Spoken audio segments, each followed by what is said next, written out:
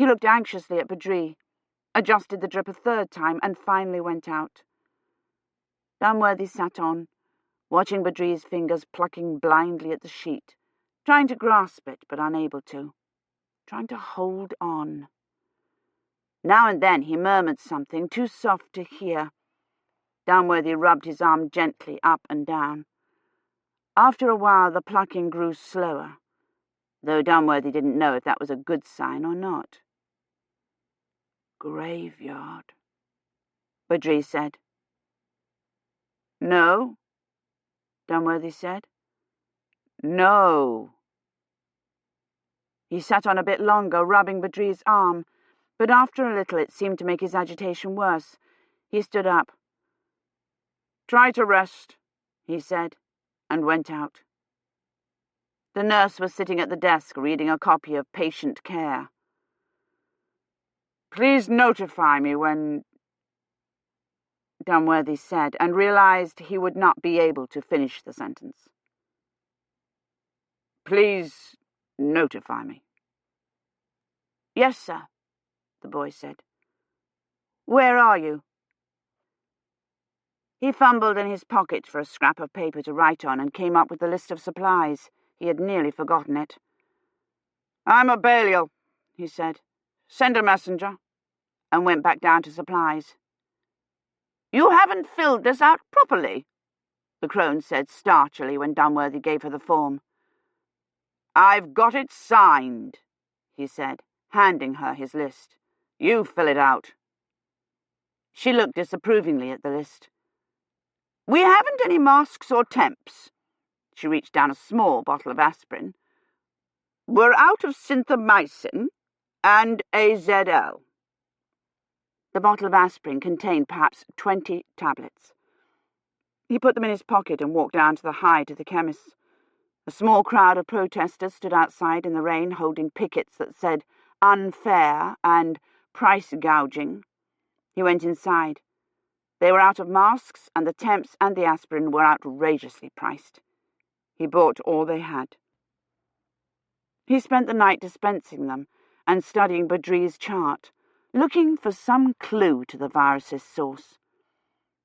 Badri had run an on-site for 19th century in Hungary on the 10th of December, but the chart did not say where in Hungary, and William, who was flirting with the detainees who were still on their feet, didn't know, and the phones were out again. They were still out in the morning when Dunworthy tried to phone to check on Badri's condition. He could not even raise a dialing tone, but as soon as he put down the receiver, the telephone rang. It was Andrews.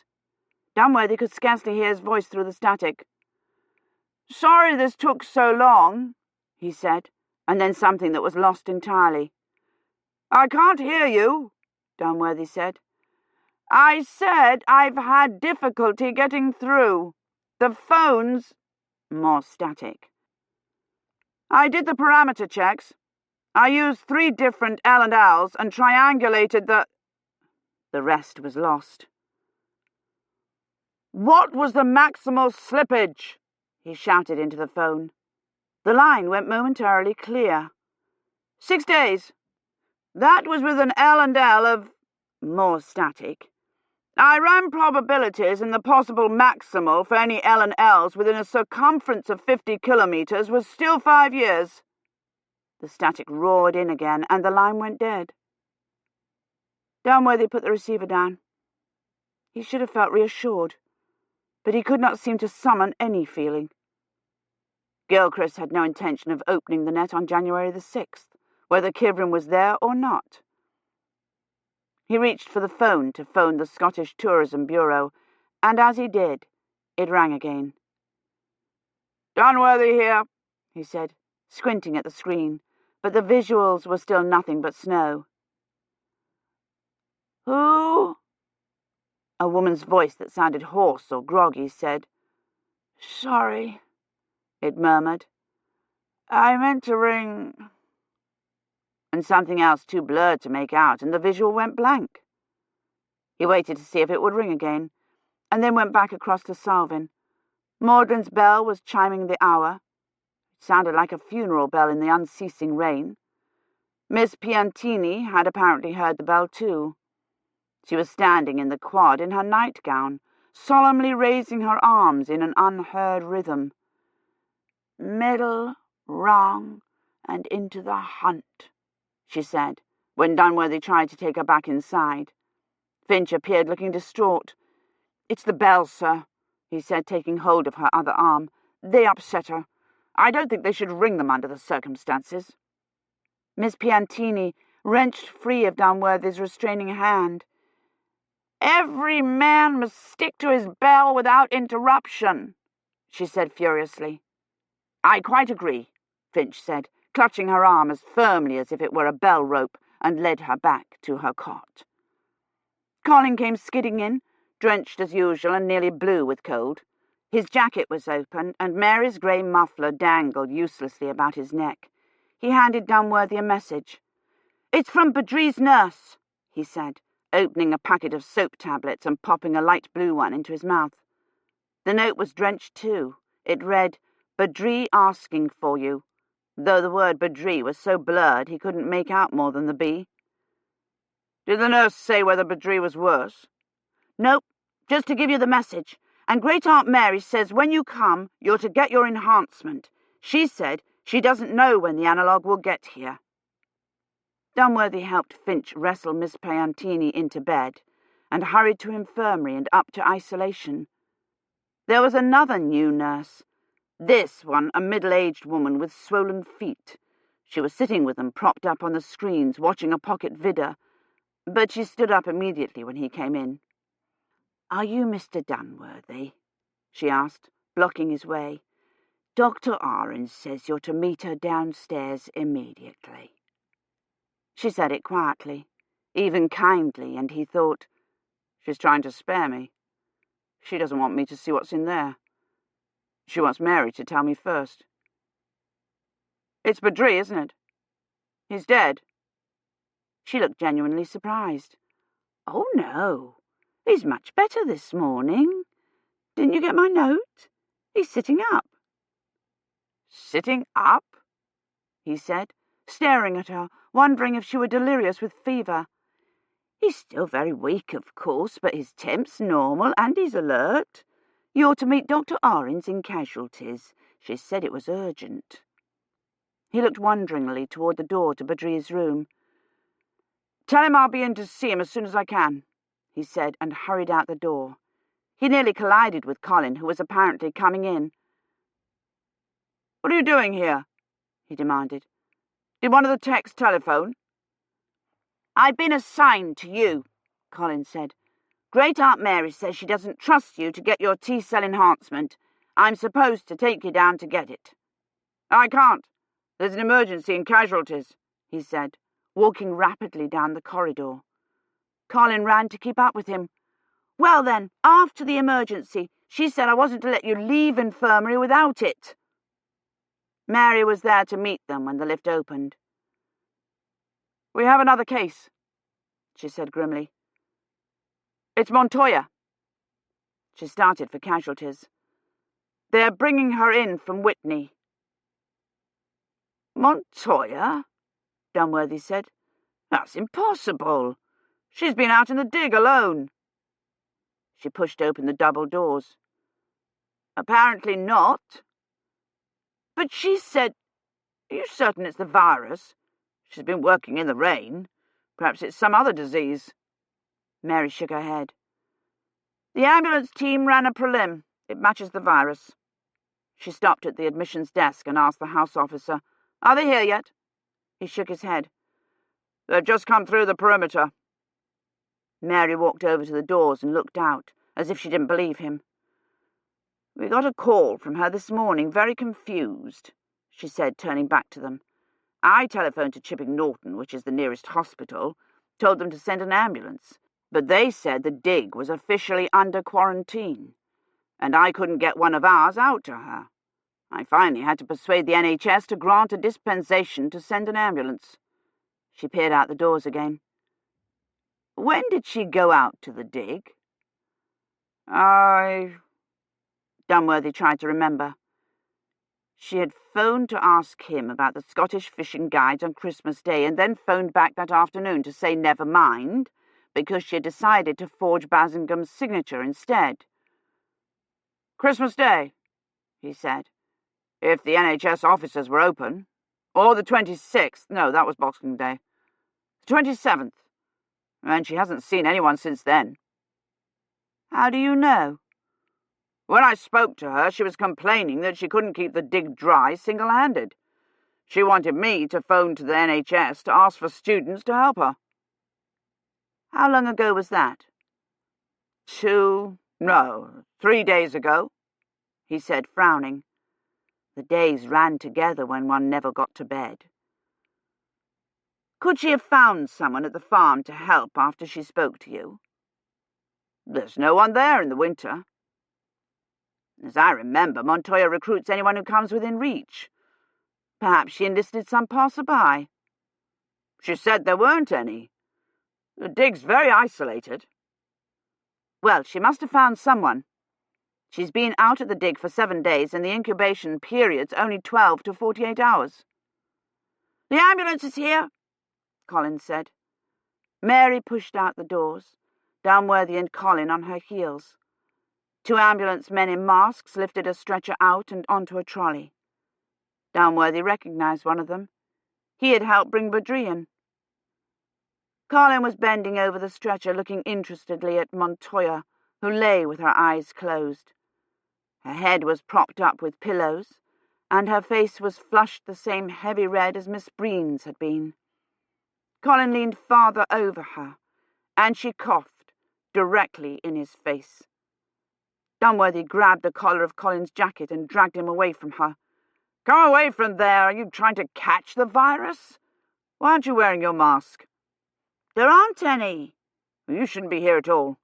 I want you to go straight back to Balliol and—" "I can't.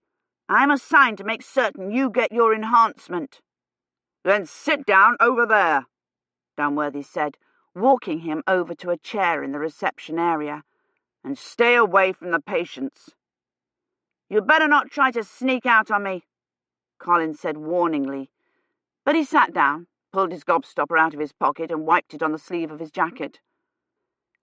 Downworthy went back over to the stretcher trolley. "Lupe," Mary was saying, "we need to ask you some questions. When did you fall ill?" "This morning," Montoya said. Her voice was hoarse, and Downworthy realised suddenly that she must be the person who had telephoned him. "Last night I had a terrible headache." She raised a muddy hand and drew it across her eyebrows. "But I thought it was because I was straining my eyes." "Who was with you out at the dig?" "Nobody," Montoya said, sounding surprised. "What about deliveries? Did someone from Whitney deliver supplies to you?" She started to shake her head, but it apparently hurt, and she stopped. "No, I took everything with me." "And you didn't have anyone with you to help you with the excavation?" "No. I asked Mr. Downworthy to tell the NHS to send some help, but he didn't." Mary looked across at Downworthy, and Montoya followed her glance. "Are they sending someone?" she asked him. "They'll never find it if they don't get someone out there." "Find what?" he said, wondering if Montoya's answer could be trusted or if she were half delirious. "The dig is half underwater right now," she said. "Find what?" "Kivrin's quarter." He had a sudden image of Montoya standing by the tomb, sorting through the muddy box of stone-shaped bones, wrist bones. They had been wrist bones, and she had been examining the uneven edges, looking for a bone spur that was actually a piece of recording equipment. Kivrin's quarter. "I haven't excavated all the graves yet," Montoya said, "and it's still raining. They have to send someone out immediately." "Graves?" Mary said, looking at him uncomprehendingly.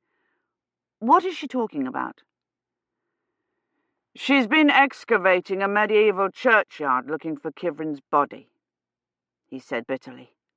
Looking for the corder you implanted in Kivrin's wrist. Mary wasn't listening. I want the contacts charts, she said to the house officer. She turned back to Dunworthy. Badri was out at the dig, wasn't he? Yes. When? The 18th and 19th, he said. In the churchyard? Yes. He and Montoya were opening a knight's tomb. A tomb, Mary said, as if it were the answer to a question. She bent over Montoya. How old was the tomb? 1318, Montoya said. Did you work on the knight's tomb this week? Mary asked. Montoya tried to nod, stopped. I get so dizzy when I move my head, she said apologetically. I had to move the skeleton. Water had gotten into the tomb. Which day did you work on the tomb? Montoya frowned. I can't remember. The day before the bells, I think. The 31st, Dunworthy said. He leaned over her. Have you worked on it since? She tried to shake her head again. The contacts charts are up, the house officer said. Mary walked rapidly over to his desk and took the keyboard over from him. She tapped several keys, stared at the screen, tapped more keys. What is it? Dunworthy said. What are the conditions at the churchyard? Mary said. Conditions? He said blankly. It's muddy. She's covered the churchyard with a tarp, but a good deal of rain was still getting in. Warm? Yes. She mentioned it was muggy. She had several electric fires hooked up. What is it? She drew her finger down the screen, looking for something. Viruses are exceptionally sturdy organisms, she said. They can lie dormant for long periods of time and be revived. Living viruses have been taken from Egyptian mummies. Her finger stopped at a date. I thought so. Badri was at the dig 4 days before he came down with the virus. She turned to the house officer. I want a team out at the dig immediately, she told him. Get NHS clearance. Tell them we may have found the source of the virus. She typed in a new screen, drew her finger down the names, typed in something else and leaned back, looking at the screen. We had 4 primaries with no positive connection to Badri. 2 of them were at the dig 4 days before they came down with the virus. The other one was there 3 days before. The virus is at the dig? Dunworthy said. Yes. She smiled ruefully at him. I'm afraid Gilchrist was right after all. The virus did come from the past. Out of the knight's tomb. Kivrin was at the dig, he said. Now it was Mary who looked uncomprehending. When? The Sunday afternoon before the drop, the 19th. Are you certain? She told me before she left. She wanted her hands to look authentic. Oh, my God, she said. If she was exposed 4 days before the drop, she hadn't had her T-cell enhancement. The virus might have had a chance to replicate and invade her system. She might have come down with it. Dunworthy grabbed her arm. But that can't have happened. The net wouldn't have let her through if there was a chance she'd infect the contemps. There wouldn't have been anyone for her to infect, Mary said. Not if the virus came out of the knight's tomb. Not if he died of it in 1318. The contemps would already have had it. They'd be immune. She walked rapidly over to Montoya. When Kivrin was out at the dig, did she work on the tomb? I don't know, Montoya said. I wasn't there. I had a meeting with Gilchrist. Who would know? Who else was there that day? No one. Everyone had gone home for vac. How did she know what she was supposed to do? The volunteers left notes to each other when they left. Who was there that morning? Mary asked. Badri, Dunworthy said, and took her off for isolation. He walked straight into Badri's room. The nurse, caught off guard with her swollen feet up on the displays, said, "You can't go in without SPGs," and started after him. But he was already inside. Badri was lying propped against a pillow. He looked very pale, as if his illness had bleached all the colour from his skin, and weak. But he looked up when Dunworthy burst in and started to speak. "Did Kivrin work on the knight's tomb?" Dunworthy demanded. Kivrin. His voice was almost too weak to be heard. The nurse banged in the door. "Mr. Dunworthy, you are not allowed in here." "On Sunday," Dunworthy said. "You were to have left her a message telling her what to do. Did you tell her to work on the tomb?" "Mr. Dunworthy, you're exposing yourself to the virus," the nurse said. Mary came in, pulling on a pair of imperm gloves. "You're not supposed to be in here without SPGs, James," she said. "I told him, Dr. Ahrens," the nurse said, "but he barged past me and—" "Did you leave Kivrin a message at the dig that she was to work on the tomb?" Dunworthy insisted. Badri nodded his head, weakly. "She was exposed to the virus," Dunworthy said to Mary. "On Sunday, 4 days before she left." "Oh, no," Mary breathed. "What is it? What's happened?" Badri said, trying to push himself up in the bed. "Where's Kivrin?" He looked from Dunworthy to Mary. "You pulled her out, didn't you? As soon as you realized what had happened. Didn't you pull her out?" "What had happened?" Mary echoed. "What do you mean?" "You have to have pulled her out," Badri said. "She's not in 1320. She's in 1348.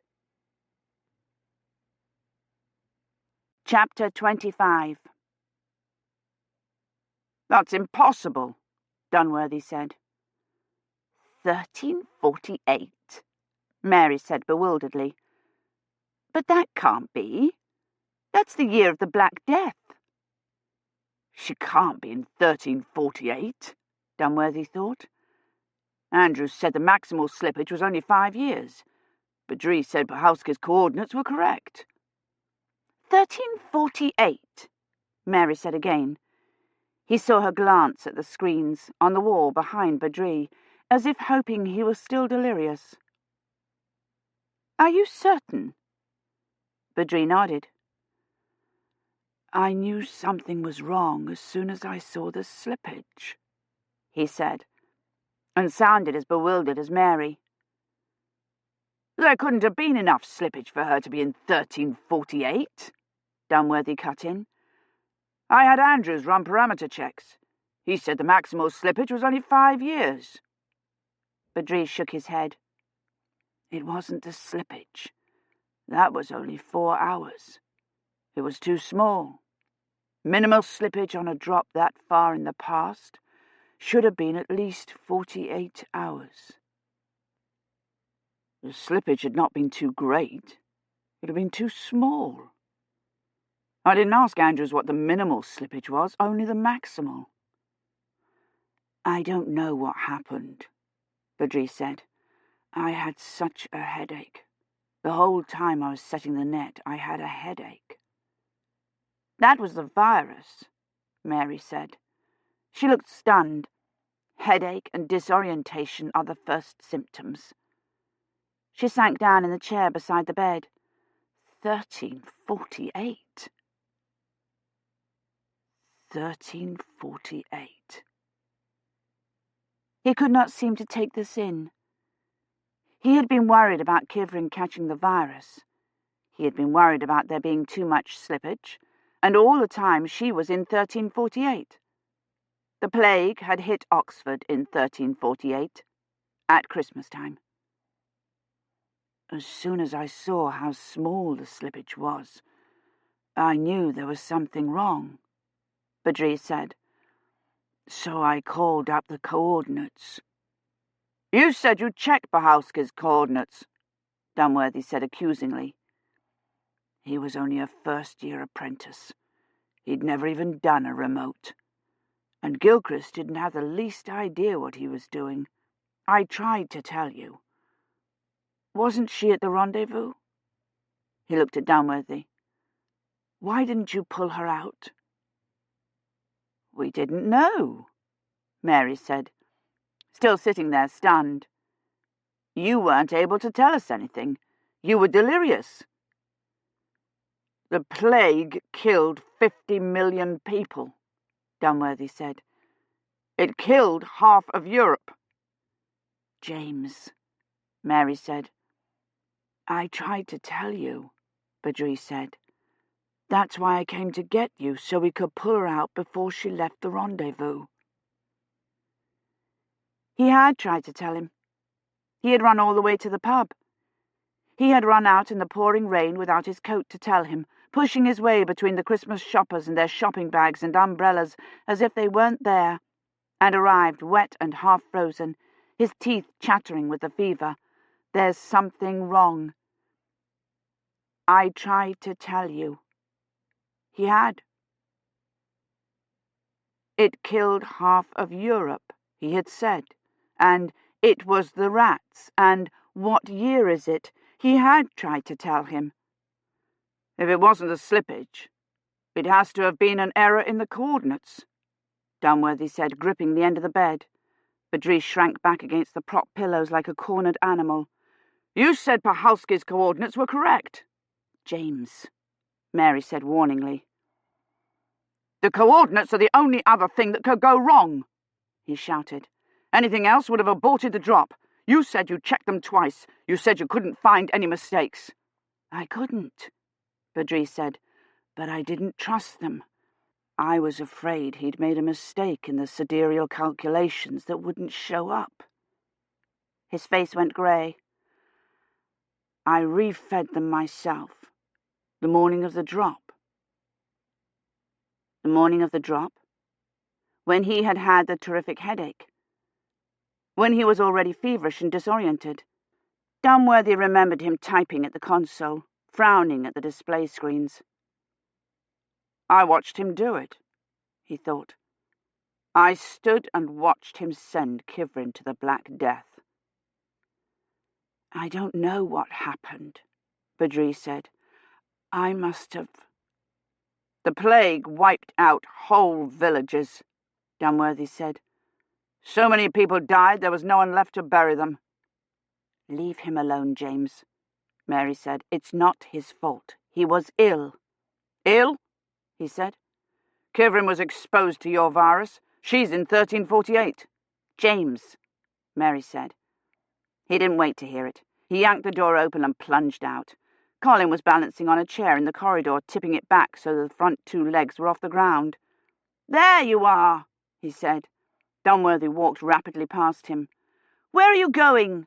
Colin said, tipping the chair forward with a crash. Great Aunt Mary said not to let you leave till you'd had your enhancement. He lurched sideways, caught himself on his hands, and scrambled up. Why aren't you wearing your SPGs? Dunworthy shoved through the ward doors. Colin came skidding through the doors. Great Aunt Mary said I was absolutely not to let you leave. I don't have time for enhancements, Dunworthy said. She's in 1348. Great Aunt Mary? He started down the corridor. Kivrin? Colin asked, running to catch up. She can't be. That's when the Black Death was, isn't it? Dunworthy shoved open the door to the stairs and started down them 2 at a time. I don't understand, Colin said. How did she end up in 1348? Dunworthy pushed open the door at the foot of the stairs and started down the corridor to the call box, fishing in his overcoat for the pocket calendar Colin had given him. How are you going to pull her out? Colin asked. The laboratory's locked. Dunworthy pulled out the pocket calendar and began turning pages. He'd written Andrew's number in the back. Mr. Gilchrist won't let you in, How are you going to get into the laboratory? He said he wouldn't let you in. Andrew's number was on the last page. He picked up the receiver. If he does let you in, who's going to run the net? Mr. Chowdhury? Andrews, Dunworthy said shortly and began punching in the number. I thought he wouldn't come, because of the virus. Dunworthy put the receiver to his ear. I'm not leaving her there. A woman answered. 24837 here, she said. H.F. Shepherds Limited. Dunworthy looked blankly at the pocket calendar in his hand. I'm trying to reach Ronald Andrews, he said. What number is this? 24837, she said impatiently. There's no one here by that name. He slammed the phone down. Idiot telephone service, he said. He punched in the number again. Even if he agrees to come, how are you going to find her? Colin asked, looking over his shoulder at the receiver. She won't be there, will she? The rendezvous isn't for 3 days. Dunworthy listened to the telephones ringing, wondering what Kivrin had done when she realised where she was. Gone back to the rendezvous and waited there, no doubt. If she was able to. If she was not ill. If she had not been accused of bringing the plague to Skengate. 24837 here, the same woman's voice said. H.F. Shepherds Limited. What number is this? Dunworthy shouted. 24837, she said, exasperated. 24837, Dunworthy repeated.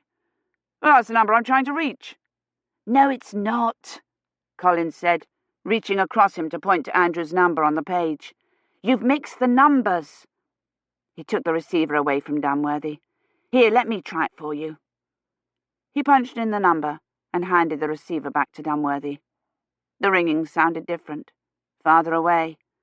Dunworthy thought about Kivrin. The plague had not hit everywhere at once. It had been in Oxford at Christmas, but there was no way of knowing when it had reached Skengate. There was no answer. He let the phone ring 10 times, 11. He could not remember which way the plague had come from. It had come from France. Surely that meant from the east, across the Channel, and Skengate was west of Oxford. It might not have reached there until after Christmas. Where's the book? He asked Callan. What book? Your appointment calendar, you mean? It's right there. The book I gave you for Christmas. Why don't you have it? Here? Colin said, bewildered. It weighs at least 5 stone. There was still no answer. Dunworthy hung up the receiver, snatched up the calendar and started toward the door. I expect you to keep it with you at all times. Don't you know there's an epidemic on? Are you all right, Mr. Dunworthy? Go and get it, Dunworthy said. What? Right now? Go back to Balliol and get it. I want to know when the plague reached Oxfordshire, not the town, the villages, and which direction it came from. Where are you going? Colin asked, running alongside him. To make Gilchrist open the laboratory. If he won't open it because of the flu, he'll never open it for the plague, Colin said. Dunworthy opened the door and went out. It was raining hard. The EC protesters were huddled under infirmary's overhang. One of them started toward him, proffering a flyer. Colin was right. Telling Gilchrist the source would have no effect. He would remain convinced the virus had come through the net. He would be afraid to open it for fear the plague would come through. Give me a sheet of paper, he said, fumbling for his pen. A sheet of paper? Colin said. What for? Dunworthy snatched the flyer from the EC protester and began scribbling on the back. Mr. Bassingham is authorising the opening of the net, he said. Colin peered at the writing. He'll never believe that, Mr. Dunworthy. On the back of a flyer? Then fetch me a sheet of paper, he shouted. Colin's eyes widened. I will. You wait here, all right? He said placatingly. Don't leave. He dashed back inside and reappeared immediately with several sheets of hard copy paper. Dunworthy snatched it from him and scrawled the orders and Bassingham's name. Go and fetch your book. I'll meet you at Brasenose. What about your coat? There's no time, he said. He folded the paper in fourths and jammed it inside his jacket. It's raining. Shouldn't you take a taxi? Colin said. There aren't any taxis. He started off down the street. Great Aunt Mary's going to kill me, you know, Colin called after him. She said it was my responsibility to see that you got your enhancement. He should have taken a taxi. It was pouring by the time he reached Brasenose, a hard, slanting rain that would be sleet in another hour. Dunworthy felt chilled to the bone. The rain had at least driven the picketers away. There was nothing in front of Brasenose but a few wet flyers they had dropped. An expandable metal gate had been pulled across the front of the entrance to Brasenose. The porter had retreated inside his lodge and the shutter was down. "Open up!" Dunworthy shouted. He rattled the gate loudly. "Open up immediately!" The porter pulled the shutter up and looked out. When he saw it was Dunworthy, he looked alarmed and then belligerent. "Brasenose is under quarantine," he said. "It's restricted." "Open this gate immediately," Dunworthy said. "I'm afraid I can't do that, sir," he said. "Mr. Gilchrist has given orders that no one be admitted to Brasenose until the source of the virus is discovered." "We know the source," Dunworthy said. "Open the gate." The porter let the shutter down, and in a minute he came out of the lodge and over to the gate. "Was it the Christmas decorations?" he said. "They said the ornaments were infected with it." "No," Dunworthy said. "Open the gate and let me in." "I don't know whether I should do that, sir," he said, looking uncomfortable. "Mr. Gilchrist—" "Mr. Gilchrist isn't in charge any more," he said. He pulled the folded paper out of his jacket and poked it through the metal gate at the porter. He unfolded it and read it, standing there in the rain. "Mr. Gilchrist is no longer acting head," Dunworthy said. "Mr. Bassingham has authorized me to take charge of the drop. Open the gate." "Mr. Bassingham," he said, peering at the already blotted signature. "I'll find the keys," he said. He went back in the lodge, taking the paper with him. Dunworthy huddled against the gate, trying to keep out of the freezing rain and shivering. He had been worried about Kivrin sleeping on the cold ground, and she was in the middle of a holocaust, where people froze to death because no one was left on their feet to chop wood, and the animals died in the fields because no one was left alive to bring them in. 80,000 dead in Siena, 300,000 in Rome, more than 100,000 in Florence, one half of Europe. The porter finally emerged with a large ring of keys and came over to the gate. "I'll have it open in a moment, sir," he said, sorting through the keys. Kivrin would surely have gone back to the drop as soon as she realized it was 1348. She would have been there all this time, waiting for the net to open, frantic that they hadn't come to get her. If she had realized, she would have no way of knowing she was in 1348. Badri had told her the slippage would be several days. She would have checked the date against the Advent holy days and thought she was exactly where she was supposed to be. It would never have occurred to her to ask the year. She would think she was in 1320, and all the time the plague would be sweeping toward her. The gate's lock clicked free, and Dunworthy pushed the gate open far enough to squeeze through. "Bring your keys," he said. "I need you to unlock the laboratory." "That key's not on here," the porter said, and disappeared into the lodge again. It was icy in the passage, and the rain came slanting in, colder still. Dunworthy huddled next to the door of the lodge, trying to catch some of the heat from inside, and jammed his hands hard against the bottoms of his jacket pockets to stop the shivering. He had been worried about cutthroats and thieves, and all this time she had been in 1348, where they had piled the dead in the streets, where they had burned Jews and strangers at the stake in their panic. He had been worried about Gilchrist not doing parameter checks, so worried that he had infected Badri with his anxiety, and Badri, already feverish, had refed the coordinates. So worried. He realized suddenly that the porter had been gone too long, that he must be warning Gilchrist. He moved toward the door, and as he did, the porter emerged, carrying an umbrella and exclaiming over the cold. He offered half the umbrella to Dunworthy. "I'm already wet through," Dunworthy said, and strode off ahead of him through the quad. The door of the laboratory had a yellow plastic banner stretched across it. Dunworthy tore it off, while the porter searched through his pockets for the key to the alarm, switching the umbrella from hand to hand. Dunworthy glanced up behind him at Gilchrist's rooms. They overlooked the laboratory, and there was a light on in the sitting room, but Dunworthy couldn't detect any movement. The porter found the flat card key that switched off the alarm. He switched it off and began looking for the key to the door. "I'm still not certain I should unlock the laboratory without Mr. Gilchrist's authorization," he said. "Mr. Dunworthy!" Colin shouted from halfway across the quad. They both looked up. Colin came racing up, drenched to the skin with the book under his arm wrapped in the muffler. "It didn't hit parts of Oxfordshire till March," he said, stopping between words to catch his breath. "Sorry, I ran all the way." "What parts?" Dunworthy asked.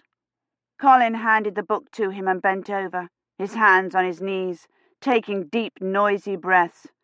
"It doesn't say." Dunworthy unwound the muffler and opened the book to the page Colin had turned down. But his spectacles were too spattered with rain to read it, and the open pages were promptly soaked. "It says it started in Melcombe and moved north to Bath and east," Colin said. "It says that it was in Oxford at Christmas and London the next October, but that parts of Oxfordshire didn't get it till late spring, and that a few individual villages were missed until July." Dunworthy stared blindly at the unreadable pages. "That doesn't tell us anything," he said. "I know," Colin said. He straightened up, still breathing hard. "But at least it doesn't say the plague was all through Oxfordshire by Christmas. Perhaps she's in one of those villages it didn't come to till July." Dunworthy wiped the wet pages with the dangling muffler and shut the book. "It moved east from Bath," he said softly. "Skengate's just south of the Oxford-Bath road." The porter had finally decided on a key. He pushed it into the lock. "I rang up Andrews again, but there was still no answer." The porter opened the door. "How are you going to run the net without a tech?" Colin said. "Run the net?" the porter said, the key still in his hand. "I understood that you wish to obtain data from the computer. Mr. Gilchrist won't allow you to run the net without authorization." He took out Basingham's authorization and looked at it. "I'm authorizing it," Dunworthy said, and swept past him into the laboratory. The porter started in, caught his open umbrella on the door frame, and fumbled on the handle for the catch. Colin ducked under the umbrella and in after Dunworthy. Gilchrist must have turned the heat off. The laboratory was scarcely warmer than the outside, but Dunworthy's spectacles, wet as they were, steamed up. He took them off and tried to wipe them dry on his wet suit jacket. "Here," Colin said, and handed him a wadded length of paper tissue. "It's lavatory paper. I've been collecting it for Mr. Finch. The thing is, it's going to be difficult enough to find her if we land in the proper place, and you said yourself that getting the exact time and place are awfully complicated." "We already have the exact time and place," Dunworthy said, wiping his spectacles on the lavatory paper. He put them on again. They were still blurred. "I'm afraid I shall have to ask you to leave," the porter said. I cannot allow you in here without Mr. Gilchrist. He stopped. Oh, blood, Colin muttered. It's Mr. Gilchrist. What's the meaning of this? Gilchrist said. What are you doing here? I'm going to bring Kivrin through, Dunworthy said. On whose authority? Gilchrist said. This is Brazenoses' net, and you are guilty of unlawful entry. He turned on the porter. I gave you orders that Mr. Dunworthy was not to be allowed on the premises. Mr. Basingham authorised it, the porter said. He held the damp paper out. Gilchrist snatched it from him. Basingham? He stared down at it. This isn't Basingham's signature, he said furiously. Unlawful entry, and now forgery. Mr. Dunworthy, I intend to file charges, and when Mr. Basingham returns, I intend to inform him of your... Dunworthy took a step towards him. And I intend to inform Mr. Basingham how his acting head of faculty refused to abort a drop, how he intentionally endangered an historian, how he refused to allow access to this laboratory, and how, as a result, the historian's temporal location could not be determined. He waved his arm at the console. Do you know what this fix says? This fix that you wouldn't let my tech read for 10 days because of a lot of imbeciles who don't understand time travel, including you. Do you know what it says? Kivrin's not in 1320. She's in 1348, in the middle of the Black Death. He turned and gestured toward the screens. And she's been there 2 weeks, because of your stupidity, because of... He stopped. You have no right to speak to me that way, Gilchrist said, and no right to be in this laboratory. I demand that you leave immediately. Dunworthy didn't answer. He took a step toward the console. Call the proctor, Gilchrist said to the porter. I want them thrown out. The screen was not only blank, but dark, and so were the function lights above it on the console. The power switch was turned to off. You've switched off the power, Dunworthy said, and his voice sounded as old as Badri's had. You've shut down the net. Yes, Gilchrist said, and a good thing too, since you feel you have the right to barge in without authorization. He put a hand out blindly toward the blank screen, staggering a little. You've shut down the net, he repeated. Are you all right, Mr. Dunworthy? Colin said, taking a step forward. I thought you might attempt to break in and open the net, Gilchrist said, since you seem to have no respect for medieval's authority. I cut off the power to prevent that happening, and it appears I did the right thing. Dunworthy had heard of people being struck down by bad news. When Badri had told him Kivrin was in 1348, he had not been able to absorb what it meant, but this news seemed to strike him with a physical force. He couldn't catch his breath. You shut the net down, he said. You've lost the fix. Lost the fix? Gilchrist said. Nonsense. There are backups and things, surely. When the power's switched on again. Does that mean we don't know where Kivrin is? Colin asked. Yes, Dunworthy said, and thought as he fell, I'm going to hit the console like Badri did. But he didn't. He fell almost gently, like a man with the wind knocked out of him, and collapsed like a lover into Gilchrist's outstretched arms. I knew it, he heard Colin say. This is because you didn't get your enhancement. Great Aunt Mary's going to kill me. Chapter 26. That's impossible, Kivrin said. It can't be 1348. But it all made sense. Hermione's chaplain dying, and they're not having any servants. Eloise not wanting to send Gawain to Oxford to find out who Kivrin was. There is much illness there, Lady Evoldi had said, and the Black Death had hit Oxford at Christmas in 1348. "What happened?" she said, and her voice rose out of control. "What happened? I was supposed to go to 1320. 1320. Mr. Dunworthy told me I shouldn't come. He said medieval didn't know what they were doing, but they couldn't have sent me to the wrong year." She stopped. "You must get out of here. It's the Black Death." They all looked at her so uncomprehendingly that she thought the interpreter must have lapsed into English again. "It's the Black Death," she said again. "The blue sickness." "Nay," Eloise said softly, and Kivrin said, "Lady Eloise, you must take Lady Hermione and Father Roche down to the hall." "It cannot be," she said, but she took Lady Hermione's arm and led her out, Hermione clutching the poultice as if it were her reliquary. Maisie darted after them, her hands clutched to her ears. "You must go too," Kivrin said to Roche. "I will stay with the clerk." "Throw," the clerk murmured from the bed, and Roche turned to look at him.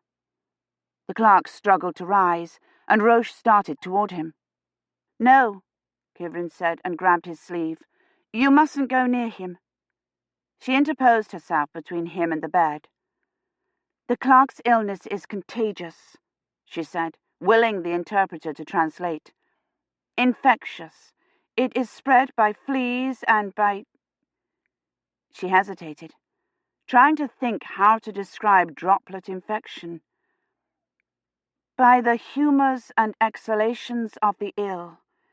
It is a deadly disease, which kills nearly all who come near it." She watched him anxiously, wondering if he had understood anything she'd said, if he could understand it. There had been no knowledge of germs in the 1300s, no knowledge of how diseases spread. The Contempts had believed the Black Death was a judgment from God. They had thought it was spread by poisonous mists that floated across the countryside by a dead person's glance, by magic. "Father," the clerk said, and Roche tried to step past Kivrin, but she barred his way. "We cannot leave them to die," he said. They did, though, she thought. They ran away and left them. People abandoned their own children, and doctors refused to come, and all the priests fled. She stooped and picked up one of the strips of cloth Lady Hermione had torn for her poultice. "You must cover your mouth and nose with this," she said. She handed it to him, and he looked at it, frowning, and then folded it into a flat packet and held it to his face. "Tie it," Kivrin said, picking up another one. She folded it diagonally and put it over her nose and mouth like a bandit's mask and tied it in a knot in the back. "Like this." Roche obeyed, fumbling with the knot, and looked at Kivrin. She moved aside, and he bent over the clerk and put his hand on his chest. "Don't," she said, and he looked up at her. "Don't touch him any more than you have to." She held her breath as Roche examined him, afraid that he would start up suddenly again and grab at Roche, but he didn't move at all. The bubo under his arm had begun to ooze blood with a slow greenish pus. Kivrin put a restraining hand on Roche's arm. "Don't touch it," she said. "He must have broken it when we were struggling with him." She wiped the blood and pus away with one of Hermione's cloth strips, and bound up the wound with another, tying it tightly at the shoulder. The clerk did not wince or cry out, and when she looked at him, she saw he was staring straight ahead, unmoving. "Is he dead?" she asked. "Nay," Roche said, his hand on his chest again, and she could see the faint rise and fall. "I must bring the sacraments," he said through the mask, and his words were almost as blurred as the clerk's. "No," Kivrin thought, the panic rising again. "Don't go. What if he dies? What if he rises up again?" Roche straightened. "Do not fear," he said. "I will come again." He went out rapidly without shutting the door, and Kivrin went over to close it. She could hear sounds from below, Eloise's and Roche's voices. She should have told him not to speak to anyone. Agnes said, "I wish to stay with Kivrin," and began to howl, and Rosamond answered her angrily, shouting over the crying. "I will tell Kivrin," Agnes said, outraged, and Kivrin shoved the door to and barred it. Agnes must not come in here, nor Rosamond nor anyone. They must not be exposed. There was no cure for the Black Death. The only way to protect them was to keep them from catching it. She tried frantically to remember what she knew about the plague. She had studied it in 14th century, and Dr. Ahrens had talked about it when she'd given Kivrin her inoculations. There were 2 distinct types. No, 3. One went directly into the bloodstream and killed the victim within hours. Bubonic plague was spread by rat fleas, and that was the kind that produced the buboes. The other kind was pneumonic, and it didn't have buboes. The victim coughed and vomited up blood, and that was spread by droplet infection, and that was horribly contagious. But the clerk had the bubonic, and that wasn't as contagious. Simply being near the patient wouldn't do it. The flea had to jump from one person to another.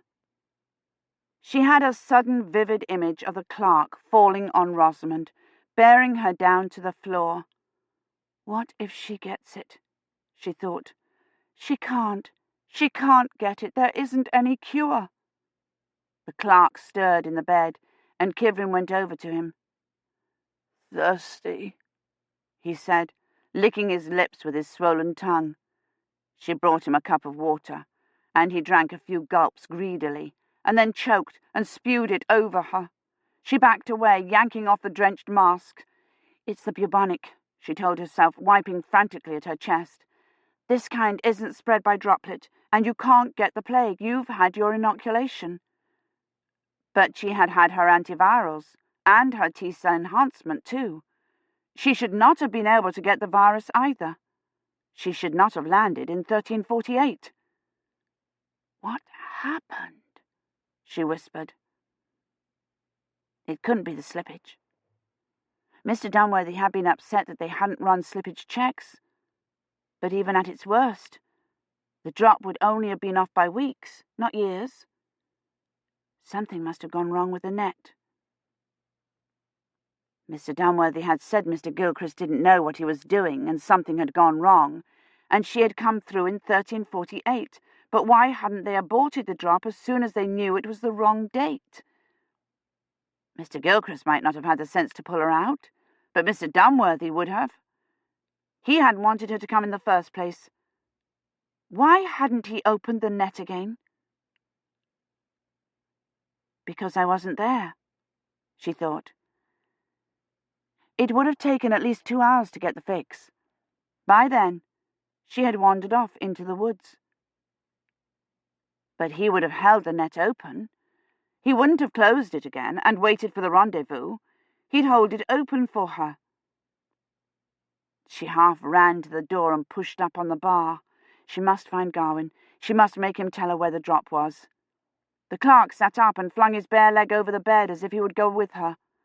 "Help me," he said, and tried to move his other leg. "I can't help you," she said angrily. "I don't belong here." She shoved the bar up out of its sockets. "I must find Garwin."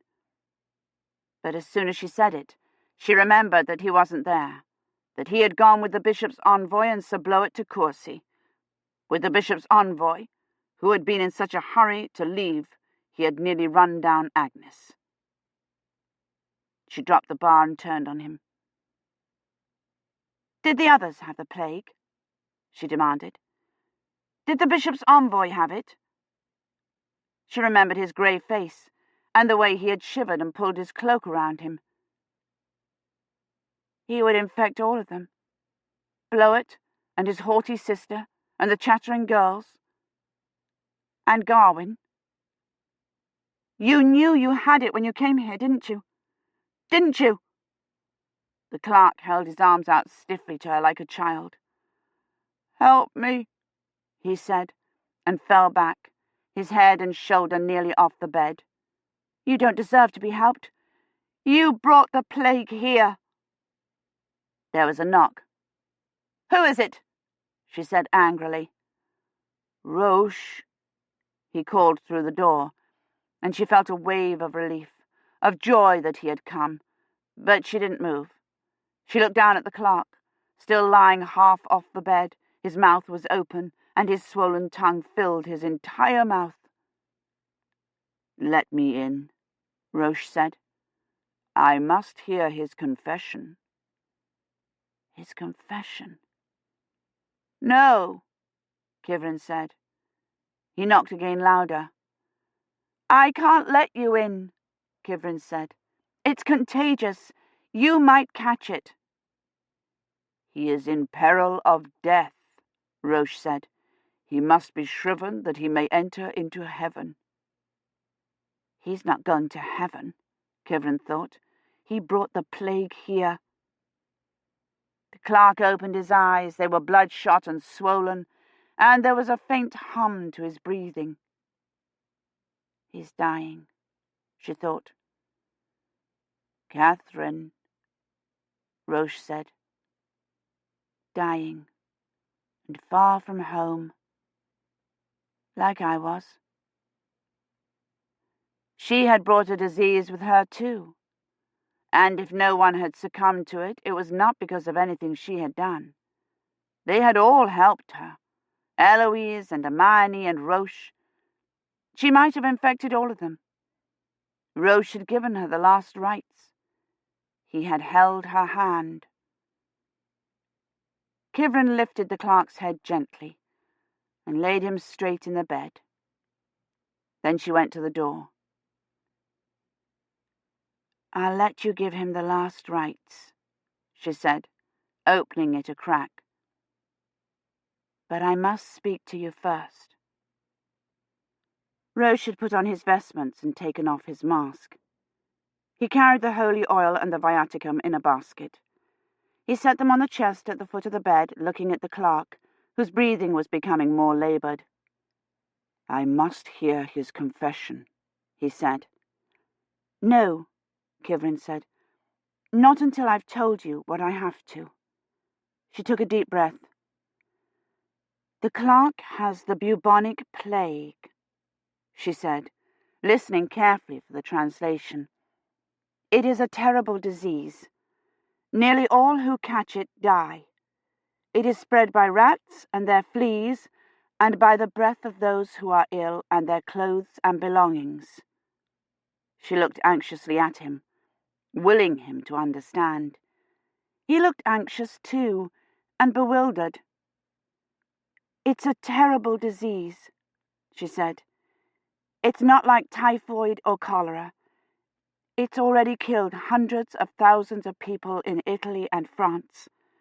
So many in some places, there's no one left to bury the dead. His expression was unreadable. You have remembered who you are and whence you came, he said, and it wasn't a question. He thinks I was fleeing the plague when Garwin found me in the woods, she thought. If I say yes, he'll think I'm the one who brought it here. But there was nothing accusing in his look, and she had to make him understand. Yes, she said, and waited. What must we do? He said. You must keep the others from this room, and you must tell them they must stay in the house and let no one in. You must tell the villagers to stay in their houses too, and if they see a dead rat, not to go near it. There must be no more feasting or dancing on the green. The villagers mustn't come into the manor house or the courtyard or the church. They mustn't gather together anywhere. "I will bid Lady Eloise keep Agnes and Rosamond inside," he said, "and tell the villagers to keep to their houses." The clerk made a strangled sound from the bed, and they both turned and looked at him. "Is there naught we can do to help those who have caught this plague?" he said, pronouncing the word awkwardly. She had tried to remember what remedies the Contempts had tried while he was gone. They had carried nosegays of flowers and drunk powdered emeralds, and applied leeches to the buboes. But all of those were worse than useless, and Dr. Ahrens had said it wouldn't have mattered what they had tried, that nothing except antimicrobials like tetracycline and streptomycin would have worked, and those had not been discovered until the 20th century.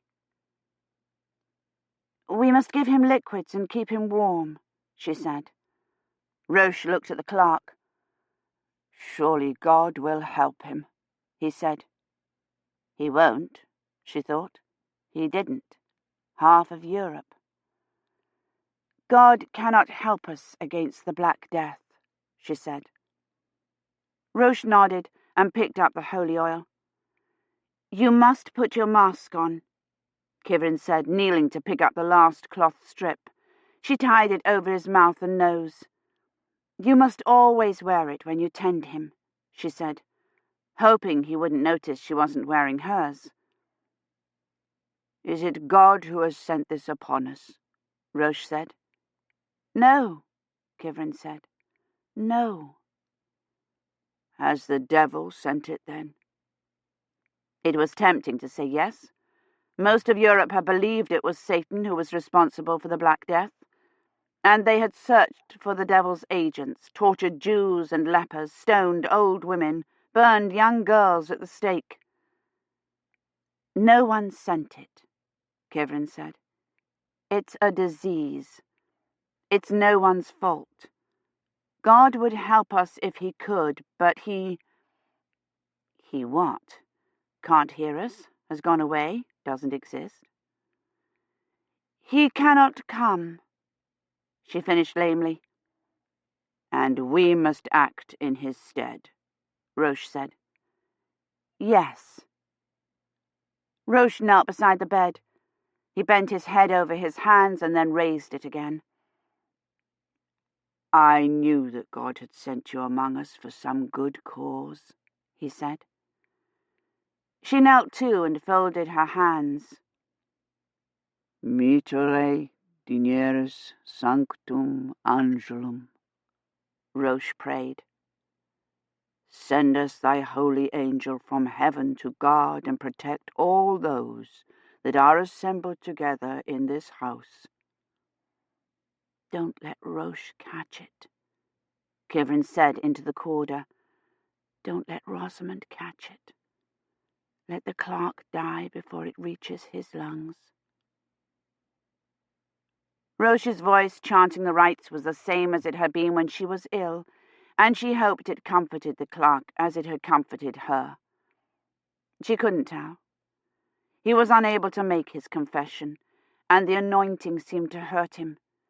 He winced when the oil touched the palms of his hands, and his breathing seemed to grow louder as Roche prayed. Roche raised his head and looked at him.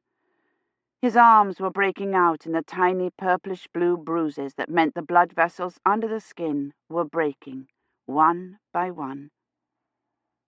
Roche turned and looked at Kivrin. "Are these the last days?" he asked. "The end of the world that God's apostles have foretold?"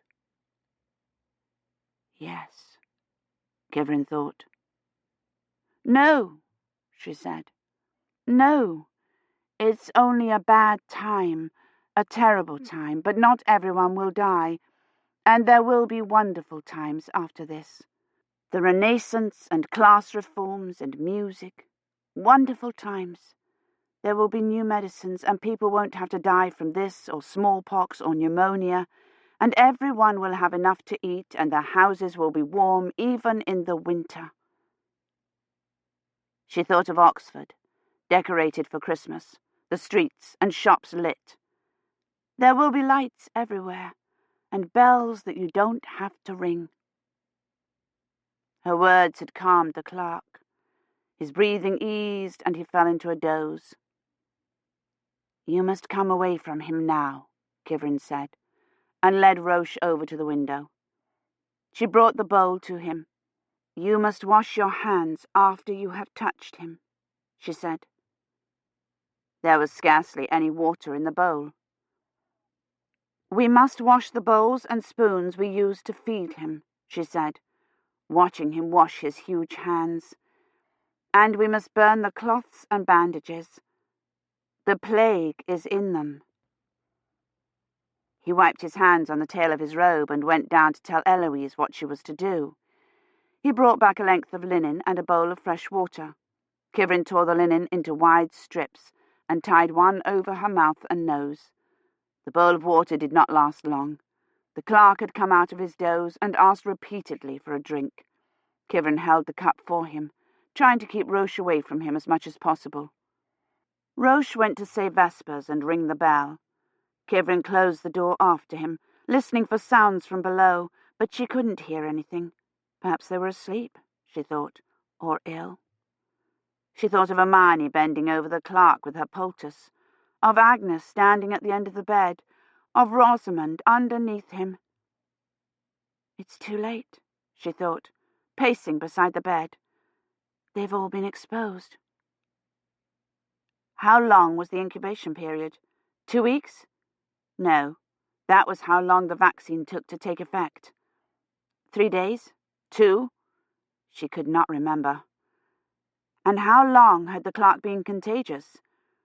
She tried to remember who he had sat next to at the Christmas feast, who he had talked to, but she hadn't been watching him. She'd been watching Garwin. The only clear memory she had was of the clerk grabbing Maisry's skirt. She went to the door again and opened it. "Maisry," she called. There was no answer, and that didn't mean anything. Maisry was probably asleep or hiding, and the clerk had bubonic, not pneumonic, and it was spread by fleas. The chances were that he had not infected anyone. But as soon as Roche came back, she left him with the clerk and took the brazier downstairs to fetch hot coals, and to reassure herself that they were all right. Rosamond and Eloise were sitting by the fire with sewing on their laps, with Lady Hermione next to them, reading from her book of hours. Agnes was playing with her cart, pushing it back and forth over the stone flags and talking to it. Maisry was asleep on one of the benches near the high table, her face sulky even in sleep. Agnes ran into Hermione's foot with the cart, and the old woman looked down at her and said, "I will take your toy from you if you cannot play meekly, Agnes." And the sharpness of her reprimand, Rosamond's hastily suppressed smile, the healthy pinkness of their faces in the fire's light, were all inexpressibly reassuring to Kivrin. It could have been any night in the manor. Eloise was not sewing. She was cutting linen into long strips with her scissors, and she looked up constantly at the door. Hermione's voice, reading from her book of hours, had an edge of worry, and Rosamond, tearing the linen, looked anxiously at her mother. Eloise stood up and went out through the screens. Kivrin wondered if she had heard someone coming, but after a minute she came back to her seat and took up the linen again. Kivrin came on down the stairs quietly, but not quietly enough. Agnes abandoned her cart and scrambled up. "Kivrin!" she shouted, and launched herself at her.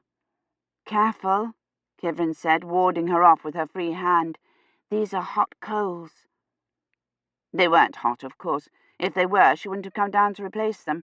But Agnes backed away a few steps. "Why do you wear a mask?" she asked. "Will you tell me a story?"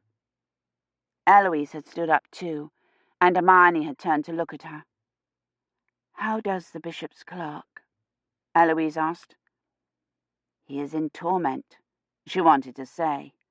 She settled for, "His fever is down a little. You must keep well away from me. The infection may be in my clothes." They all got up, even Hermione, closing her book of hours on her reliquary, and stepped back from the hearth, watching her. The stump of the Yule log was still on the fire. Kivrin used her skirt to take the lid from the brazier and dumped the grey coals on the edge of the hearth.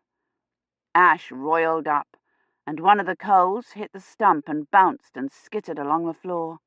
Agnes laughed, and they all watched its progress across the floor and under a bench, except Eloise, who had turned back to watch the screens.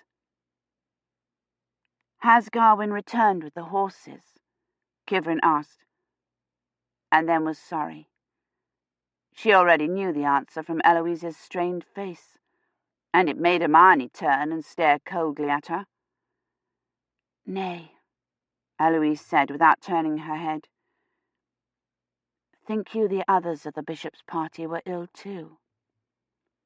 Kivrin thought of the bishop's grave face, of the friar's haggard expression. "I don't know," she said. "The weather grows cold," Rosamond said. "Mayhap Garwin thought to stay the night." Eloise didn't answer. Kivrin knelt by the fire and stirred the coals with a heavy poker, bringing the red coals to the top. She tried to maneuver them into the brazier, using the poker, and then gave up and scooped them up with the brazier lid. "You have brought this upon us," Hermione said. Kivrin looked up, her heart suddenly thumping, but Hermione was not looking at her. She was looking at Eloise. "It is your sins have brought this punishment to bear." Eloise turned to look at Hermione, and Kivrin expected shock or anger in her face, but there was neither. She looked at her mother-in-law disinterestedly, as if her mind was somewhere else. "The Lord punishes adulterers and all their house," Hermione said, "as now he punishes you." She brandished the Book of Hours in her face. "It is your sin that has brought the plague here." "It was you who sent for the bishop," Eloise said coldly. "You were not satisfied with Father Roche. It was you who brought them here, and the plague with them." She turned on her heel and went out through the screens. Hermione stood stiffly, as though she had been struck, and went back to the bench where she'd been sitting. She eased herself to her knees and took the reliquary from her book and ran the chain absently through her fingers. "Would you tell me a story now?" Agnes asked Kivrin. Hermione propped her elbows on the bench and pressed her hands against her forehead. "Tell me the tale of the wilful maiden," Agnes said. "Tomorrow," Kivrin said. "I will tell you a story tomorrow," and took the brazier back upstairs. The clerk's fever was back up. He raved, shouting the lines from the Mass for the dead as if they were obscenities. He asked for water repeatedly, and Roche and then Kivrin went out to the courtyard for it. Kivrin tiptoed down the stairs, carrying the bucket and a candle, hoping Agnes wouldn't see her. But they were all asleep, except Lady Hermione. She was on her knees praying, her back stiff and unforgiving. "You have brought this upon us." Kivrin went out into the dark courtyard. 2 bells were ringing, slightly out of rhythm with each other, and she wondered if they were Vespers bells or tolling a funeral. There was a half-filled bucket of water by the well, but she dumped it onto the cobbles and drew a fresh one. She set it by the kitchen door and went in to get something for them to eat. The heavy cloths used to cover the food when it was brought into the manor were lying on the end of the table. She piled bread and a chunk of cold meat onto one and tied it at the corners, and then grabbed up the rest of them and carried all of it upstairs. They ate sitting on the floor in front of the brazier, and Kivrin felt better almost with the first bite. The clerk seemed better too. He dozed again, and then broke out in a hot sweat. Kivrin sponged him off with one of the coarse kitchen cloths, and he sighed as if it felt good and slept. When he woke again, his fever was down. They pushed the chest over next to the bed and set a tallow lamp on it, and she and Roche took turns sitting beside him and resting on the window seat. It was too cold to truly sleep, but Kivrin curled up against the stone sill and napped, and every time she woke, he seemed to be improved. She had read in history of meds that lancing the buboes sometimes saved a patient. His had stopped draining, and the hum had gone from his chest. Perhaps he wouldn't die after all. There were some historians who thought the Black Death had not killed as many people as the records indicated. Mr. Gilchrist thought the statistics were grossly exaggerated by fear and lack of education, and even if the statistics were correct, the plague hadn't killed 1/2 of every village. Some places had only had 1 or 2 cases. In some villages, no one had died at all. They had isolated the clerk as soon as they'd realized what it was, and she had managed to keep Roche from getting close most of the time. They had taken every possible precaution, and it hadn't turned into pneumonic. Perhaps that was enough, and they had caught it in time. She must tell Roche they must close the village, keep anyone else from coming in, and perhaps the plague would just pass over them. It had done that. Whole villages had been left untouched, and there were parts of Scotland where the plague had never reached at all. She must have dozed off. When she woke, it was growing light and Roche was gone. She looked over at the bed. The clerk lay perfectly still, his eyes wide and staring, and she thought, he's died, and Roche has gone to dig his grave. But even as the thought formed, she could see the coverings over his chest rise and fall. She felt for his pulse. It was fast, and so faint she could scarcely feel it. The bell began to ring, and she realized Roche must have gone to say matins. She pulled her mask up over her nose and leaned over the bed. "Father?" she said softly, but he gave no indication at all that he heard her. She put her hand on his forehead. His fever was down again, but his skin didn't feel normal. It was dry, papery, and the hemorrhages on his arms and legs had darkened and spread. His engorged tongue stuck out between his teeth, hideously purple. He smelled terrible, a sickening odor she could smell through her mask. She climbed up on the window seat and untied the waxed linen. The fresh air smelled wonderful, cold and sharp, and she leaned out over the ledge and breathed deeply. There was no one in the courtyard, but as she drank in the clean, cold air, Roche appeared in the doorway of the kitchen, carrying a bowl of something that steamed. He started across the cobbles to the door of the manor house, and as he did, Lady Eloise appeared. She spoke to Roche, and he started toward her, and then stopped short and pulled up his mask before he answered her. He's trying to keep clear of people at any rate, Kivrin thought. He passed on into the manor house, and Eloise went out to the well. Kivrin tied the linen to the side of the window and looked around for something to fan the air with. She jumped down, got one of the cloths she had taken from the kitchen, and clambered back up again. Eloise was still by the well, drawing up the bucket. She stopped, holding to the rope, and turned to look toward the gate. Garwin came through it, leading his horse by the bridle. He stopped when he saw her, and Gringolet stumbled into him and flung his head up, annoyed. The expression on Garwin's face was the same as it had always been, full of hope and longing, and Kivrin felt a surge of anger that it hadn't changed even now. He doesn't know, she thought. He's just returned from Courcy. She felt a pang of pity for him, that he had to find out, that Eloise would have to tell him.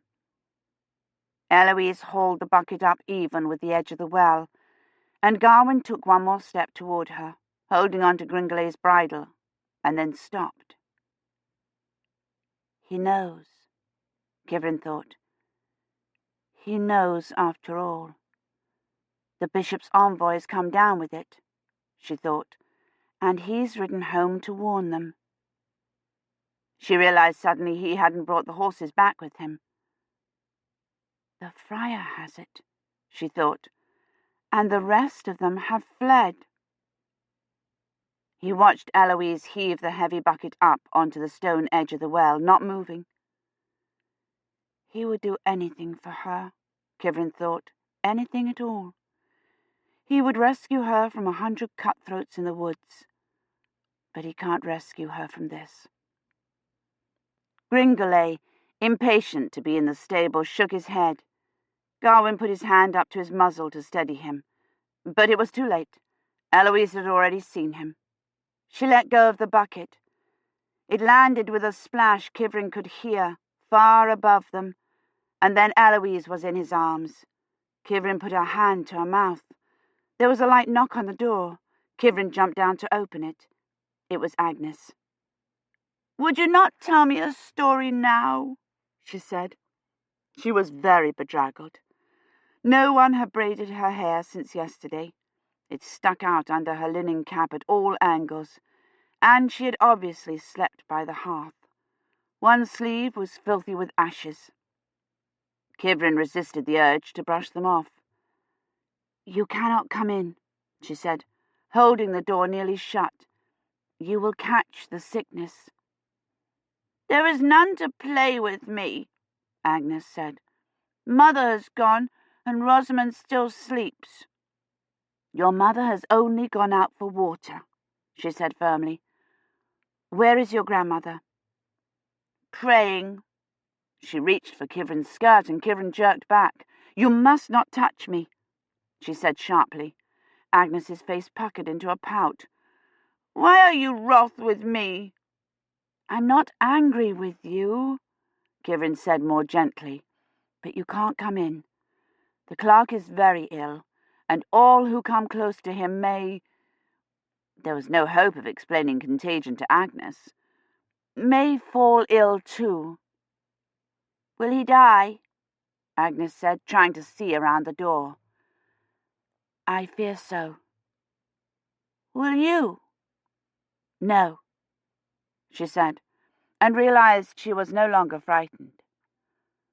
"Rosamond will waken soon. Ask her to tell you a story." "Will Father Roche die?" "No. Go and play with your cart till Rosamond wakes." "Will you tell me a story after the clerk is dead?" "Yes. Go downstairs." Agnes went reluctantly down 3 steps, holding onto the wall. "Will we all die?" she asked. "No," Kivrin said. "Not if I can help it." She shut the door and leaned against it. The clerk still lay unseeing and unaware, his whole being turned inward to the battle with an enemy his immune system had never seen before and had no defences against. The knocking came again. "Go downstairs, Agnes," Kivrin said. But it was Roche, carrying the bowl of broth he had brought from the kitchen and a hod of red coals. He dumped them into the brazier and knelt beside it, blowing on them. He had handed the bowl to Kivrin. It was lukewarm and smelled terrible. She wondered what it had in it that had brought the fever down. Roche stood up and took the bowl, and they tried to spoon the broth into the clerk, but it dribbled off his huge tongue and down the sides of his mouth. Someone knocked. "Agnes, I told you, you can't come in here," Kivrin said impatiently, trying to mop up the bedclothes. "Grandmother sent me to bid you come." "Is Lady Hermione ill?" Roche said. He started for the door. "Nay, it is Rosamond." Kivrin's heart began to pound. Roche opened the door, but Agnes did not come in. She stood on the landing staring at his mask. "Is Rosamond ill?" Roche asked anxiously. "She fell down." Kivrin darted past them and down the steps. Rosamond was sitting on one of the benches by the hearth, and Lady Hermione was standing over her. "What's happened?" Kivrin demanded. I fell, Rosamond said, sounding bewildered. I hit my arm. She held it out to Kivrin, the elbow crooked. Lady Hermione murmured something. What? Kivrin said, and realized the old lady was praying. She looked around the hall for Eloise. She wasn't there. Only Maisry huddled frightenedly by the table, and the thought flickered through Kivrin's mind that Rosamond must have tripped over her. Did you fall over something? She asked. Nay, Rosamond said, still sounding dazed. My head hurts. Did you hit your head? Nay. She pulled her sleeve back. I hit my elbow on the stones. Kivrin pushed the loose sleeve up past her elbow. It was scraped, but there was no blood. Kivrin wondered if she could have broken it. She was holding it at such an odd angle. Does this hurt? She asked, moving it gently. Nay. She twisted the forearm gently. Does this? Nay. Can you move your fingers? Kivrin said. Rosamond waggled them each in turn, her arm still crooked. Kivrin frowned at it, puzzled. It might be sprained, but she didn't think she'd be able to move it so easily. Lady Hermione, she said, would you fetch Father Roche? He cannot help us, Hermione said contemptuously, but she started for the stairs. I don't think it's broken, Kivrin said to Rosamond. Rosamond lowered her arm, gasped, and jerked it up again. The colour drained from her face, and beads of sweat broke out on her upper lip. It must be broken, Kivrin thought, and reached for the arm again. Rosamond pulled away, and before Kivrin even realized what was happening, toppled off the bench and onto the floor. She had hit her head this time. Kivrin heard it thunk against the stone. Kivrin scrambled over the bench and knelt beside her. Rosamond, she said, can you hear me? She didn't move. She had flung her injured arm out when she fell as if to catch herself, and when Kivrin touched it, she flinched, but she didn't open her eyes. Kivrin looked round wildly for Hermione, but the old woman was not on the stairs. She got to her knees. Rosamond opened her eyes. Do not leave me, she said. I must fetch help, she said. Rosamond shook her head. Father Roche, Kivrin called, though she knew he could not hear her through the heavy door, and Lady Eloise came through the screens and ran across the flagged floor. Has she the blue sickness? She said. No.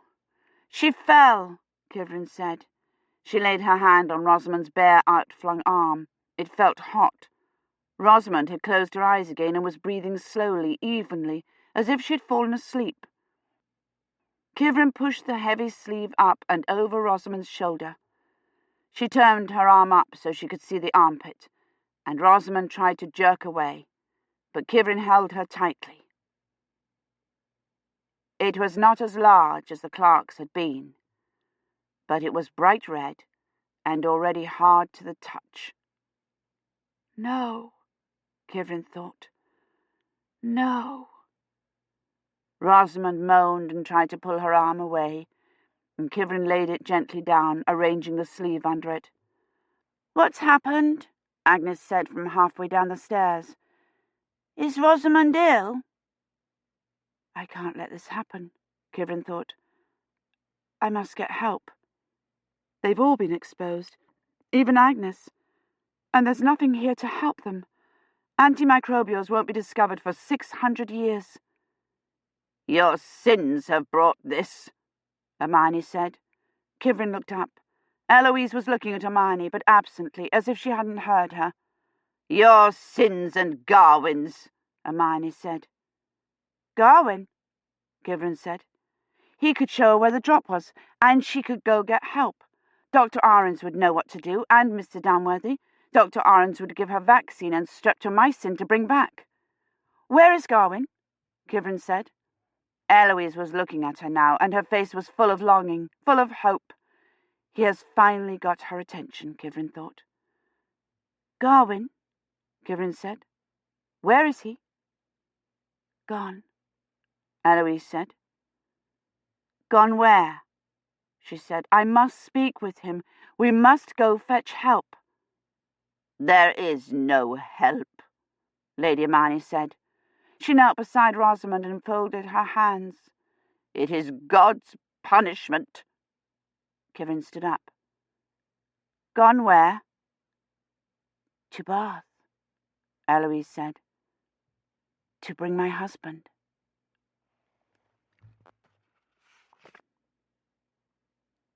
Transcript from the Doomsday Book. I decided I'd better try to get this all down. Mr. Gilchrist said he hoped with the opening of medieval we'd be able to obtain a first-hand account of the Black Death. And I guess this is it. The first case of plague here was the clerk who came with the bishop's envoy. I don't know if he was ill when they arrived or not. He could have been, and that was why they came here instead of going on to Oxford, to get rid of him before he infected them. He was definitely ill on Christmas morning when they left, which means he was probably contagious the night before, when he had contact with at least half the village. He has transmitted the disease to Lord Guillaume's daughter Rosamond, who fell ill on the 26th? I've lost all track of time. Both of them have the classic buboes. The clerk's bubo has broken and is draining. Rosamond's is hard and growing larger. It's nearly the size of a walnut. The area around it is inflamed. Both of them have high fevers and are intermittently delirious. Father Roche and I have isolated them in the bower and have told everyone to stay in their houses and avoid all contact with each other.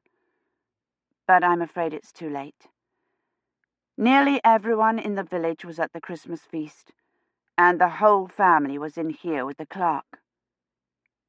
I wish I knew whether the disease is contagious before the symptoms appear, and how long the incubation period is. I know that the plague takes 3 forms, bubonic, pneumonic, and septicemic, and I know the pneumonic form is the most contagious, since it can be spread by coughing or breathing on people and by touch. The clerk and Rosamond both seem to have the bubonic. I am so frightened I can't even think. It washes over me in waves.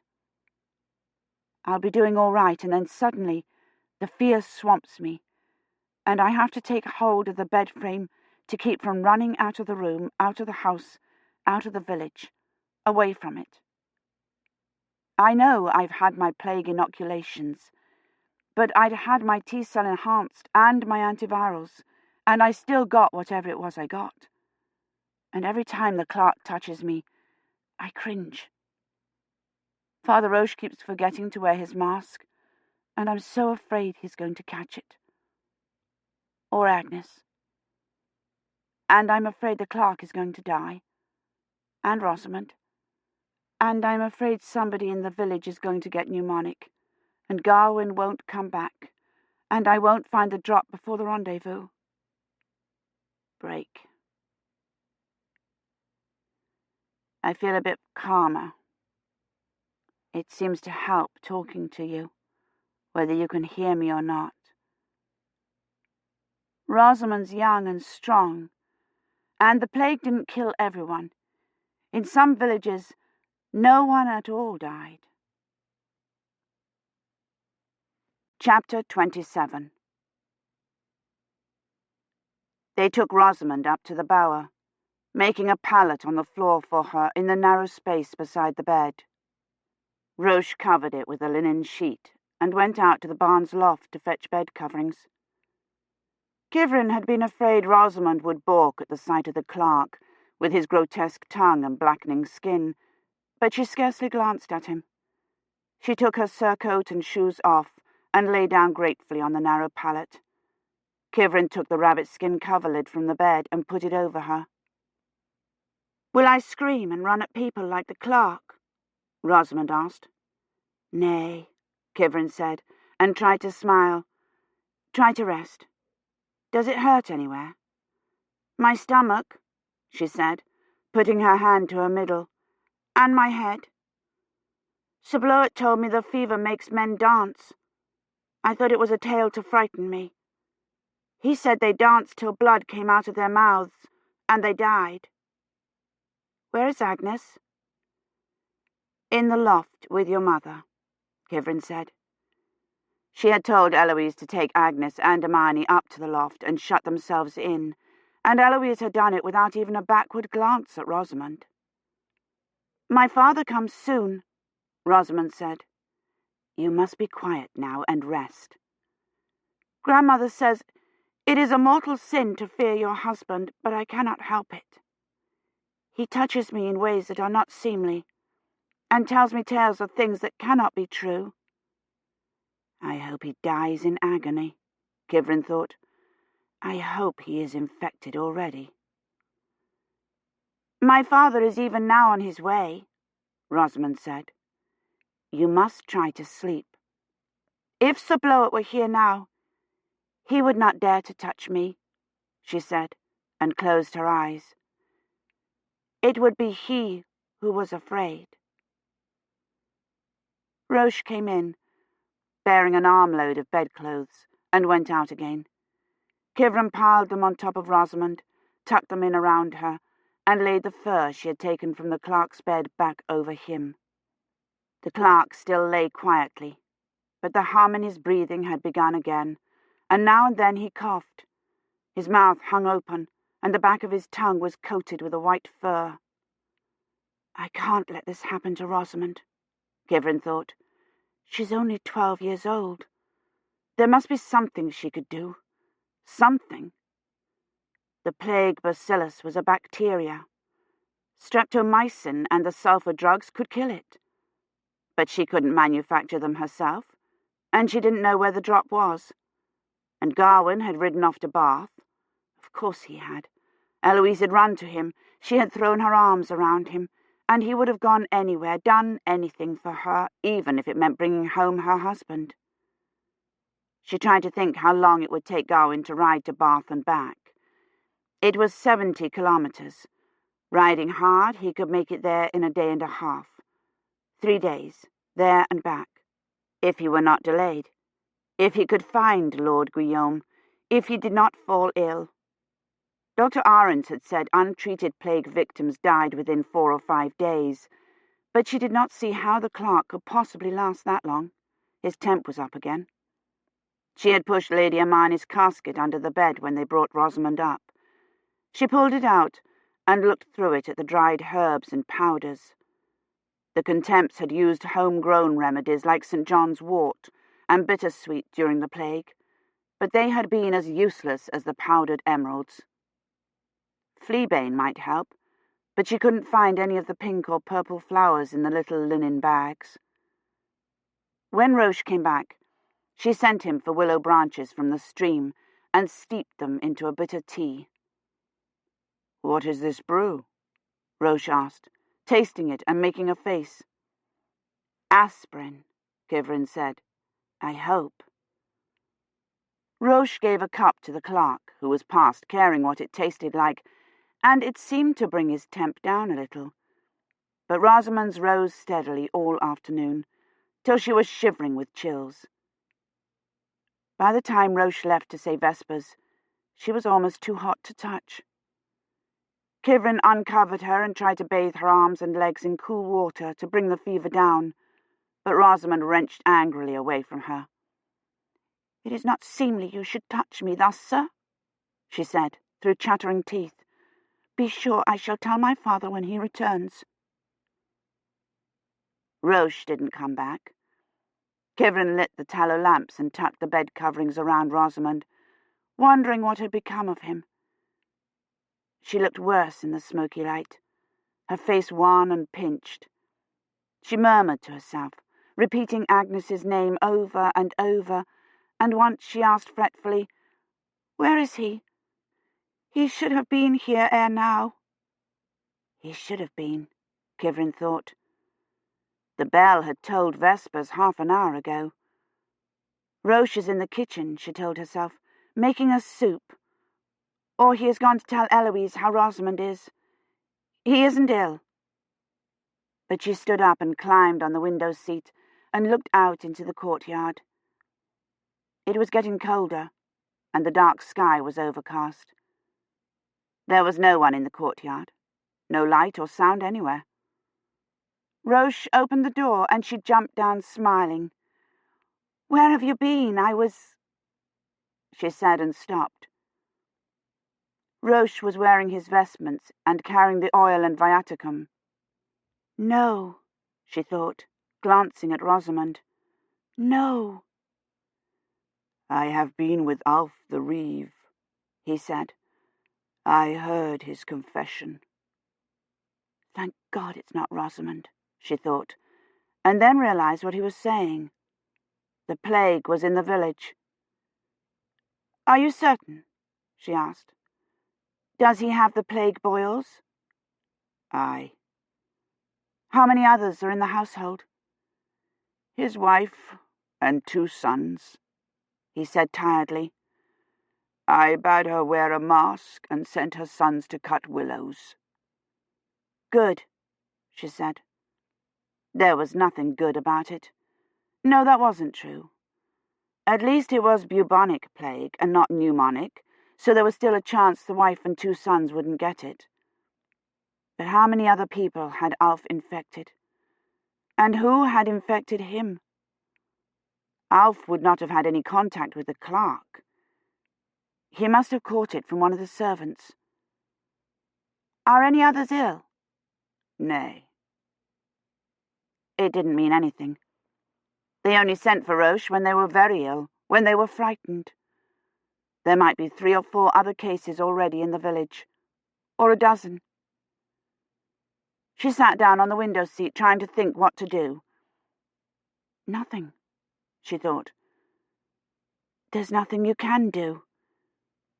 It swept through village after village, killing whole families, whole towns, 1/3 to 1/2 of Europe. "No!" Rosamond screamed and struggled to rise. Kivrin and Roche both dived for her, but she had already lain back down. They covered her up, and she kicked the bedclothes off again. "I will tell Mother. Agnes, you wicked child," she murmured. "Let me out." It grew colder in the night. Roche brought up more coals for the brazier, and Kivrin climbed up in the window again to fasten the waxed linen over the window, but it was still freezing. Kivrin and Roche huddled by the brazier in turn, trying to catch a little sleep, and woke shivering like Rosamond. The clerk did not shiver, but he complained of the cold, his words slurred and drunken-sounding. His feet and hands were cold and without feeling. "They must have a fire," Roche said. "We must take them down to the hall." "You don't understand," she thought. Their only hope lay in keeping the patients isolated, in not letting the infection spread. But it has already spread, she thought, and wondered if Alf's extremities were growing cold, and what he would do for a fire. She had sat in one of their huts by one of their fires. It would not warm a cat. The cats died too, she thought, and looked at Rosamond. The shivering racked her poor body, and she seemed already thinner, more wasted. "The life is going out of them," Roche said. "I know," she said, and began picking up the bedclothes. "Tell Maisery to spread straw on the hall floor." The clerk was able to walk down the steps, Kivrin and Roche both supporting him, but Roche had to carry Rosamond in his arms. Eloise and Maisery were spreading straw on the far side of the hall. Agnes was still asleep, and Hermione knelt where she had the night before, her hands folded stiffly before her face. Roche lay Rosamond down, and Eloise began to cover her. "Where is my father?" Rosamond demanded hoarsely. "Why is he not here?" Agnes stirred. She would be awake in a minute, and clambering on Rosamond's pallet, gawking at the clerk. She must find some way to keep Agnes safely away from them. Kivrin looked up at the beams, but they were too high, even under the loft, to hang curtains from, and every available coverlid and fur were already being used. She began turning the benches on their sides and pulling them into a barricade. Roche and Eloise came to help, and they tipped the trestle table over and propped it against the benches. Eloise went back over to Rosamond and sat down beside her. Rosamond was asleep, her face flushed with the reddish light from the fire. "You must wear a mask," Kivrin said. Eloise nodded, but she didn't move. She smoothed Rosamond's tumbled hair back from her face. "She was my husband's favourite," she said. Rosamond slept nearly half the morning. Kivrin pulled the Yule log off to the side of the hearth and piled cut logs on the fire. She uncovered the clerk's feet so they could feel the heat. During the Black Death, the Pope's doctor had made him sit in a room between two huge bonfires, and he had not caught the plague. Some historians thought the heat had killed the plague bacillus. More likely his keeping away from his highly contagious flock was what had saved him, but it was worth trying. Anything was worth trying, she thought, watching Rosamond. She piled more wood on. Father Roche went to say matins, though it was past mid-morning. The bell woke Agnes up. "Who tumbled the benches down?" she asked, running over to the barricade. "You must not come past this fence," Kivrin said, standing well back from it. "You must stay by your grandmother." Agnes clambered onto a bench and peered over the top of the trestle table. "I see Rosamond," she said. "Is she dead?" "She's very ill," Kivrin said sternly. "You must not come near us. Go and play with your cart."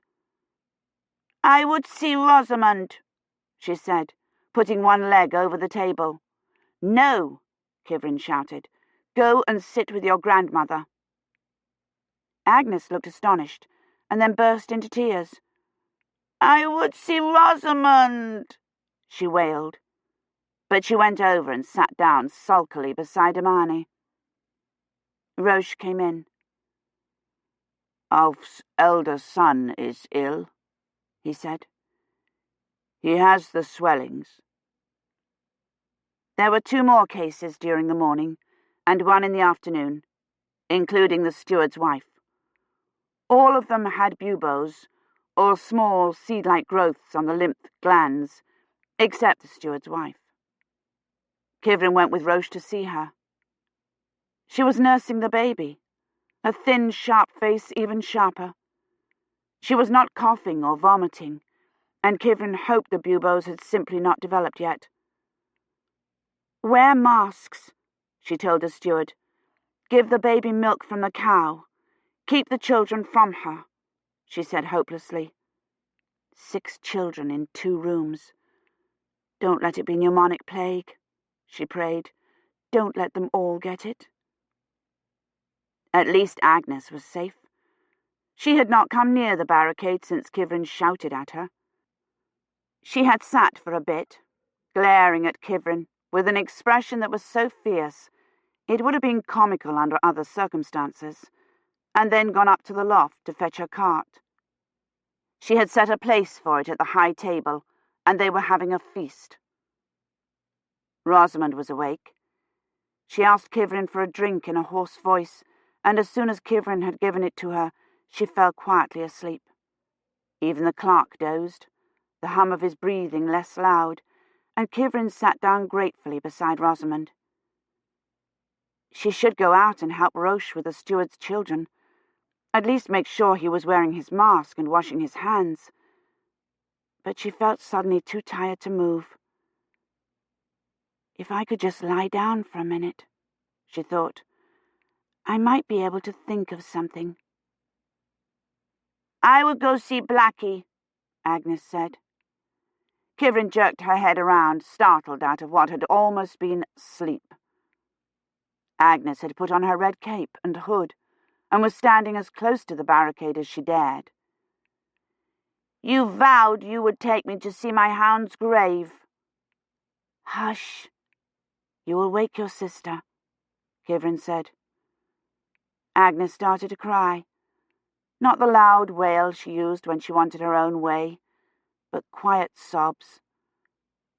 She's reached her limit too, Kivrin thought. Left alone all day, Rosamond and Roche and I all off limits, everyone busy and distracted and frightened. Poor thing. "You vowed," Agnes said, her lip quivering. "I cannot take you to see your puppy now," Kivrin said gently. "But I will tell you a story. We must be very quiet, though." She put her finger to her lips. "We must not wake Rosamond or the clerk." Agnes wiped her runny nose with her hand. "Will you tell me the story of the maiden in the woods?" she said in a stage whisper. "Yes." "Can Cart listen?" "Yes," Kivrin whispered, and Agnes tore across the hall to fetch the little wagon, ran back with it and climbed up on the bench, ready to mount the barricade. "You must sit down on the floor against the table," Kivrin said, "and I will sit here on the other side." "I will not be able to hear you," Agnes said, her face clouding up again. "Of course you will, if you are very quiet." Agnes got down off the bench and sat down, scooting into position against the table. She set Cart on the floor beside her. "You must be very quiet," she said to it. Kivrin went over and looked quickly at her patients and then sat down against the table and leaned back, feeling exhausted all over again. "Once in a far land," Agnes prompted. "Once in a far land there was a maiden. She lived by a great forest. Her father said, 'Go not into the woods,' but she was wicked and did not listen," Agnes said. "She was wicked and did not listen," Kivrin said. "She put on her cloak, her red cloak with a hood," Agnes said, "and she went into the wood even though her father told her not to." Even though her father told her not to. "I'll be perfectly all right," she had told Mr. Dunworthy. "I can take care of myself." "She should not have gone into the woods, should she?" Agnes said. "She wanted to see what was there. She thought she would go just a little way," Kivrin said. "She should not have," Agnes said, passing judgment. "I would not. The woods are dark." "The woods are very dark, and full of frightening noises." "Wolves," Agnes said, and Kivrin could hear her scooting closer to the table, trying to get as close to Kivrin as she could. Kivrin could imagine her huddled against the wood, her knees up, hugging the little wagon. The maiden said to herself, "I don't like it here," and she tried to go back, but she could not see the path. It was so dark, and suddenly something jumped out at her. "A wolf," Agnes breathed. "No," Kivrin said. "It was a bear, and the bear said, 'What are you doing in my forest?'" "The maiden was frightened," Agnes said in a small, frightened voice. "Yes." "Oh, please don't eat me, bear," the maiden said. "I am lost and cannot find my way home." Now the bear was a kindly bear, though he looked cruel, and he said, "I will help you find your way out of the woods." And the maiden said, "How? It is so dark." "We will ask the owl," the bear said. "He can see in the dark." She talked on, making up the tale as she went, oddly comforted by it. Agnes stopped interrupting. And after a while Kivrin raised herself up, still talking, and looked over the barricade. "Do you know the way out of the wood?" the bear asked the crow.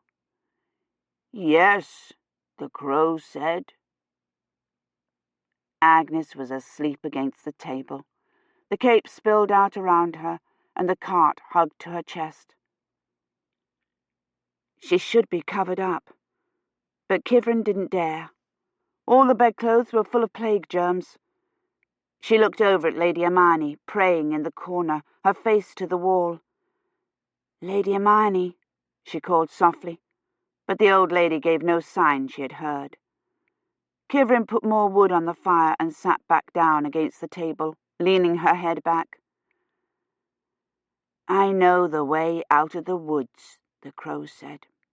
"I will show you," Kivrin said softly. But he flew away over the treetops, so fast they could not follow. She must have slept, because the fire was down when she opened her eyes and her neck hurt. Rosamond and Agnes still slept, but the clerk was awake. He called to Kivrin, his words unrecognizable. The white fur covered his whole tongue, and his breath was so foul Kivrin had to turn her head away to take a breath. His bubo had begun to drain again, a thick, dark liquid that smelled like rotting meat. Kivrin put a new bandage on, clenching her teeth to keep from gagging, and carried the old one to the far corner of the hall, and then went out and washed her hands at the well, pouring the icy water from the bucket over one hand and then the other, taking in gulps of the cold air. Roche came into the courtyard. "Ulrich, Hal's son," he said, walking with her into the house. "And one of the steward's sons, the eldest, Walthef." He stumbled into the bench nearest the door. "You're exhausted," Kivrin said. "You should lie down and rest." On the other side of the hall, Hermione stood up, getting awkwardly to her feet, as though her legs had fallen asleep, and started across the hall toward them. "I cannot stay. I came to fetch a knife to cut willows," Roche said, but he sat down by the fire and stared blankly into it. "Rest a minute at least," Kivrin said. "I will fetch you some ale." She pushed the bench to the side and started out. "You have brought this sickness," Lady Hermione said. Kivrin turned. The old lady was standing in the middle of the hall, glaring at Roche. She held her book to her chest with both hands. Her reliquary dangled from them. "It is your sins have brought the sickness here." She turned to Kivrin. "He said the litany for Martinmas on St. Eusebius' Day. His alb is dirty." She sounded as she had when she was complaining to Sir Bloet's sister, and her hands fumbled with the reliquary, counting off his sins on the links of the chain. "He put the candles out by pinching them, and broke the wicks." Kivrin watched her, thinking. She's trying to justify her own guilt. She wrote the bishop asking for a new chaplain. She told him where they were. She can't bear the knowledge that she helped bring the plague here, Kivrin thought. But she couldn't summon up any pity. "You have no right to blame Roche," she thought. "He has done everything he can, and you've knelt in a corner and prayed." "God has not sent this plague as a punishment," she told Hermione coldly. "It's a disease." "He forgot the Confiteor Deo," Hermione said, but she hobbled back to her corner and lowered herself to her knees. "He put the altar candles on the rood screen." Kivrin went over to Roche. "No one is to blame," she said. He was staring into the fire. "If God does punish us," he said, "it must be for some terrible sin." "No sin," she said. "It is not a punishment." "Dominus," the clerk cried, trying to sit up. He coughed again, a racking, terrible cough that sounded like it would tear his chest apart, though nothing came up. The sound woke Rosamond, and she began to whimper. And if it isn't a punishment, Kivrin thought, it certainly looks like one. Rosamond's sleep had not helped her at all. Her temp was back up again, and her eyes had begun to look sunken. She jerked as if flogged at the slightest movement. It's killing her, Kivrin thought. I have to do something. When Roche came in again, she went up to the bower and brought down Hermione's casket of medicines. Hermione watched, her lips moving soundlessly, but when Kivrin set it in front of her and asked her what was in the linen bags, she put her folded hands up to her face and closed her eyes. Kivrin recognized some of them. Dr. Ahrens had made her study medicinal herbs, and she recognized comfrey and lungwort and the crushed leaves of tansy. There was a little pouch of powdered mercury sulphide, which no one in their right mind would give anyone, and a packet of foxglove, which was almost as bad. She boiled water and poured in every herb she recognized, and steeped it. The fragrance was wonderful, like a breath of summer, and it tasted no worse than the willow bark tea. But it didn't help either. By nightfall, the clerk was coughing continuously, and red blotches had begun to appear on Rosamond's stomach and arms. Her bubo was the size of an egg and as hard. When Kivrin touched it, she screamed with pain. During the Black Death, the doctors had put poultices on the buboes or lanced them. They had also bled people and dosed them with arsenic, she thought, though the clerk had seemed better after his buboes broke, and he was still alive. But lancing it might spread the infection, or worse, take it into the bloodstream.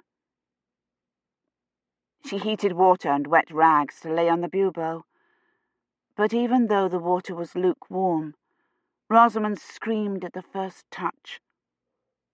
Kivrin had to go back to cold water, which did no good. None of it's doing any good, she thought, holding the wet cold cloth against Rosamond's armpit. None of it.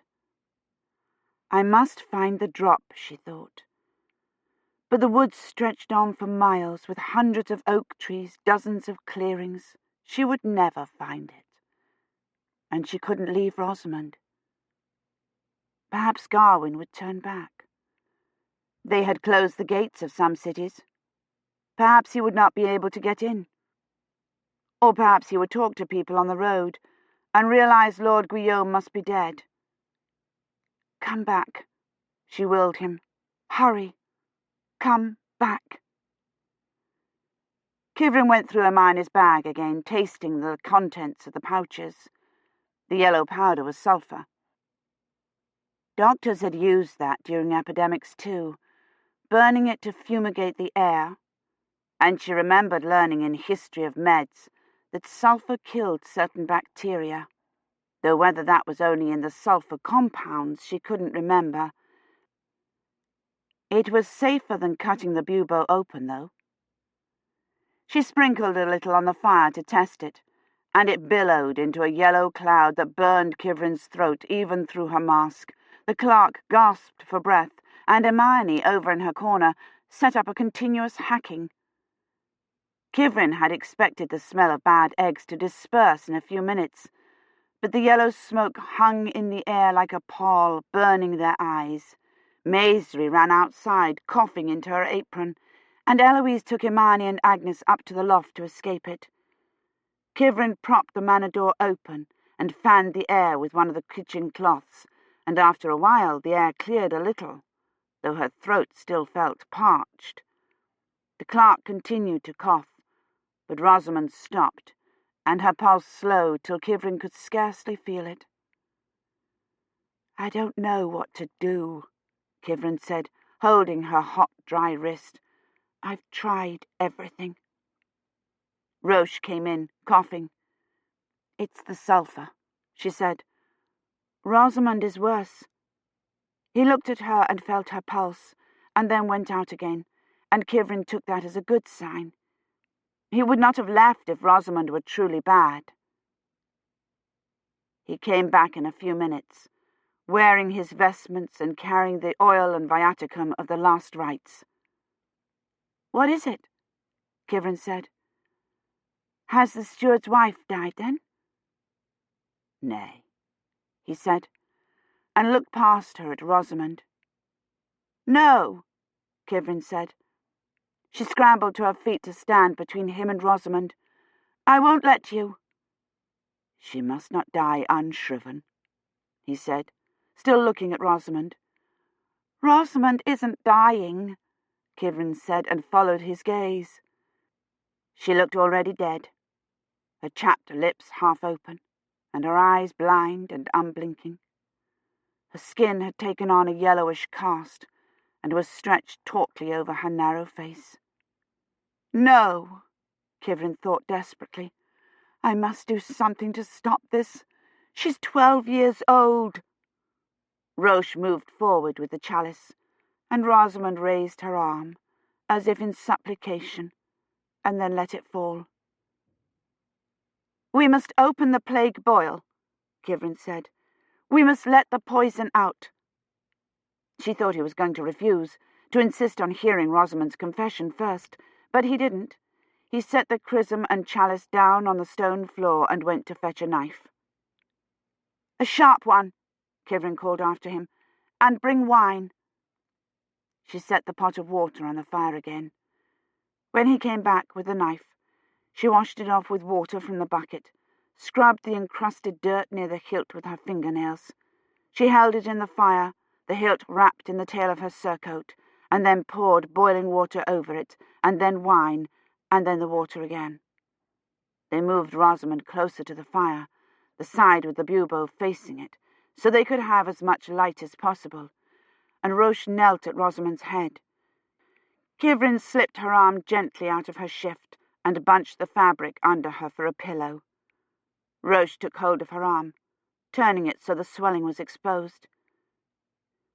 It was almost the size of an apple, and her whole shoulder joint was inflamed and swollen.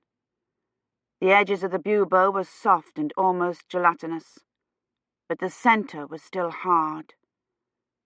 Kivrin opened the bottle of wine Roche had brought, poured some on a cloth, and swabbed the bubo gently with it. It felt like a rock embedded in the skin. She was not sure the knife would even cut into it. She picked up the knife and poised it above the swelling, afraid of cutting into an artery, of spreading the infection, of making it worse. "She is past pain," Roche said. Kivrin looked down at her. She hadn't moved, even when Kivrin pressed on the swelling. She stared past them both at something terrible. "I can't make it worse," Kivrin thought. "Even if I kill her, I can't make it worse." "Hold her arm," she said, and Roche pinned her wrist and halfway up the forearm, pressing her arm flat to the floor. Rosamond still didn't move. 2 quick, clean slices, Kivrin thought. She took a deep breath and touched the knife to the swelling. Rosamond's arm spasmed, her shoulder twisting protectively away from the knife, her thin hand clenching into a claw. "What do you do?" she said hoarsely. "I will tell my father." Kivrin jerked the knife back. Roche caught at Rosamond's arm and pushed it back against the floor, and she hit weakly at him with her other hand. "I am the daughter of Lord Guillaume d'Ivory," she said. "You cannot treat me thus." Kivrin scooted out of her reach and scrambled to her feet, trying to keep the knife from touching anything. Roche reached forward and caught both her wrists easily in one hand. Rosamond kicked out weakly at Kivrin. The chalice fell over, and wine spilled out in a dark puddle. "We must tie her," Kivrin said, and realized she was holding the knife aloft like a murderer. She wrapped it in one of the cloths Eloise had torn and ripped another into strips. Roche bound Rosamond's wrists above her head, while Kivrin tied her ankles to the leg of one of the upturned benches. Rosamond didn't struggle, but when Roche pulled her shift up over her exposed chest, she said, I know you. You are the cutthroat who waylaid the Lady Catherine. Roche leaned forward, pressing his full weight down on her forearm, and Kivrin cut across the swelling. Blood oozed, and then gushed, and Kivrin thought, I've hit an artery. She and Roche both lunged for the pile of cloths, and she grabbed a thick wad of them and pressed them against the wound. They soaked through immediately, and when she released her hand to take the one Roche handed her, blood spurted out of the tiny cut. She jammed the tail of her surcoat against it, and Rosamond whimpered a small, helpless sound like Agnes's puppy, and seemed to collapse, though there was nowhere for her to fall. I've killed her, Kivrin thought. I can't stop the bleeding, she said, but it had already stopped. She held the skirt of her surcoat against it, counting to 100, and then 200, and carefully lifted a corner of it away from the wound. Blood still welled from the cut, but it was mixed with a thick yellow-grey pus. Roche leaned forward to dab at it, but Kivrin stopped him. No, it's full of plague germs, she said, taking the cloth away from him. Don't touch it. She wiped the sickening-looking pus away. It oozed up again, followed by a watery serum. That's all of it, I think, she said to Roche. Hand me the wine. She looked round for a clean cloth to pour it on. There weren't any. They had used them all, trying to stop the bleeding. She tipped the wine bottle carefully and let the dark liquid dribble into the cut. Rosamond didn't move. Her face was grey, as if all the blood had been drained out of her, as it had been. And I don't have a transfusion to give her. I don't even have a clean rag. Roche was untying Rosamond's hands. He took her limp hand in his huge one. Her heart beats strongly now, he said. We must have more linen, Kivrin said, and burst into tears. My father will see you hanged for this, Rosamond said. Transcript from the Doomsday Book. Rosamond is unconscious. I tried to lance her bubo last night to drain out the infection, and I'm afraid I only made things worse. She lost a great deal of blood. She's very pale, and her pulse is so faint I can't find it in her wrist at all. The clerk is worse, too. His skin continues to hemorrhage, and it's clear he's near the end. I remember Dr. Ahrens saying untreated bubonic plague kills people in 4 or 5 days, but he can't possibly last that long. Lady Eloise, Lady Imeyne, and Agnes are still well, though Lady Imeyne seems to have gone almost insane in her search for someone to blame. She boxed Maisry's ears this morning and told her God was punishing us all for her laziness and stupidity. Maisry is lazy and stupid. She cannot be trusted to watch Agnes for 5 minutes at a time, and when I sent her for water to wash Rosamond's wound this morning, she was gone over half an hour and came back without it. I didn't say anything. I didn't want Lady Imeyne hitting her again, and it is only a matter of time before Lady Imeyne gets around to blaming me. I saw her watching me over her book of hours when I went out for the water Maisry forgot, and I can well imagine what she's thinking. That I know too much about the plague not to have been fleeing it, that I am supposed to have lost my memory, that I was not injured but ill. If she makes those accusations, I'm afraid she'll convince Lady Eloise that I'm the cause of the plague, and that she shouldn't listen to me, that they should take the barricade down and pray together for God to deliver them. And how will I defend myself? By saying I'm from the future, where we know everything about the Black Death except how to cure it without streptomycin and how to get back there. Garwin still isn't back. Eloise is frantic with worry. When Roche went to say Vespers, she was standing at the gate, no cloak, no coif, watching the road. I wonder if it has occurred to her that he might already have been infected when he left for Bath. He rode to Courcy with the bishop's envoy, and when he came back, he already knew about the plague. Break. Alf the Reeve is near death, and his wife and one of his sons have it. No buboes, but the woman has several small lumps like seeds inside her thigh.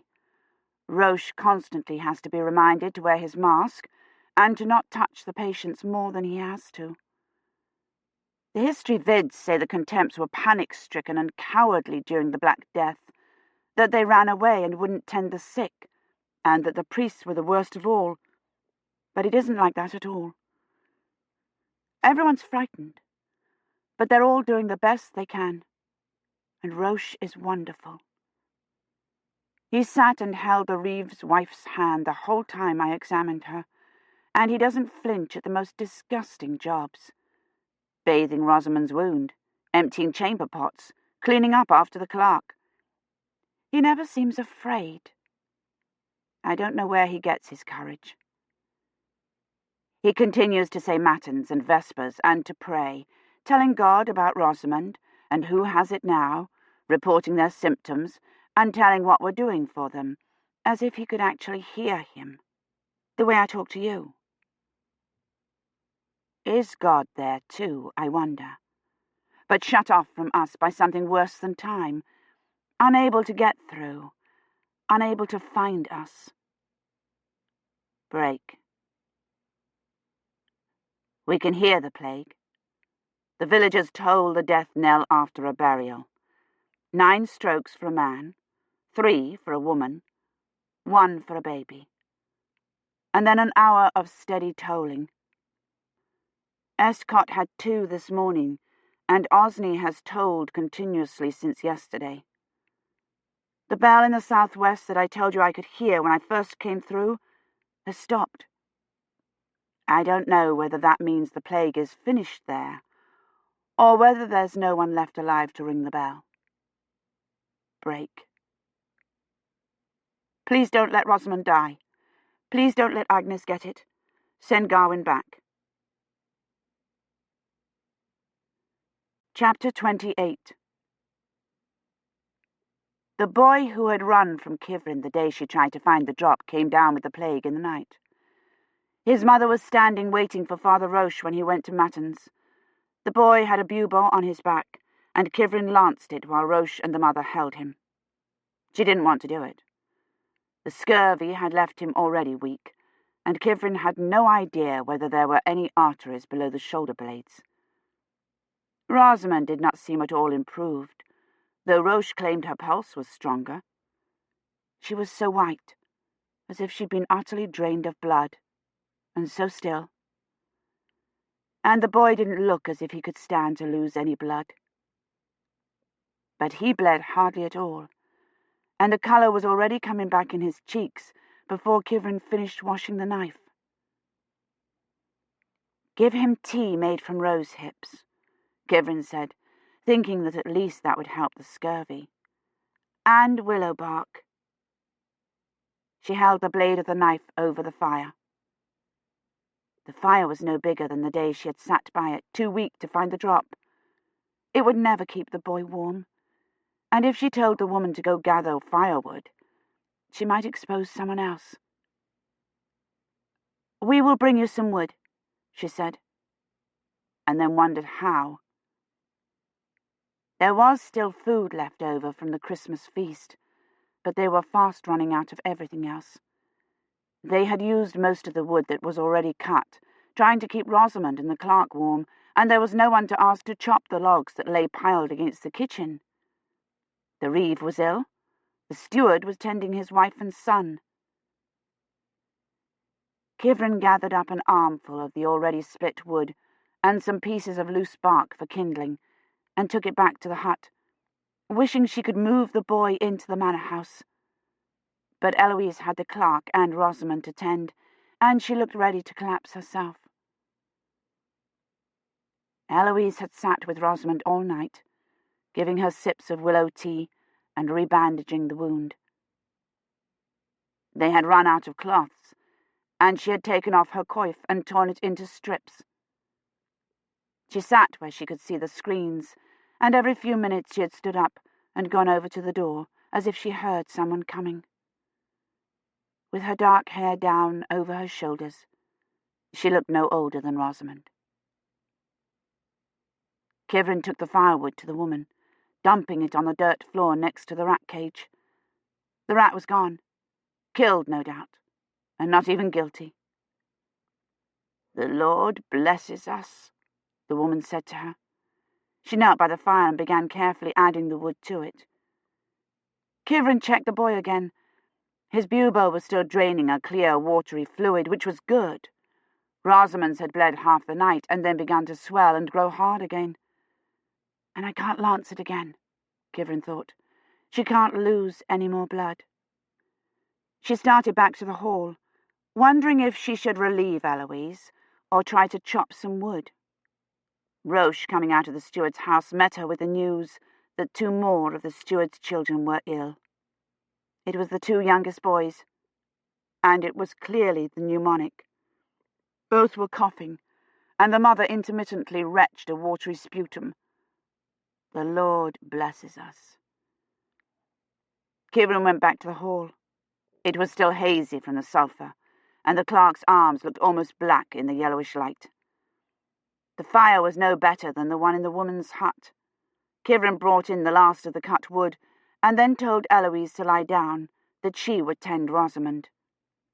"Nay," Eloise said, glancing toward the door. She added almost to herself, "He has been 3 days on the road." It was 70 kilometers to Bath, a day and a half at least on horseback, and the same amount of time back, if he had been able to get a fresh horse in Bath. He might be back today, if he had found Lord Guillaume immediately. If he comes back, Kivrin thought.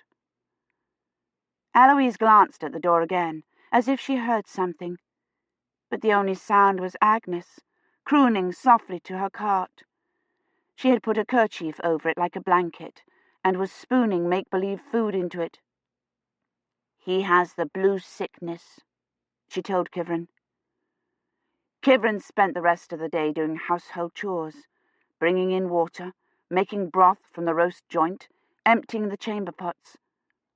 The steward's cow, its udders swollen in spite of Kivrin's orders, came lowing into the courtyard and followed her, nudging her with its horns, till Kivrin gave up and milked it.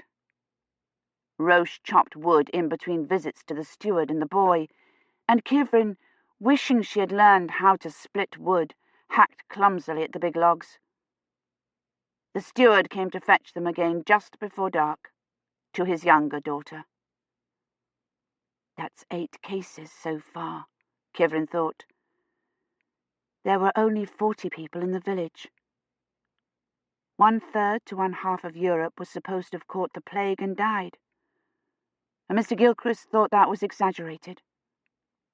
1/3 would be 13 cases. Only 5 more. Even at 50%, only 12 more would get it, and the steward's children had all already been exposed. She looked at them, the older daughter stocky and dark like her father, the youngest boy sharp-faced like his mother, the scrawny baby. "You'll all get it," she thought, "and that will leave 8. She couldn't seem to feel anything, even when the baby began to cry, and the girl took it on her knee and stuck her filthy finger in its mouth. 13, she prayed. 20 at the most.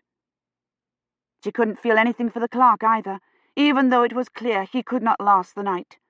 His lips and tongue were covered with a brown slime, and he was coughing up a watery spittle that was streaked with blood. She tended him automatically without feeling. It's the lack of sleep, she thought. It's making us all numb.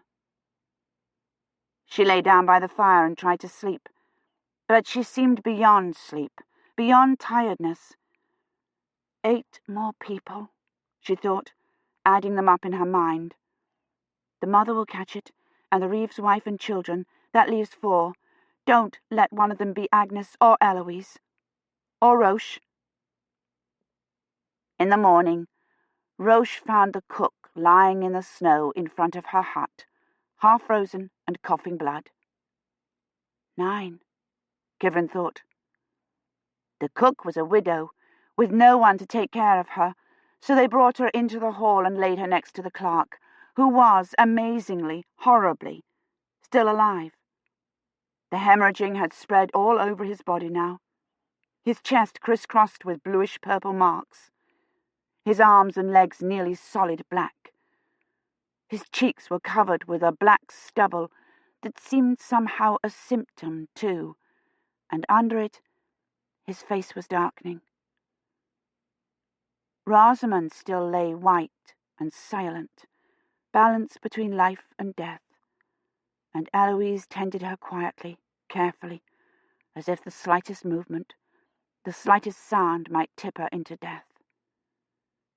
Kivrin tiptoed among the pallets, and Agnes, sensing the need for silence, fell completely apart. She whined, she hung on the barricade, she asked Kivrin 6 times to take her to see her hound, her pony, to get her something to eat, to finish telling her the story of the naughty girl in the woods. "How does it end?" she whined in a tone that set Kivrin's teeth on edge. "Do the wolves eat the girl?" "I don't know," Kivrin snapped after the 4th time. "Go and sit by your grandmother."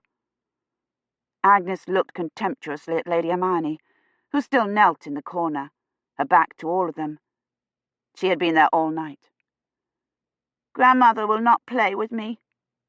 "Well, then play with Maisry." She did, for 5 minutes. Pestering her so mercilessly, she retaliated, and Agnes came screaming back, shrieking that Maisry had pinched her. "I don't blame her," Kivrin said, and sent both of them to the loft.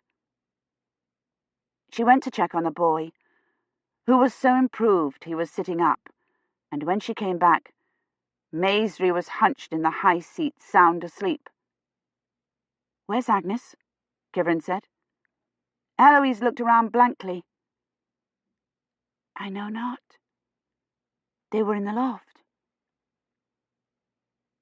"Maisry," Kivrin said, crossing to the dais.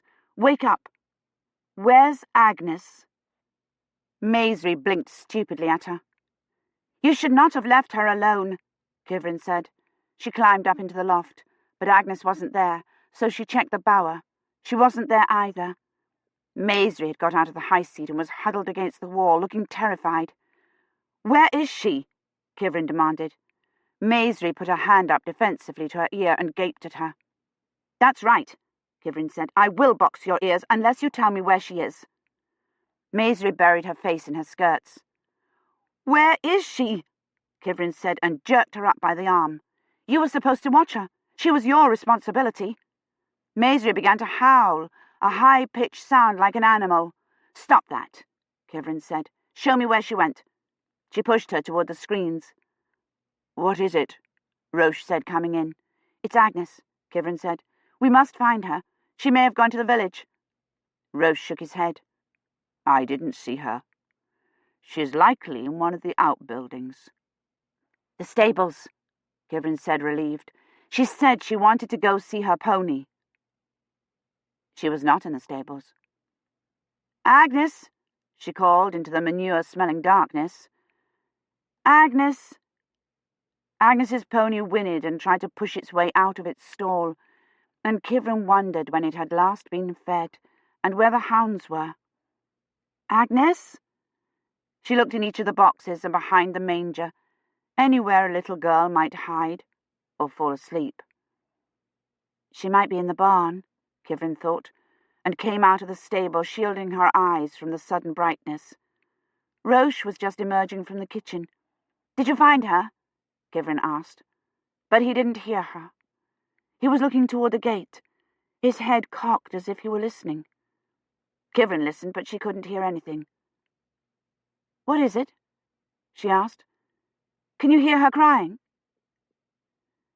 "It is the Lord," he said, and ran toward the gate. Oh, no, not Roche, Kivrin thought, and ran after him. He had stopped and was opening the gate. "Father Roche," Kivrin said, and heard the horse. It was galloping toward them, the sound of the hoofs loud on the frozen ground. Kivrin thought Roche meant the lord of the manor. He thinks Eloise's husband has finally come.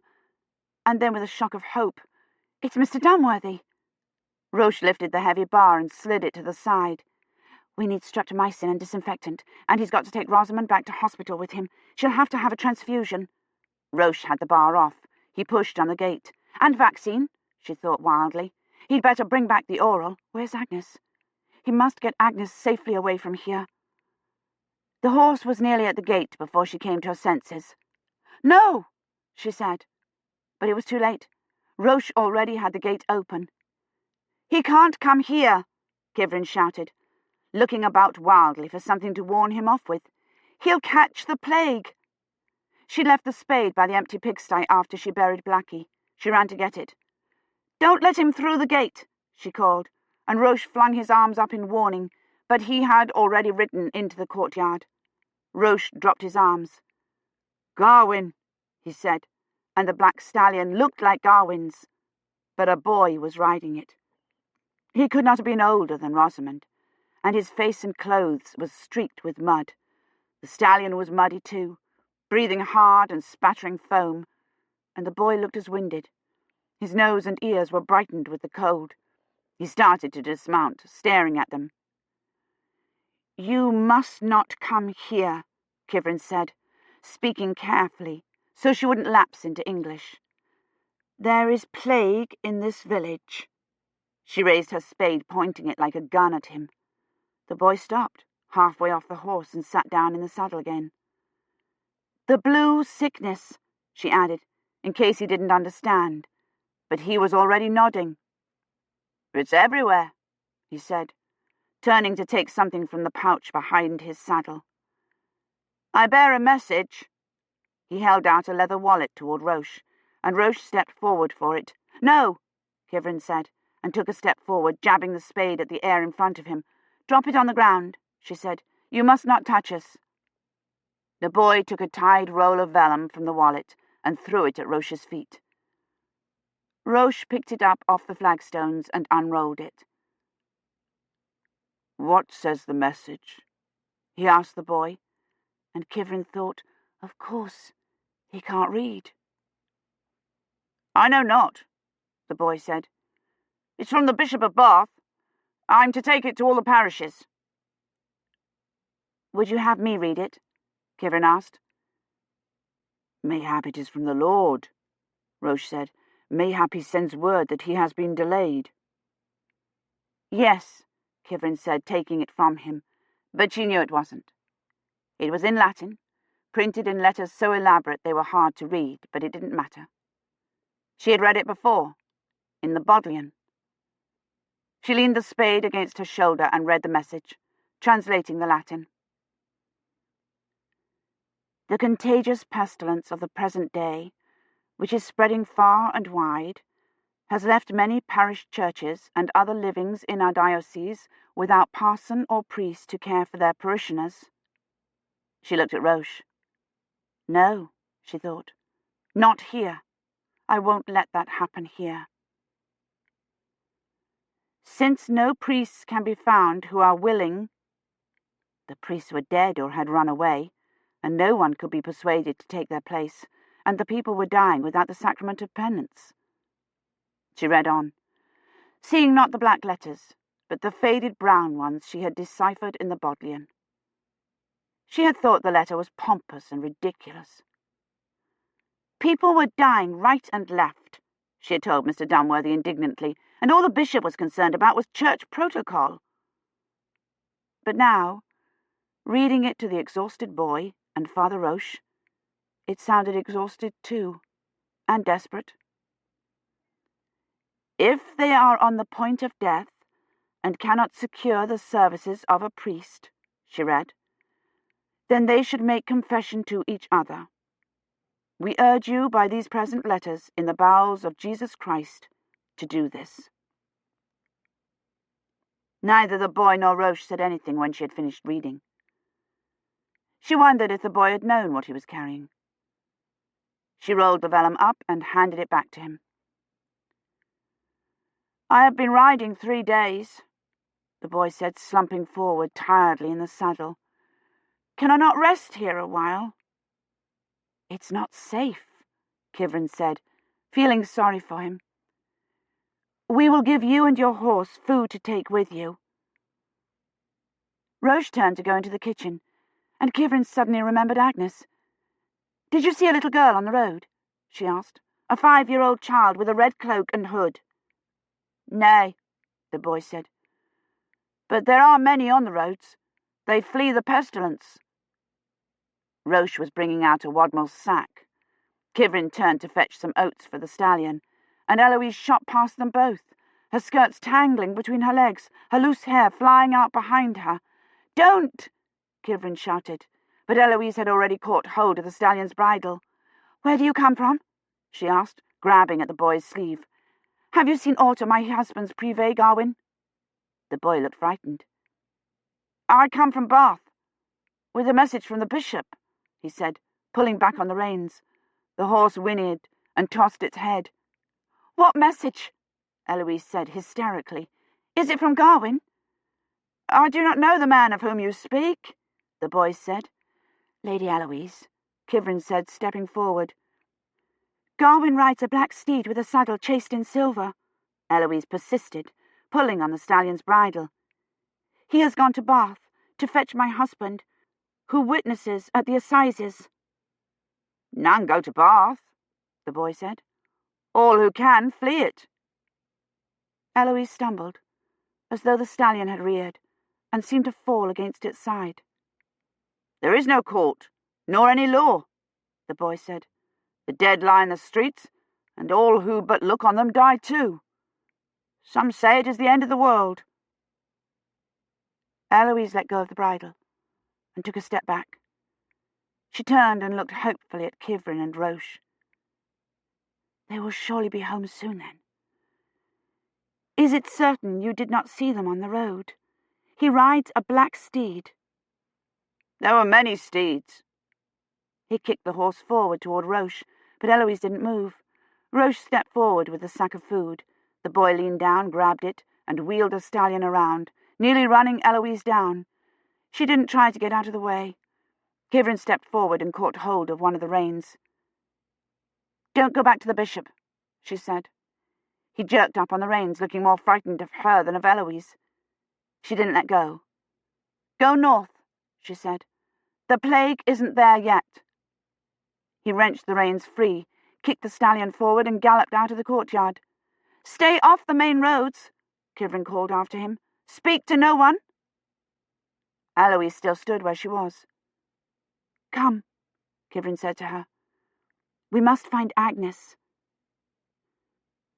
My husband and Garwin will have ridden first to Courcy to warn Sir Blowett," she said, and let Kivrin lead her back to the house. Kivrin left her by the fire and went to look in the barn. Agnes wasn't there, but she found her own cloak, left there Christmas Eve. She flung it around her and went up into the loft. She looked in the brewhouse, and Roche searched the other buildings, but they didn't find her. A cold wind had sprung up while they stood talking to the messenger, and it smelled like snow. "Perhaps she is in the house," Roche said. "Look you behind the high seat." She searched the house again, looking behind the high seat and under the bed in the bower. Maisie still lay whimpering where Kivrin had left her, and she had to resist the temptation to kick her. She asked Lady Hermione, kneeling to the wall, if she had seen Agnes or not. The old woman ignored her, moving her links of chain and her lips silently. Kivrin shook her shoulder. "Did you see her go out?" Lady Hermione turned and looked at her, her eyes glittering. "She is to blame," she said. "Agnes?" Kivrin said, outraged. "How could it be her fault?" Hermione shook her head and looked past Kivrin at Maisie. "God punishes us for Maisie's wickedness." "Agnes is missing, and it grows dark," Kivrin said. "We must find her. Did you not see where she went?" "To blame," she whispered, and turned back to the wall.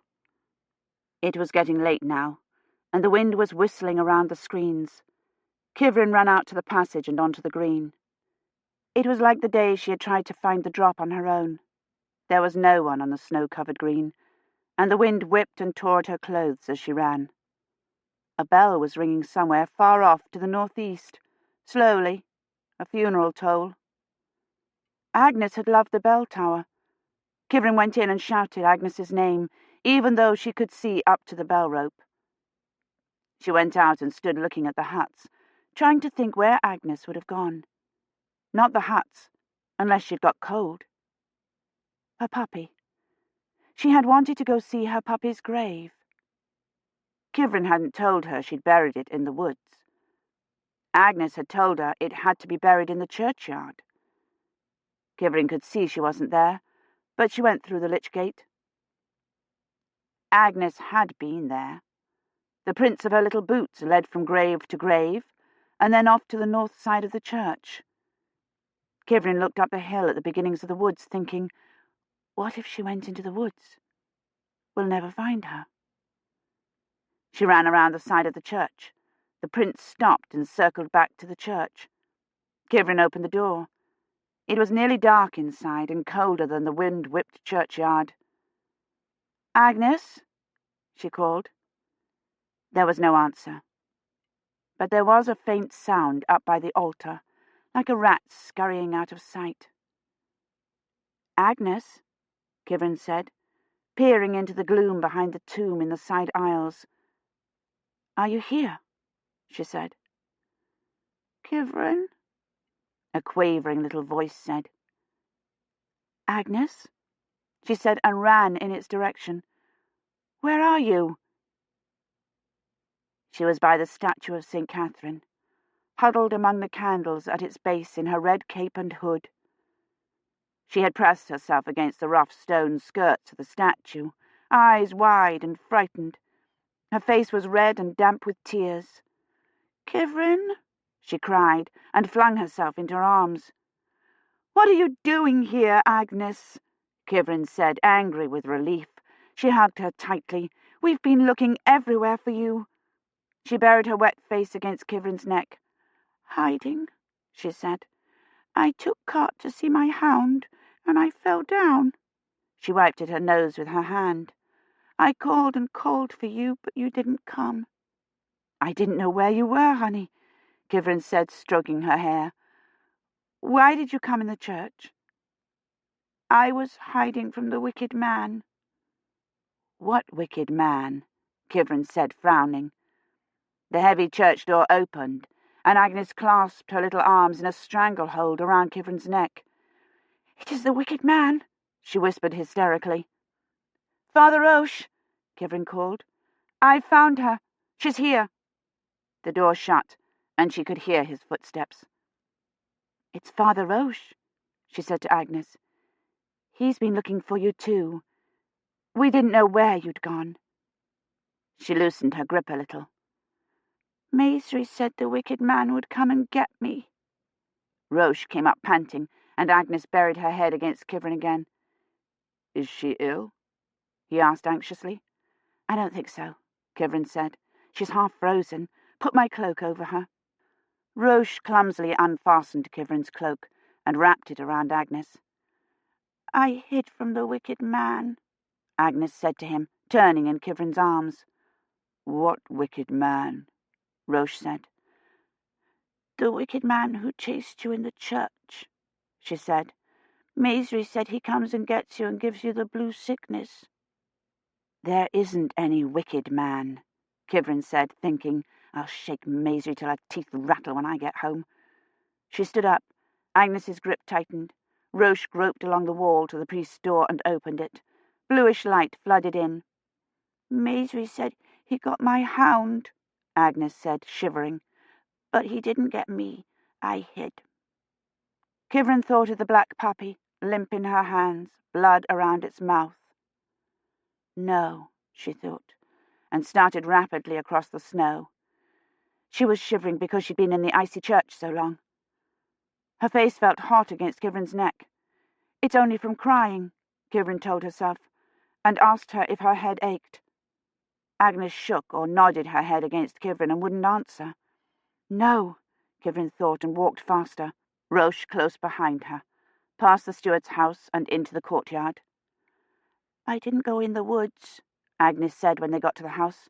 "The naughty girl did, didn't she?" "Yes," Kivrin said, carrying her over to the fire. "But it was all right. The father found her and took her home, and they lived happily ever after." She sat Agnes down on the bench and untied her cape. "And she never went in the woods again," she said. She never did. Kivrin pulled her wet shoes and hose off. "You must lie down," she said, spreading her cloak next to the fire. "I will bring you some hot soup." Agnes lay down obediently, and Kivrin pulled the sides of the cloak up over her. She brought her soup, but Agnes didn't want any, and she fell asleep almost immediately. "She's caught a chill," she told Eloise and Roche almost fiercely. "She was outside all afternoon. She's caught cold." But after Roche left to say Vespers, she uncovered Agnes and felt under her arms, in her groin. She even turned her over, looking for a lump between the shoulder blades, like the boys. Roche didn't ring the bell. He came back with a ragged quilt that was obviously from his own bed, made it into a pallet, and moved Agnes onto it. The other Vespers bells were ringing, Oxford and Godstow, and the bell from the southwest. Kivrin couldn't hear Cource's double bell. She looked at Eloise anxiously, but she didn't seem to be listening. She was looking across Rosamond at the screens. The bells stopped, and Cource's started up. They sounded odd, muffled and slow. Kivrin looked at Roche. "Is it a funeral bell?" "Nay," he said, looking at Agnes. "It is a holy day." She had lost track of the days. The bishop's envoy had left Christmas morning, and in the afternoon she had found out it was the plague, and after that it seemed like one endless day. 4 days, she thought. It's been 4 days. She had wanted to come at Christmas, because there were so many holy days even the peasants would know what day it was, and she couldn't possibly miss the rendezvous. Garwin went to Bath for help, Mr. Dunworthy, she thought, and the bishop took all the horses, and I didn't know where it was. Eloise had stood up and was listening to the bells. "Are those Cource's bells?" she asked Roche. "Yes," he said.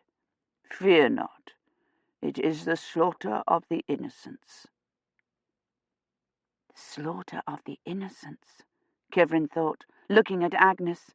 She was asleep, and she had stopped shivering, though she still felt hot. The cook cried out something, and Kivrin went around the barricade to her. She was crouched on her pallet, struggling to get up. "Must go home," she said. Kivrin coaxed her down again and fetched her a drink of water. The bucket was nearly empty, and she picked it up and started out with it. "Tell Kivrin I would have her come to me," Agnes said. She was sitting up.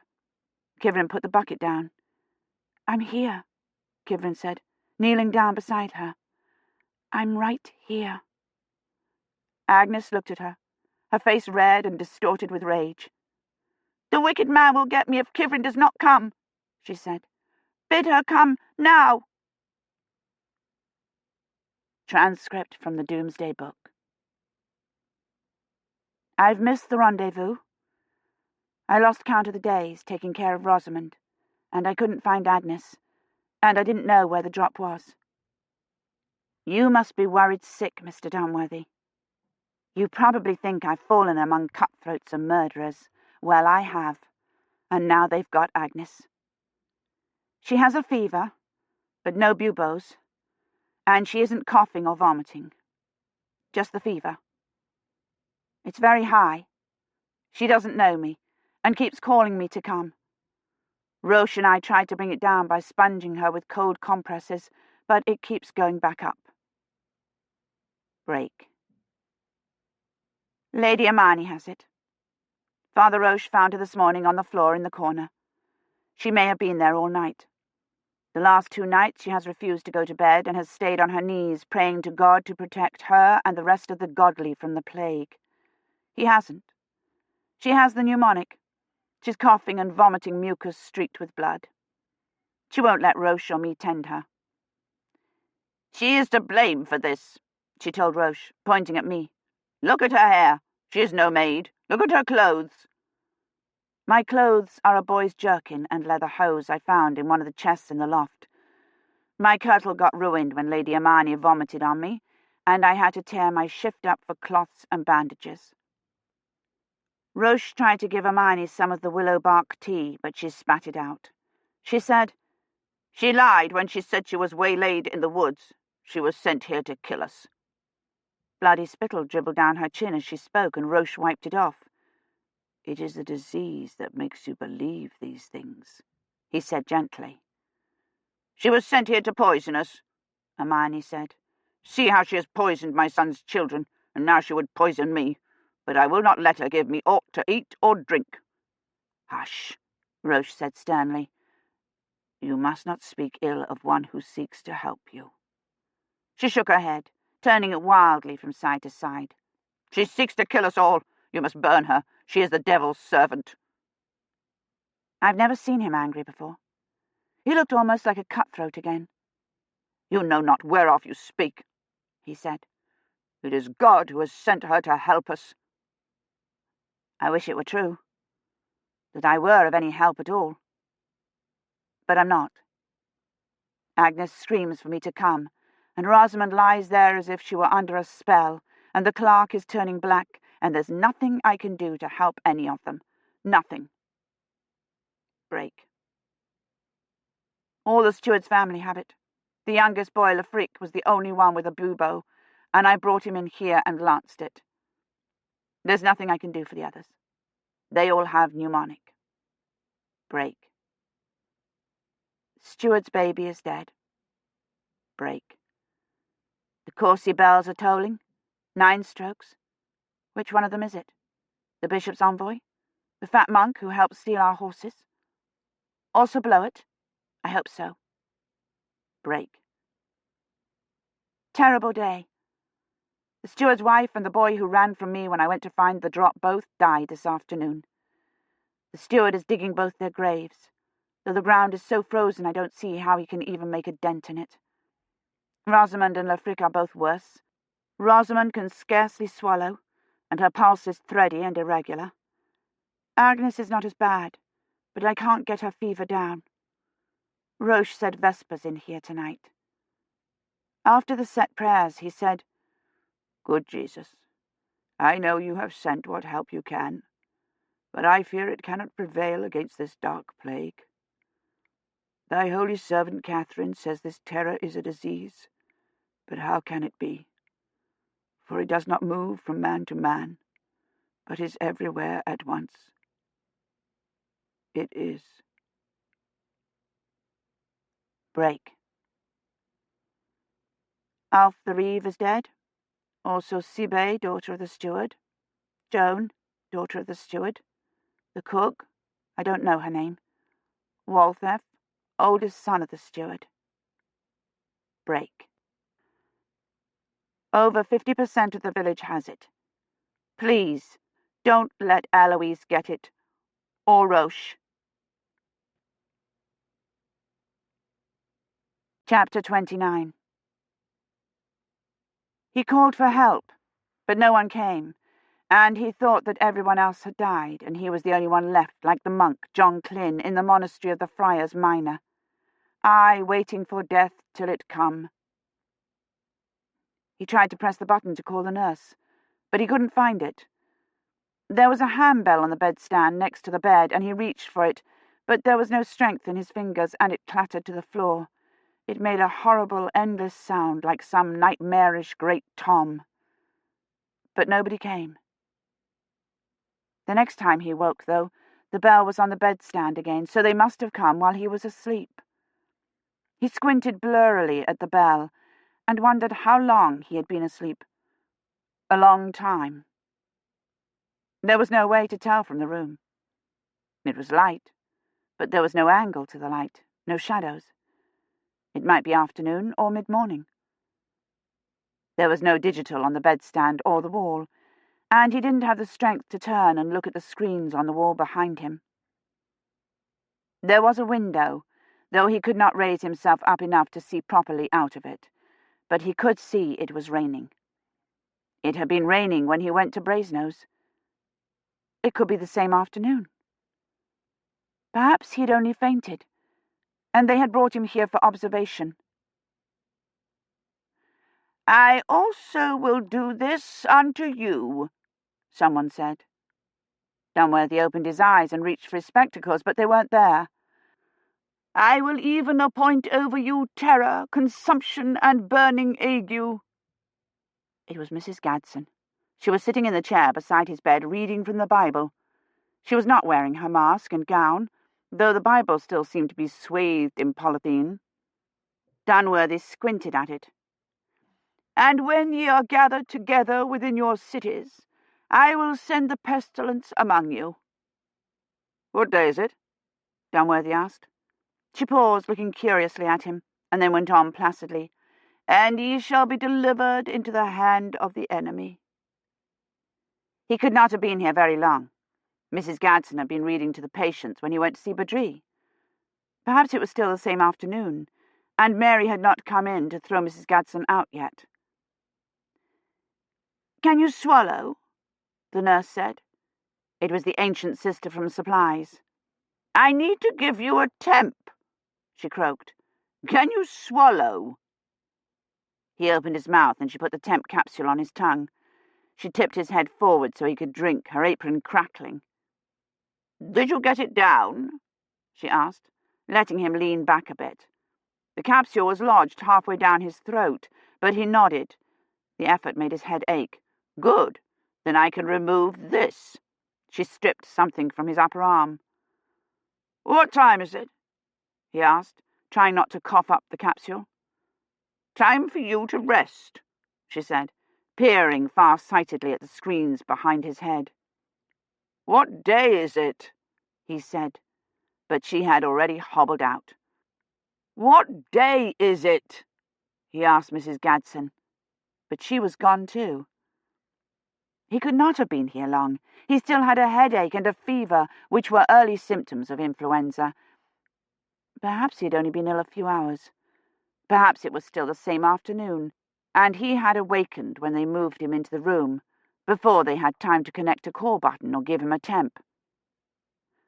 "Time for your temp," the nurse said. It was a different one. The pretty blonde nurse who had asked him all the questions about William Gadsden. "I've already had one." "That was yesterday," she said. "Come now, let's have it down." The first-year student in Badri's room had told him she was down with the virus. "I thought you had the virus," he said. "I did, but I'm well again, and so shall you be." She put her hand behind his head and raised him up so he could take a sip of water. "What day is it?" he asked. "The 11th, she said. I had to think a bit. There at the end, things got a bit hectic. Nearly all the staff were down with it, and everyone working double shifts. I quite lost track of the days."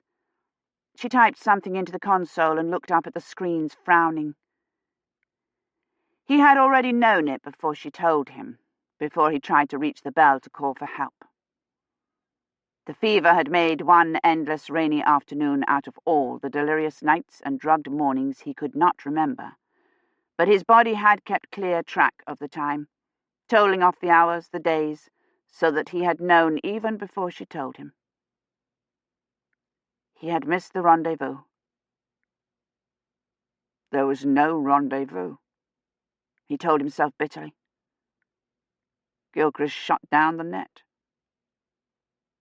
It would not have mattered if he had been there, if he had not been ill. The net was closed, and there was nothing he could have done. January the 11th. How long had Kivrin waited at the drop? A day? 2 days? 3 before she began to think she had the date wrong or the place? Had she waited all night by the Oxford Bath Road, huddled in her useless white cloak, afraid to build a fire for fear the light would attract wolves or thieves, or peasants fleeing from the plague, and when had it come to her finally that no one was coming to get her?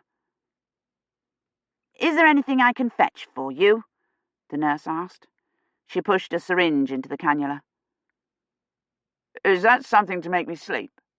he asked. "Yes." "Good," he said, and closed his eyes gratefully. He slept either a few minutes, or a day, or a month. The light, the rain, the lack of shadows were the same when he woke. Colin was sitting in the chair beside the bed, reading the book Dunworthy had given him for Christmas and sucking on something. It can't have been that long, Dunworthy thought, squinting at him. The gobstopper is still with us. "Oh, good," Colin said, shutting the book with a clap. "That horrid sister said I could only stay if I promised not to wake you up, and I didn't, did I? You'll tell her you woke all on your own, won't you?" He took the gobstopper out, examined it, and stuck it in his pocket. "Have you seen her? She must have been alive during the Middle Ages. She's nearly as necrotic as Mrs. Gadsden." Dunworthy squinted at him. The jacket whose pocket he had stuck the gobstopper in was a new one, green, the grey plaid muffler round his neck even grimmer against the verdure, and Colin looked older in it, as if he had grown while Dunworthy was asleep. Colin frowned. "It's me? Colin? Do you know me?" "Yes, of course I know you. Why aren't you wearing your mask?" Colin grinned. "Don't have to. And at any rate, you're not contagious anymore. Do you want your spectacles?" Dunworthy nodded carefully so the aching wouldn't begin again. "When you woke up the other times, you didn't know me at all." He rummaged in the drawer of the bedstand and handed Dunworthy his spectacles. "You were awfully bad. I thought you were going to pack it in. You kept calling me Kivrin." "What day is it?" Dunworthy asked. "The 12th, Colin said impatiently. "You asked me that this morning, don't you remember?" Dunworthy put on his spectacles. "No." "Don't you remember anything that's happened?" "I remember how I failed Kivrin," he thought. "I remember leaving her in 1348. Colin scooted the chair closer and laid the book on the bed. "The sister told me you wouldn't because of the fever," Colin said, but he sounded faintly angry at Dunworthy, as if it were his fault.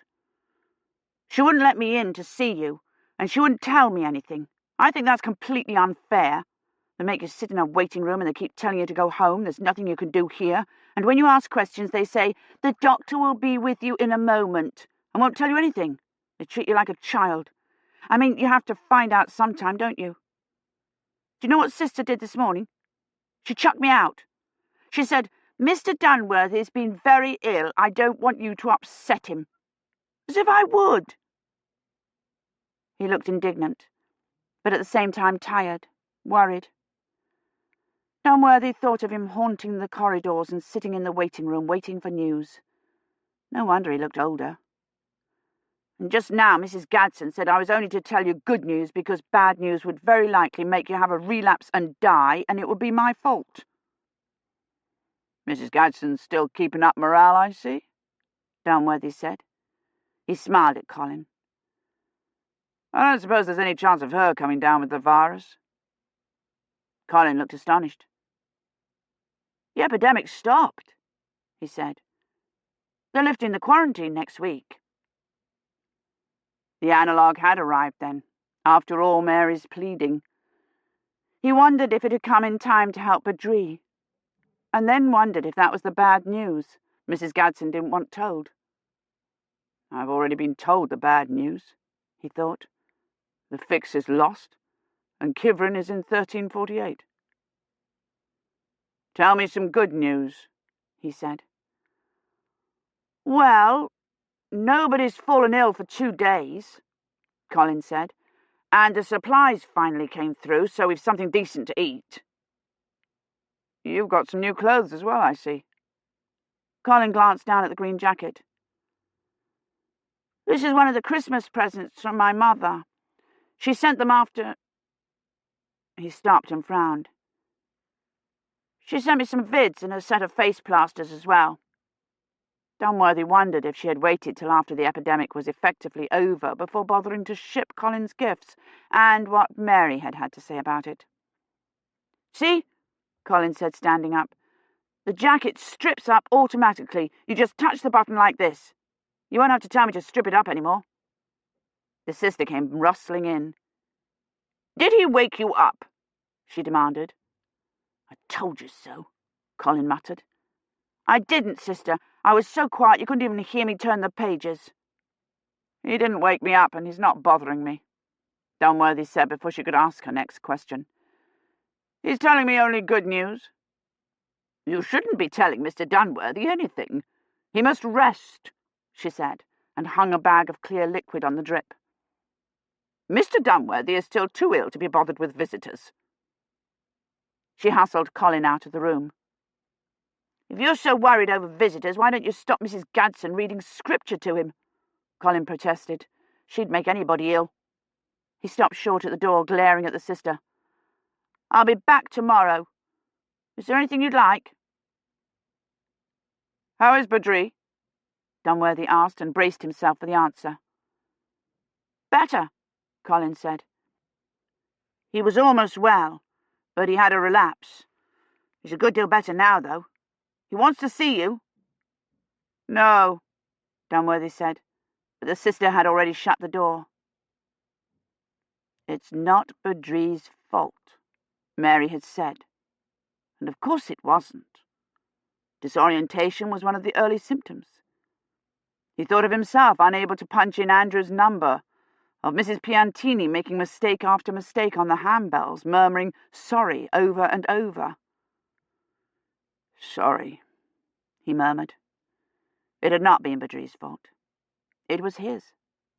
He had been so worried about the apprentice's calculations that he had infected Badri with his fears, so worried that Badri had decided to refeed the coordinates. Colin had left his book lying on the bed. Dunworthy pulled it toward him.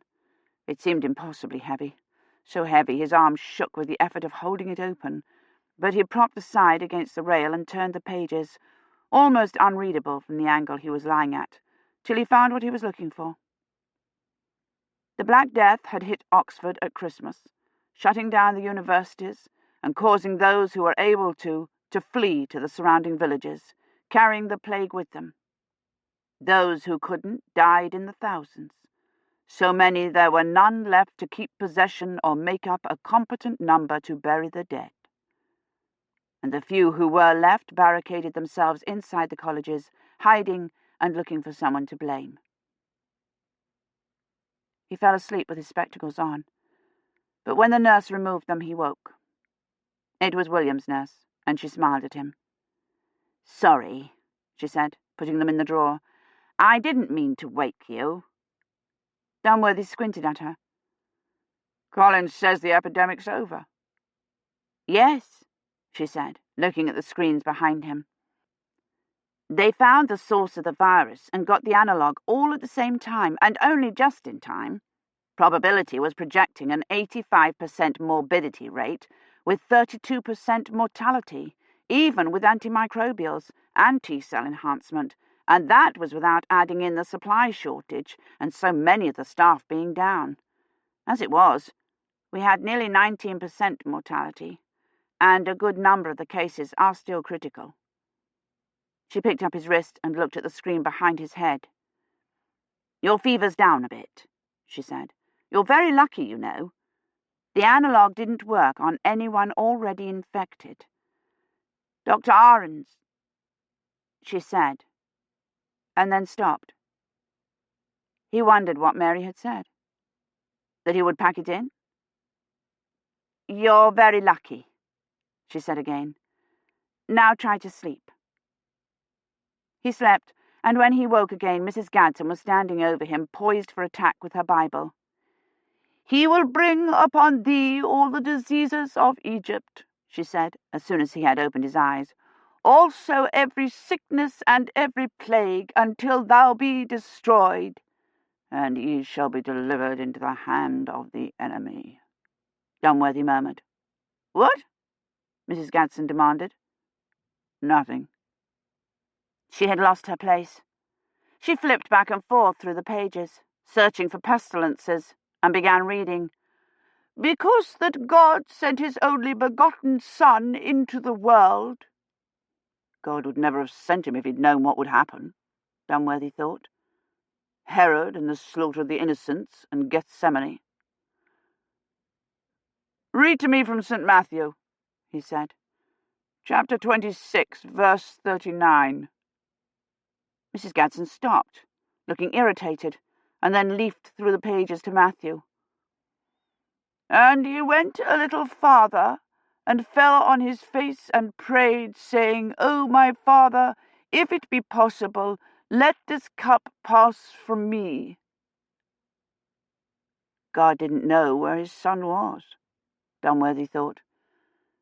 He had sent his only begotten Son into the world, and something had gone wrong with the fix. Someone had turned off the net, so that he couldn't get to him, and they had arrested him and put a crown of thorns on his head and nailed him to a cross. "Chapter 27, he said. Verse 46.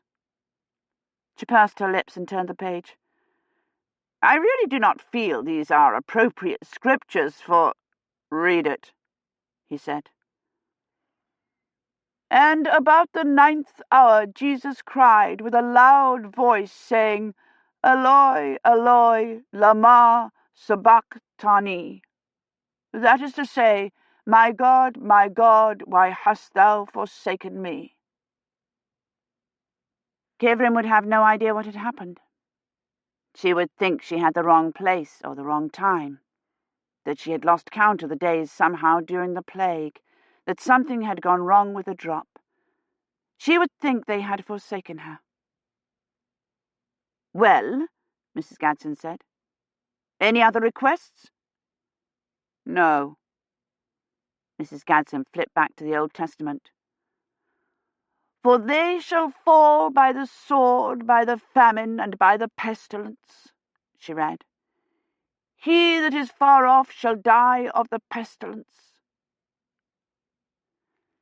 In spite of everything, he slept, waking finally to something that was not endless afternoon. It was still raining, but now there were shadows in the room, and the bells were chiming 4 o'clock.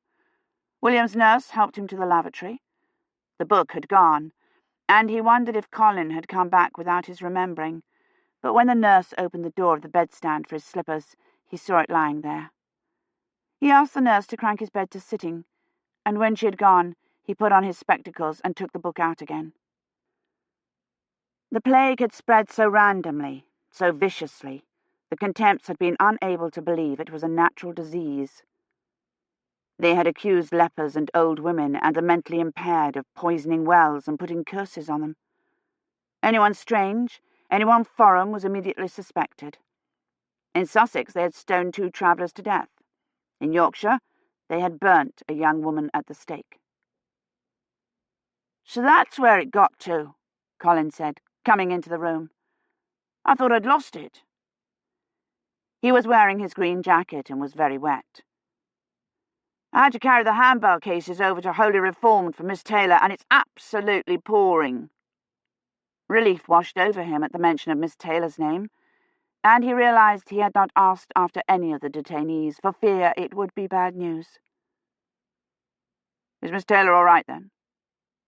Colin touched the bottom of his jacket, and it sprang open, spraying water everywhere. "Yes. They're doing some bell thing at Holy Reformed on the 15th.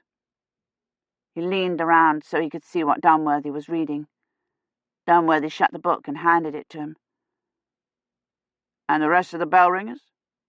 Miss Piantini?" Colin nodded. "She's still in hospital. She's so thin you wouldn't know her." He opened the book. "You were reading about the Black Death, weren't you?" "Yes," Dunworthy said. "Mr. Finch didn't come down with the virus, did he?" "No. He's been filling in as tenor for Miss Piantini. He's very upset. We didn't get any lavatory paper in the shipment from London, and he says we're nearly out. He had a fight with the gallstone over it. He laid the book back on the bed. What's going to happen to your girl? I don't know, Dunworthy said. Well, isn't there anything you can do to get her out? No. The Black Death was terrible, Colin said. So many people died they didn't even bury them. They just left them lying in big heaps. I can't get to her, Colin. We lost the fix when Gilchrist shut the net down. I know. But isn't there something we can do? No. But I intend to speak to your doctor about restricting your visitors, the sister said sternly, removing Colin by the collar of his jacket. Then begin by restricting Mrs. Gadsden, Dunworthy said, and tell Mary I want to see her. Mary didn't come, but Montoya did. Obviously fresh from the dig, she was mud to the knees, and her dark curly hair was grey with it. Colin came with her, and his green jacket was thoroughly bespattered. We had to sneak in when she wasn't looking, Colin said. Montoya had lost a good deal of weight. Her hands on the bed rail were very thin, and the digital on her wrist was loose. How are you feeling? She asked. Better, he lied, looking at her hands. There was mud under her fingernails. How are you feeling? Better, she said. She must have gone directly to the dig to look for the corridor as soon as they released her from hospital, and now she had come directly here. She's dead, isn't she? He said. Her hands took hold of the rail, let go of it. Yes. Kivrin had been in the right place after all. The locationals had been shifted by only a few kilometres, a few metres, and she had managed to find the Oxford-Bath Road. She had found Skengate, and died in it, a victim of the influenza she had caught before she went, or of starvation after the plague, or of despair. She had been dead 700 years. You found it, then? He said, and it was not a question. Found what? Colin said. Kivrin's corder. No, Montoya said. He felt no relief. But you will, he said. Her hand shook a little, holding the rail. Kivrin asked me to, she said, the day of the drop. She was the one who suggested the corder looked like a bone spur, so the record would survive even if she didn't. Mr. Dunworthy's worried over nothing, she said. But if something should go wrong, I'll try to be buried in the churchyard, so you... Her voice faltered. So you won't have to dig up half of England. Dunworthy closed his eyes. But you don't know that she's dead if you haven't found the corder, Colin burst out. You said you didn't even know where she was. How can you be sure she's dead? We've been conducting experiments with laboratory rats at the dig. Only a quarter of an hour's exposure to the virus is required for infection. Kivrin was directly exposed to the tomb for over 3 hours. There's a 75% chance she contracted the virus, and with the limited med support available in the 14th century, she's almost certain to have developed complications. Limited med support. It was a century that had dosed people with leeches and strychnine, that had never heard of sterilization or germs or T-cells. They would have stuck filthy poultices on her, muttered prayers, and opened her veins. And the doctors bled them, Gilchrist's book had said, but many died in despite. Without antimicrobials and T-cell enhancement, Montoya said, the virus's mortality rate is 49%. Probability, Dunworthy said bitterly. At least Gilchrist figures. Montoya glanced at Colin and frowned. There is a 75% chance Kivrin contracted the virus and a 68% chance she was exposed to the plague. Morbidity for bubonic plague is 91% and the mortality rate is... She didn't get the plague, Dunworthy said. She'd had her plague immunization. Didn't Dr. Ahrens or Gilchrist tell you that? Montoya glanced at Colin again. They said I wasn't allowed to tell him, Colin said, looking defiantly at her. Tell me what? Is Gilchrist ill? He remembered looking at the screens and then collapsing forward into Gilchrist's arms. He wondered if he had infected him when he fell. Montoya said, Mr. Gilchrist died of the flu 3 days ago. Dunworthy looked at Colin. What else did they instruct you to keep from me? Dunworthy demanded. Who else died while I was ill? Montoya put up her thin hand as if to stop Colin, but it was too late. Great-Aunt Mary, Colin said. Transcript from the Doomsday Book. Maisry's run away. Roche and I looked everywhere for her, afraid she'd fallen ill and crawled into some corner, but the steward said he saw her starting into the woods while he was digging Waltheff's grave. She was riding Agnes's pony. She will only spread it, or make it as far as some village that already has it. It's all around us now. The bells sound like vespers, only out of rhythm, as if the ringers had gone mad. It's impossible to make out whether it is 9 strokes or 3. Course's double bells tolled a single stroke this morning. I wonder if it is the baby, or one of the chattering girls. She is still unconscious, and her pulse is very weak. Agnes screams and struggles in her delirium. She keeps shrieking for me to come, but she won't let me near her. When I try to talk to her, she kicks and screams as if she were having a tantrum.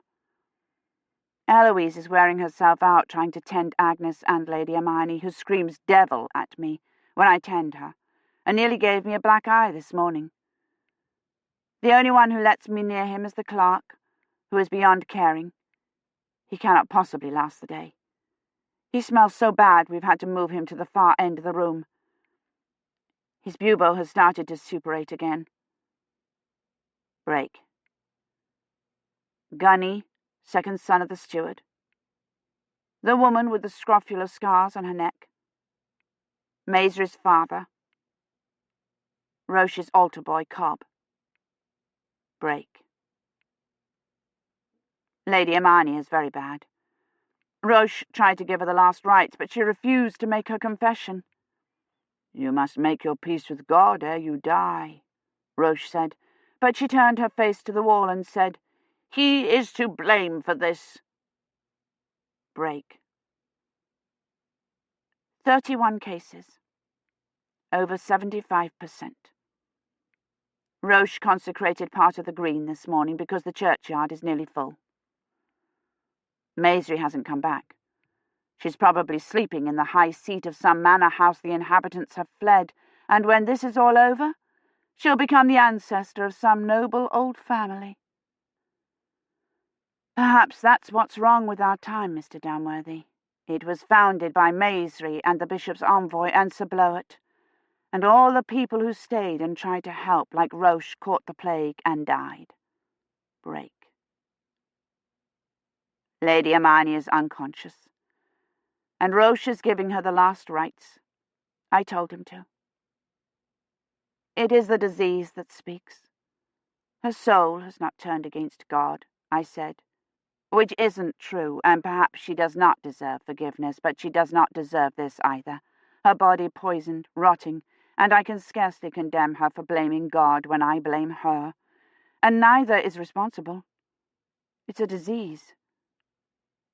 The consecrated wine has run out, and there is no more olive oil. Roche is using cooking oil from the kitchen. It smells rancid. Where he touches her temples and the palms of her hands, the skin turns black.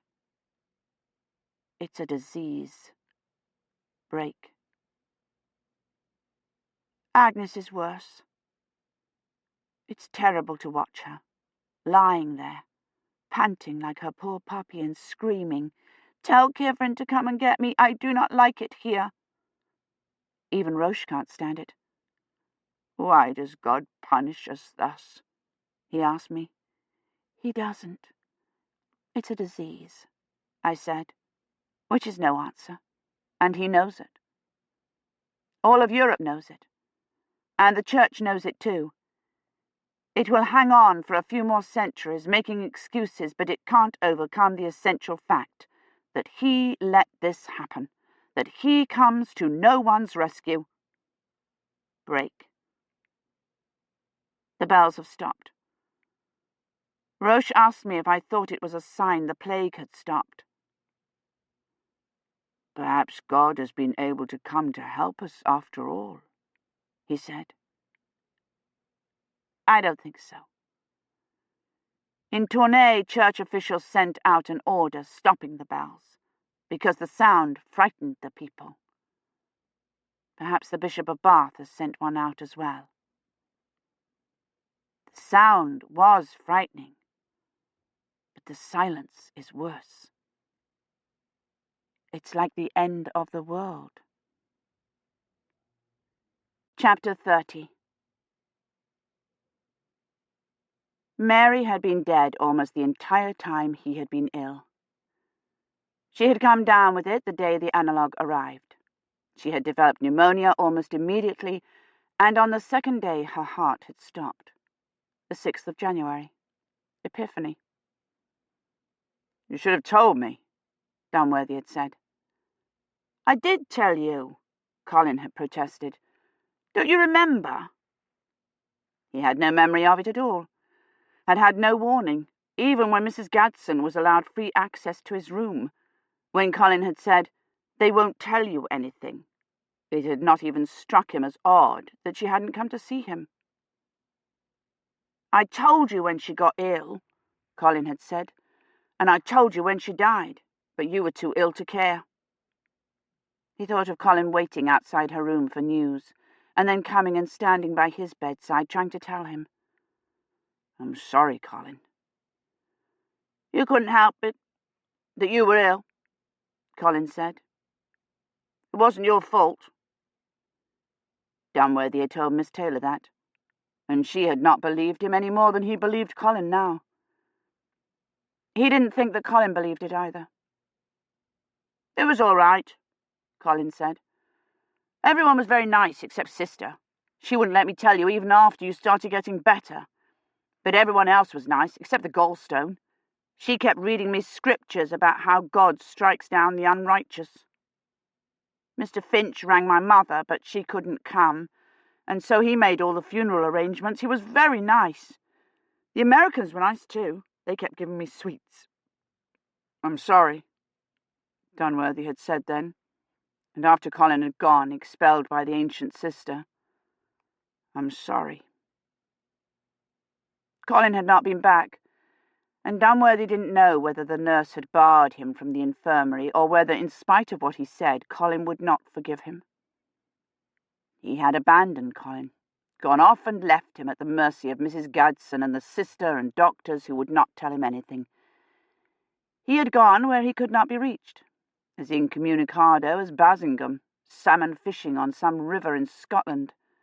And no matter what Colin said, he believed that if Dunworthy had truly wanted to, illness or no, he could have been there to help him. "You think Kivrin's dead too, don't you?" Colin had asked him after Montoya left. "Like Miss Montoya does." "I'm afraid so." "But you said she couldn't get the plague. What if she's not dead? What if she's at the rendezvous right now, waiting for you?" "She'd been infected with influenza, Colin." "But so were you. And you didn't die." "Maybe she didn't die either. I think you should go see Badri and see if he has any ideas. Maybe he could turn the machine on again or something." "You don't understand," he'd said. "It's not like a pocket torch. The fix can't be switched on again." "Well, maybe he could do another one. A new fix. To the same time." To the same time. A drop, even with the coordinates already known, took days to set up. And Badri didn't have the coordinates. He only had the date. He could make a new set of coordinates based on the date if the locationals had stayed the same. If Badri and his fever hadn't scrambled them as well, and if the paradoxes would allow a second drop at all. There was no way to explain it all to Colin, no way to tell him Kivrin could not possibly have survived influenza in a century where the standard treatment was bloodletting. "It won't work, Colin," he'd said, suddenly too tired to explain anything. "I'm sorry." "So you're just going to leave her there? Whether she's dead or not? You're not even going to ask Badri?" "Colin, Aunt Mary did everything for you. She didn't give up." "What is going on in here?" the sister had demanded, creaking in. "I'm going to have to ask you to leave if you persist in upsetting the patient." "I was leaving anyway," Colin had said, and flung himself out. He hadn't come back that afternoon, or all evening, or the next morning. "Am I being allowed visitors?" Dunworthy asked William's nurse when she came on duty. "Yes," she said, looking at the screens. "There's someone waiting to see you now." It was Mrs. Gadsden. She already had her Bible open. "Luke chapter 23, verse 33, she said, glaring pestilently at him. "Since you're so interested in the crucifixion. And when they were come to the place which is called Calvary, there they crucified him." If God had known where his son was, he would never have let them do that to him, Dunworthy thought. He would have pulled him out. He would have come and rescued him. During the Black Death, the Contempts believed God had abandoned them. "Why do you turn your face from us?" they had written. "Why do you ignore our cries?" But perhaps he hadn't heard them. Perhaps he had been unconscious, lying ill in heaven, helpless himself and unable to come. "And there was a darkness over all the earth until the 9th hour, Mrs. Gadsden read. "And the sun was darkened." The Contempts had believed it was the end of the world, that Armageddon had come, that Satan had triumphed at last. He had, Dunworthy thought. He had closed the net. He had lost the fix. He thought about Gilchrist. He wondered if he had realized what he had done before he died, or if he had lain unconscious and oblivious, unaware that he had murdered Kivrin. "And Jesus led them out as far as to Bethany," Mrs. Gadsden read, "and he lifted up his hands and blessed them. And it came to pass, while he blessed them, he was parted from them and carried up into heaven." He was parted from them and was carried up into heaven. God did come to get him, Dunworthy thought. But too late. Too late. She went on reading until William's nurse came on duty. "Nap time," she said briskly, shoving Mrs. Gadsden out. She came over to the bed, snatched his pillow from under his head, and gave it several sharp whacks. "Has Colin come?" he asked. "I haven't seen him since yesterday," she said, pushing the pillow back under his head. "I want you to try to go to sleep now." "Miss Montoya hasn't been here?" "Not since yesterday." She handed him a capsule and a paper cup. "Have there been any messages?"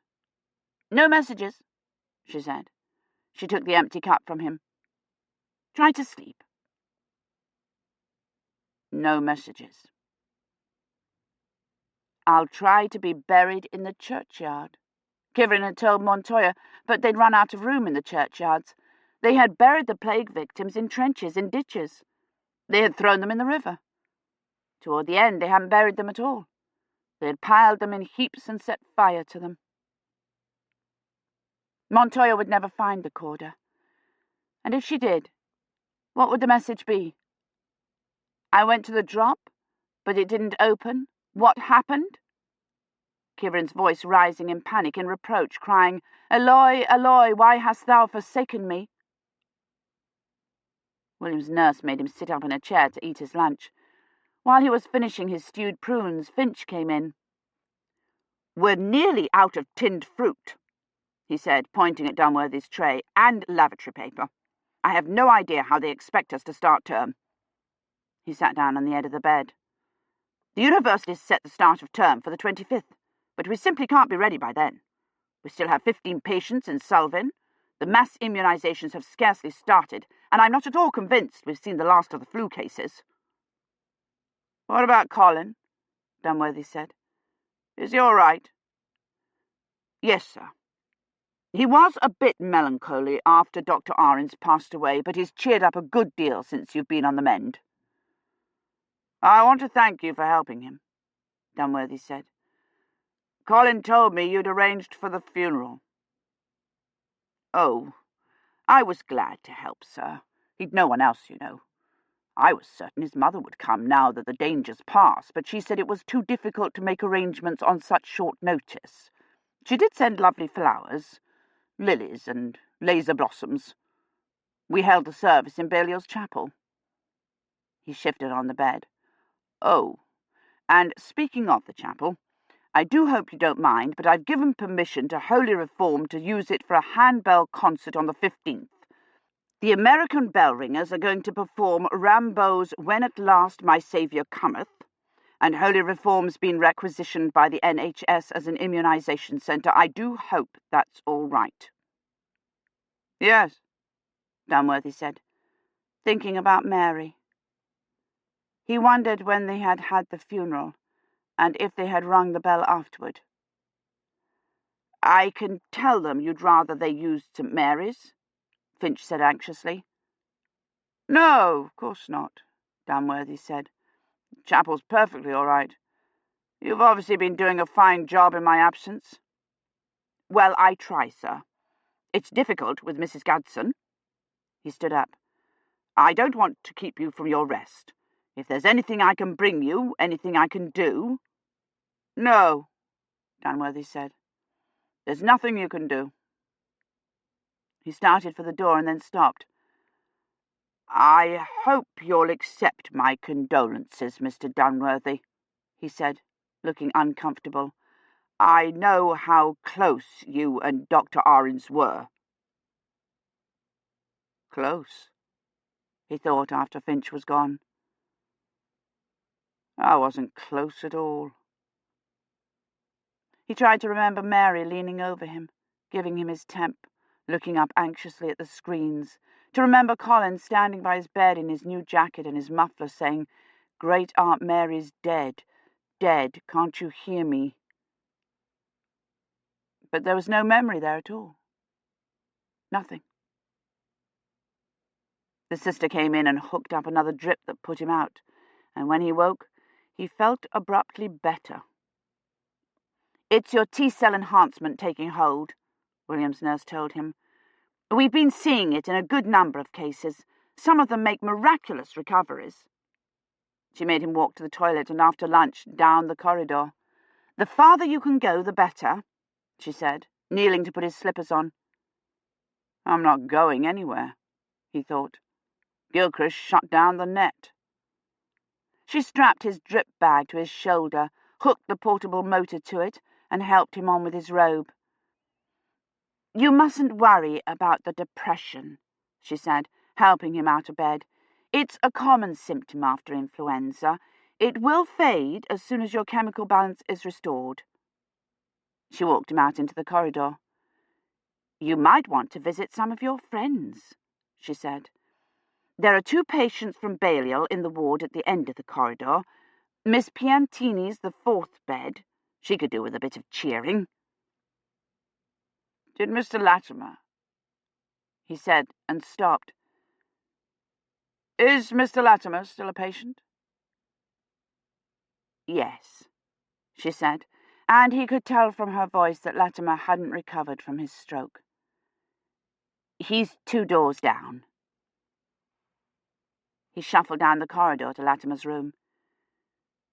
He hadn't gone to see Latimer after he fell ill, first because of having to wait for Andrew's call, and then because the infirmary had run out of SPGs.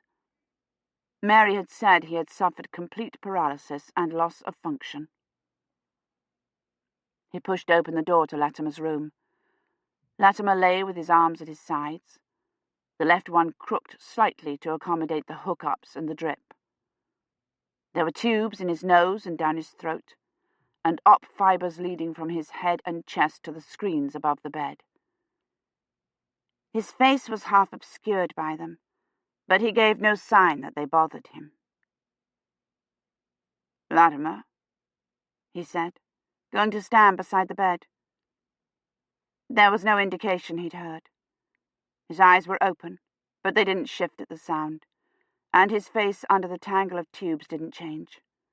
He looked vague, distant, as if he were trying to remember a line from Chaucer. "Mr. Latimer," he said more loudly, and looked up at the screens. They didn't change either. He's not aware of anything, Dunworthy thought. He put his hand on the back of the chair. "You don't know anything that's happened, do you?" he said. "Mary's dead. Kivrin's in 1348, he said, watching the screens. "And you don't even know Gilchrist shut down the net." The screens didn't change. The lines continued to move steadily, unconcernedly across the displays. "You and Gilchrist sent her into the Black Death," he shouted. "And you lie there." He stopped and sank down in the chair. "I tried to tell you Great Aunt Mary was dead," Colin had said, "but you were too ill." Colin had tried to tell him, but he had lain there like Latimer, unconcerned, oblivious. Colin will never forgive me, he thought, any more than he'll forgive his mother for not coming to the funeral. What had Finch said, that it was too difficult to make arrangements on such short notice? He thought of Colin alone at the funeral, looking at the lilies and laser blossoms his mother had sent, at the mercy of Mrs. Gadsden and the bell ringers. My mother couldn't come, Colin had said. But he didn't believe it. Of course she could have come, if she had truly wanted to.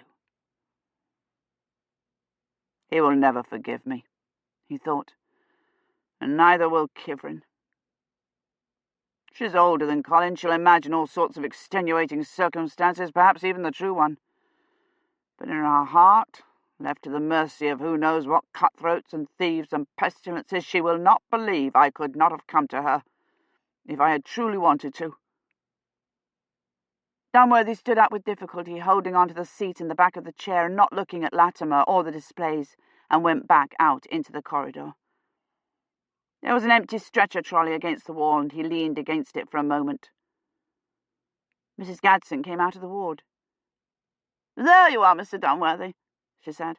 "I was just coming to read to you." She opened her Bible. "Should you be up?" "Yes," he said. "Well, I must say, I'm glad you're recovering at last. Things have simply fallen apart while you've been ill." "Yes," he said. "You really must do something about Mr. Finch, you know. He allows the Americans to practice their bells at all hours of the day and night, and when I complained to him about it, he was quite rude. And he assigned my Willie nursing duties." "Nursing duties? Well, Willie's always been susceptible to illness. It's been a miracle that he didn't come down with the virus before this."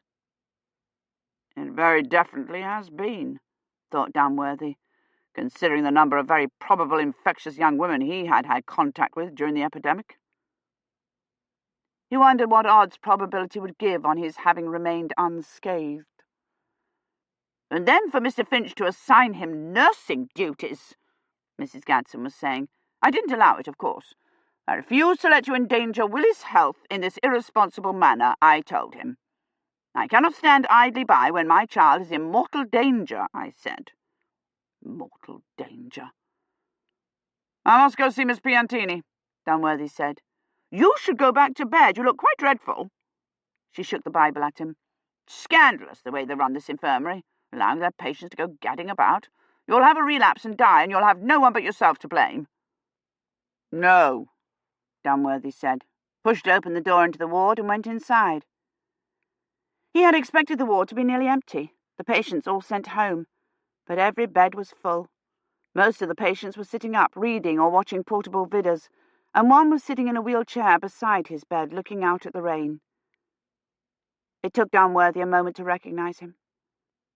Colin had said he'd had a relapse, but he had not expected this. He looked like an old man, his dark face pinched to whiteness under the eyes, and in long lines down the sides of the mouth. His hair had gone completely white. "Badri?" he said. Badri turned around. "Mr. Dunworthy." "I didn't know that you were in this ward," Dunworthy said. "They moved me here after—" He stopped. "I heard that you were better." "Yes." "I can't bear this," Dunworthy thought. "How are you feeling?" "Better, thank you. And you, much improved? Of course there is the depression, but that is a normal post-viral symptom." Badri wheeled his chair round to face the window, and Dunworthy wondered if he could not bear it either. "I made an error in the coordinates when I refed them," Badri said, looking out at the rain. "I fed in the wrong data." He should say, "You were ill. You had a fever." He should tell him mental confusion was an early symptom. He should say, "It was not your fault." "I didn't realize I was ill," Badri said, picking at his robe as he had plucked at the sheet in his delirium. "I'd had a headache all morning, but I put it down to working the net. I should have realized something was wrong and aborted the drop. And I should have refused to tutor her. I should have insisted Gilchrist run parameter checks. I should have made him open the net as soon as you said there was something wrong. I should have opened the net the day you fell ill and not waited for the rendezvous," Badri said, twisting the sash between his fingers. "I should have opened it immediately."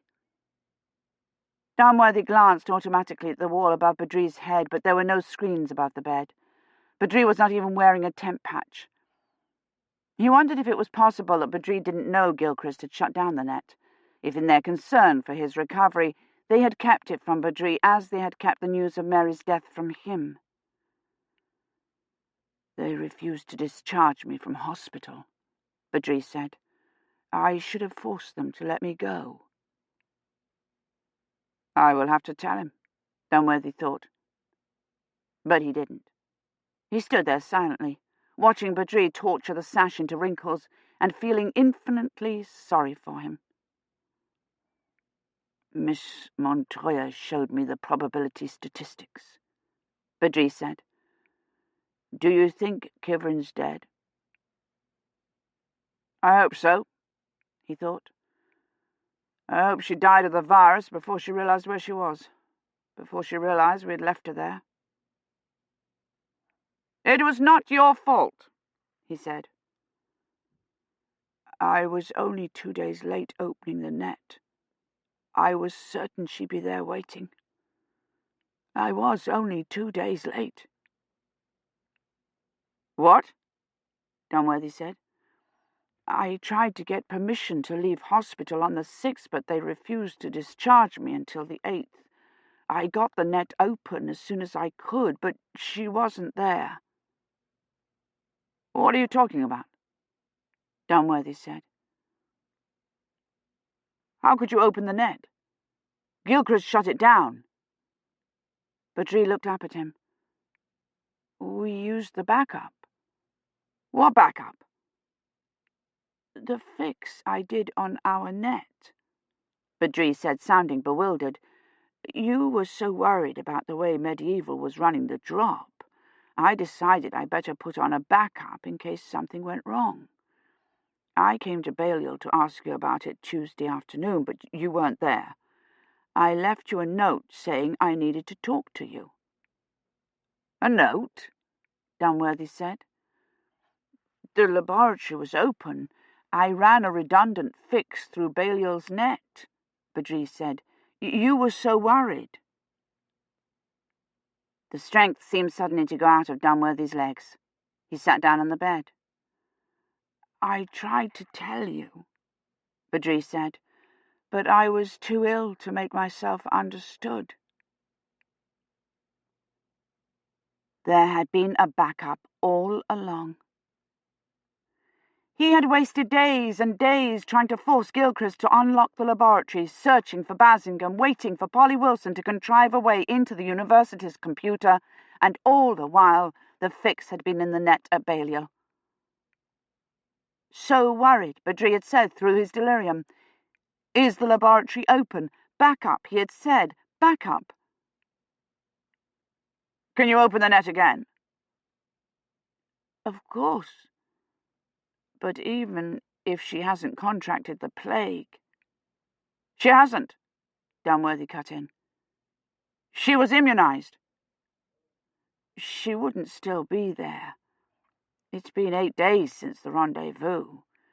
She couldn't have waited there all this time. Can someone else go through? Someone else? Badri said blankly. To look for her. Could someone else use the same drop to go through? I don't know. How long would it take you to set it up so we could try it? 2 hours at the most. The temporals and locationals are already set, but I don't know how much slippage there'd be. The door to the ward burst open and Colin came in. There you are, he said. The nurse said you'd taken a walk, but I couldn't find you anywhere. I thought you'd got lost. No, Dunworthy said, looking at Badri. She said I'm to bring you back, Colin said, taking hold of Dunworthy's arm and helping him up. That you're not to overdo. He herded him toward the door. Dunworthy stopped at the door. Which net did you use when you opened the net on the 8th? He said to Badri. Belial's, he said. I was afraid part of the permanent memory had been erased when Brazenoses was shut down, and there was no time to run a damage assessment routine. Colin backed the door open. The sister comes on duty in half an hour. You don't want her to find you up. He let the door swing shut. I'm sorry I wasn't back sooner, but I had to take immunisation schedules out to Godstow. Dunworthy leaned against the door. There might be too much slippage, and the tech was in a wheelchair, and he was not sure he could walk as far as the end of the corridor, let alone back to his room. So worried. He had thought Badri meant you were so worried I decided to refeed the coordinates, but he had meant I put on a backup. A backup.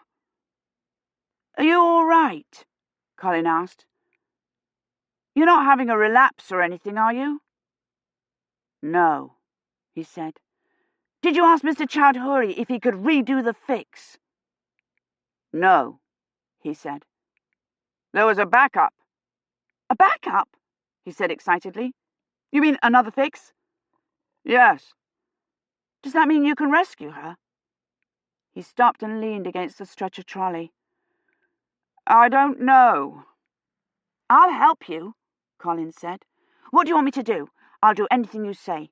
I can run errands and fetch things for you. You won't have to do a thing. It might not work, Dunworthy said. There's slippage. But you're going to try, aren't you? Aren't you? A band tightened round his chest with every step, and Badri had already had one relapse, and even if they managed it, the net might not send him through. Yes, he said. I'm going to try. Apocalyptic, Colin said. Transcript from the Doomsday Book. Lady Amani, mother of Guillaume de Very. Break. Rosamond is sinking. I can't feel the pulse in her wrist at all. and her skin looks yellow and waxen, which I know is a bad sign. Agnes is fighting hard. She still doesn't have any buboes or vomiting, which is a good sign, I think. Eloise had to cut off her hair. She kept pulling at it, screaming for me to come and braid it. Break. Roche has anointed Rosamond. She couldn't make a confession, of course. Agnes seems better, though she had a nosebleed a little while ago. She asked for her bell. Break. You bastard! I will not let you take her. She's only a child. But that's your speciality, isn't it? Slaughtering the innocents. You've already killed the steward's baby and Agnes's puppy and the boy who went for help when I was in the hut, and that's enough. I won't let you kill her too, you son of a bitch. I won't let you. Chapter 31. Agnes died the day after New Year's, still screaming for Kivrin to come. She is here, Eloise said, squeezing her hand. Lady Catherine is here. She is not, Agnes wailed, her voice hoarse but still strong. Tell her to come. I will, Eloise promised, and then looked up at Kivrin, her expression faintly puzzled. Go and fetch Father Roche, she said. What is it? Kivrin asked. He had administered the last rites that first night, Agnes flailing and kicking at him as if she were having a tantrum, and since then she had refused to let him near her. Are you ill, lady? Eloise shook her head, still looking at Kivrin. What will I tell my husband when he comes? She said, and laid Agnes's hand along her side. And it was only then that Kivrin realized she was dead. Kivrin washed her little body, which was nearly covered with purplish-blue bruises. Where Eloise had held her hand, the skin was completely black. She looked like she'd been beaten. As she had been, Kivrin thought. Beaten and tortured and murdered, the slaughter of the innocents. Agnes's surcoat and shift were ruined, a stiffened mass of blood and vomit, and her everyday linen shift had long since been torn into strips. Kivrin wrapped her body in her own white cloak, and Roche and the steward buried her. Eloise did not come. I must stay with Rosamond, she said, when Kivrin told her it was time. There was nothing Eloise could do for Rosamond.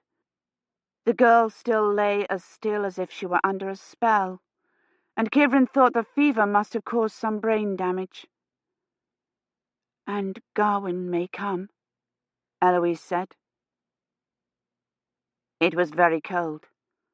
Roche and the steward puffed out great clouds of condensation as they lowered Agnes into the grave, and the sight of their white breath infuriated Kivrin.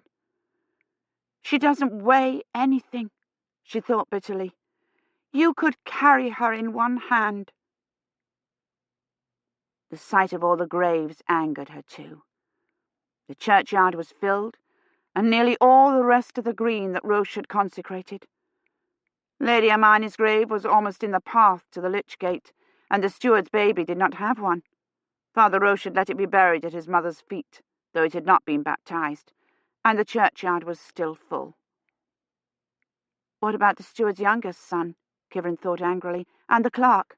Where do you plan to put them? The Black Death was only supposed to have killed 1/3 to 1/2 of Europe, not all of it. Requiescat in pace. Amen, Roche said, and the steward began shoveling the frozen dirt onto the little bundle. You were right, Mr. Damworthy, she thought bitterly. White only gets dirty. You're right about everything, aren't you? You told me not to come. The terrible things would happen. Well, they have. And you can't wait to tell me I told you so. But you won't have that satisfaction because I don't know where the drop is, and the only person who does is probably dead. She didn't wait for the steward to finish shoveling dirt down on Agnes or for Father Roche to complete his chummy little chat with God. She started across the green, furious with all of them, with the steward for standing there with his spade, eager to dig more graves, with Eloise for not coming, with Garwin for not coming. No one's coming, she thought. No one. "Catherine," Roche called. She turned, and he half ran up to her, his breath like a cloud around him. "What is it?" she demanded. He looked at her solemnly. "We must not give up hope," he said. "Why not?" she burst out. "We're up to 85% and we haven't even got started. The clerk is dying. Rosamond's dying. You've all been exposed. Why shouldn't I give up hope?" "God has not abandoned us utterly," he said. "Agnes is safe in his arms." Safe? She thought bitterly. In the ground, in the cold, in the dark. She put her hands up to her face. "She's in heaven, where the plague cannot reach her, and God's love is ever with us," he said, "and naught can separate us from it, neither death, nor life, nor angels, nor things present, nor things to come," Kivrin said, "nor height, nor depth, nor any other creature," he said. He put his hand on her shoulder gently, as if he were anointing her. "It was his love that sent you to help us." She put her hand up to his where it rested on her shoulder and held it tightly. "We must help each other," she said. They stood there like that for a long minute, and then Roche said, "I must go and ring the bell that Agnes's soul may have safe passage." She nodded and took her hand away. "I'll go check on Rosamond and the others," she said, and went into the courtyard. Eloise had said she needed to stay with Rosamond, but when Kivrin got back to the manor house, she was nowhere near her. She lay curled up on Agnes's pallet, wrapped in her cloak, watching the door. "Perhaps his horse was stolen by those who would flee the pestilence," she said, "and that is why he is so long in coming." "Agnes is buried," Kivrin said coldly, and went to check on Rosamond. She was awake. She looked up solemnly at Kivrin when she knelt by her and reached for Kivrin's hand. "Oh, Rosamond," Kivrin said, tears stinging her nose and eyes. "Sweetheart, how do you feel?" "Hungry," Rosamond said. "Has my father come?" "Not yet," Kivrin said. And it even seemed possible that he might. "I will fetch you some broth. You must rest until I come back. You have been very ill." Rosamond obediently closed her eyes. They looked less sunken, though they still had dark bruises under them. "Where is Agnes?" she asked. Kivrin smoothed her dark, tangled hair back from her face. "She is sleeping." "Good," Rosamond said. "I would not have her shouting and playing. She is too noisy." "I will fetch you the broth," Kivrin said. She went over to Eloise. "Lady Eloise, I have good news," she said eagerly. "Rosamond is awake." Eloise raised herself up on one elbow and looked at Rosamond, but apathetically, as if she were thinking of something else, and presently she lay down again. Kivrin, alarmed, put her hand to Eloise's forehead. It seemed warm, but Kivrin's hands were still cold from outside, and she couldn't tell for certain. "Are you ill?" she asked. "No," Eloise said, but still as if her mind were on something else. "What shall I tell him?" "You can tell him that Rosamond is better," she said, "and this time It seemed to get through to her. Eloise got up and went over to Rosamond and sat down beside her. But by the time Kivrin came back from the kitchen with the broth, she had gone back to Agnes's pallet and lay curled up under her fur-trimmed cloak. Rosamond was asleep, but it was not the frightening, death-like sleep of before. Her colour was better, though her skin was still drawn tightly over her cheekbones. Eloise was asleep too, or feigning sleep, and it was just as well. While she had been in the kitchen, the clerk had crawled off his pallet and halfway over the barricade, and when Kivrin tried to haul him back, he struck out at her wildly. She had to go fetch Father Roche to help subdue him. His right eye had ulcerated, the plague eating its way out from inside, and the clerk clawed at it viciously with his hands. "Domine Jesu Christe," he swore, "fidelium defunctorium de penos infamus." Save the souls of the faithful departed from the pains of hell. Yes, Kivrin prayed, wrestling with his clawed hands. Save him now.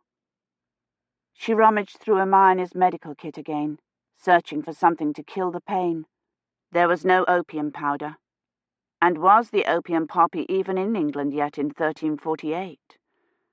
She found a few papery orange scraps that looked a little like poppy petals and steeped them in hot water, but the clerk couldn't drink it. His mouth was a horror of open sores, his teeth and tongue caked with dried blood. He doesn't deserve this, Kivrin thought, even if he did bring the plague here. Nobody deserves this. Please, she prayed, and wasn't sure what she asked.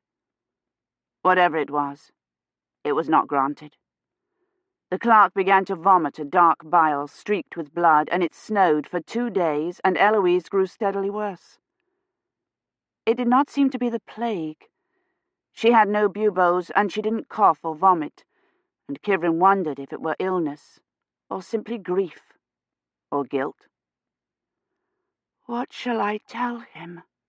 Eloise said over and over again. "He sent us here to keep us safe." Kivrin felt her forehead. It was warm. They're all going to get it, she thought. Lord Guillaume sent them here to keep them safe, but they're all going to get it one by one. I have to do something. But she couldn't think of anything.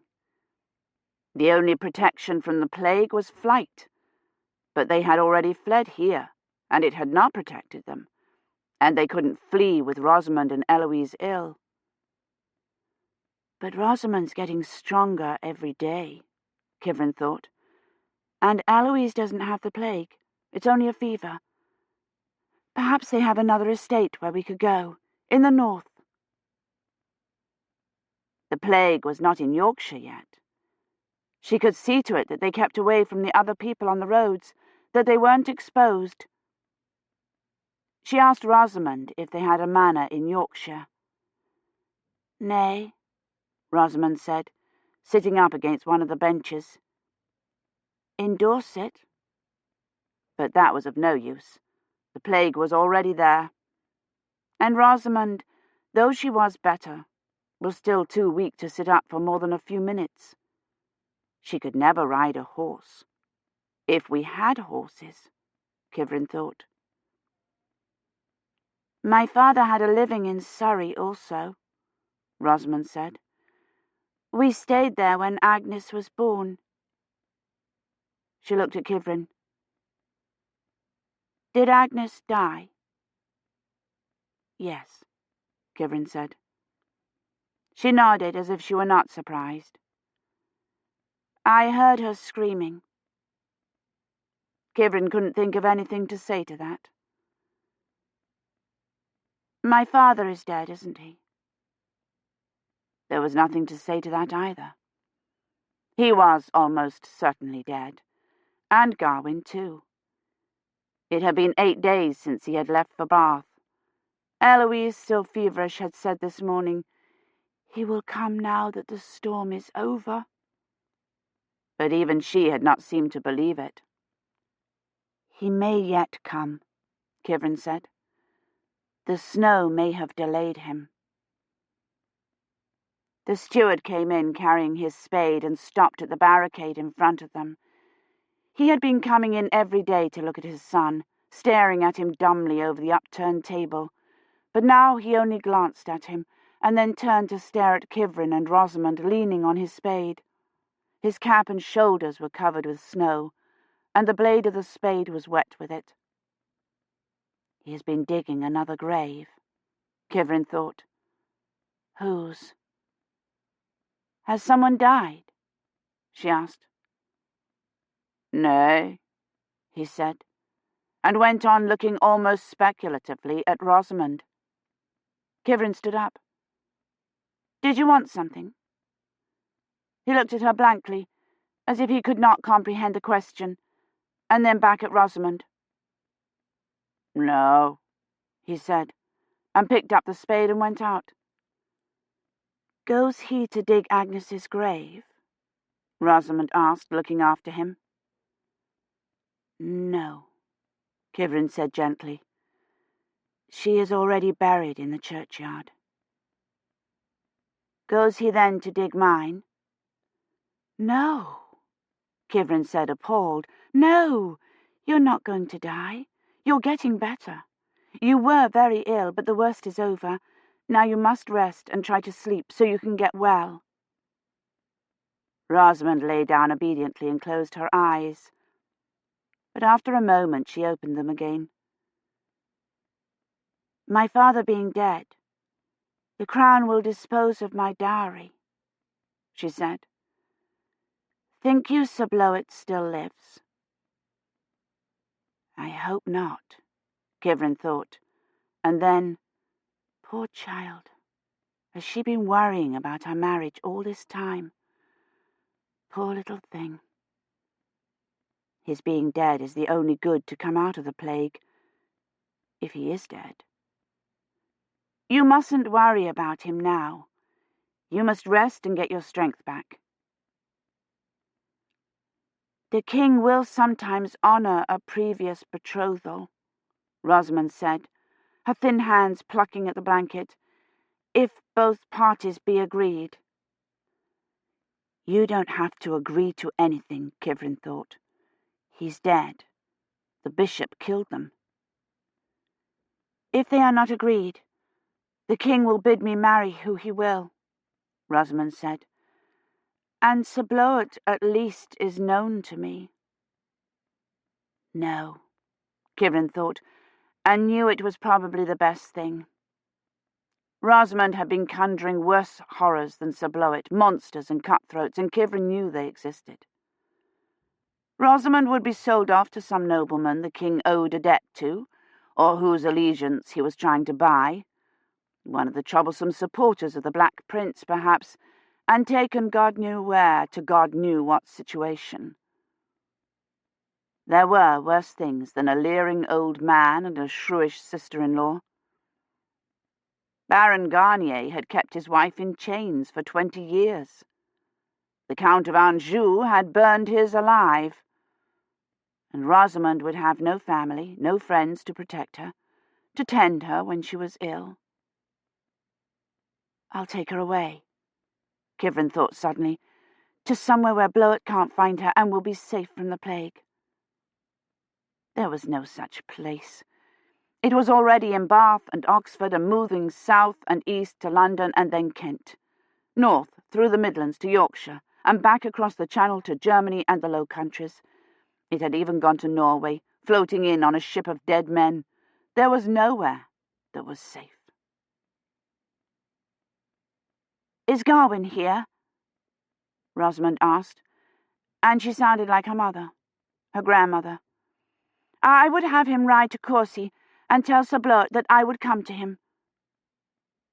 Gawain? Eloise said from her pallet. Is he coming? No, Kivrin thought. No one's coming. Not even Mr. Dunworthy.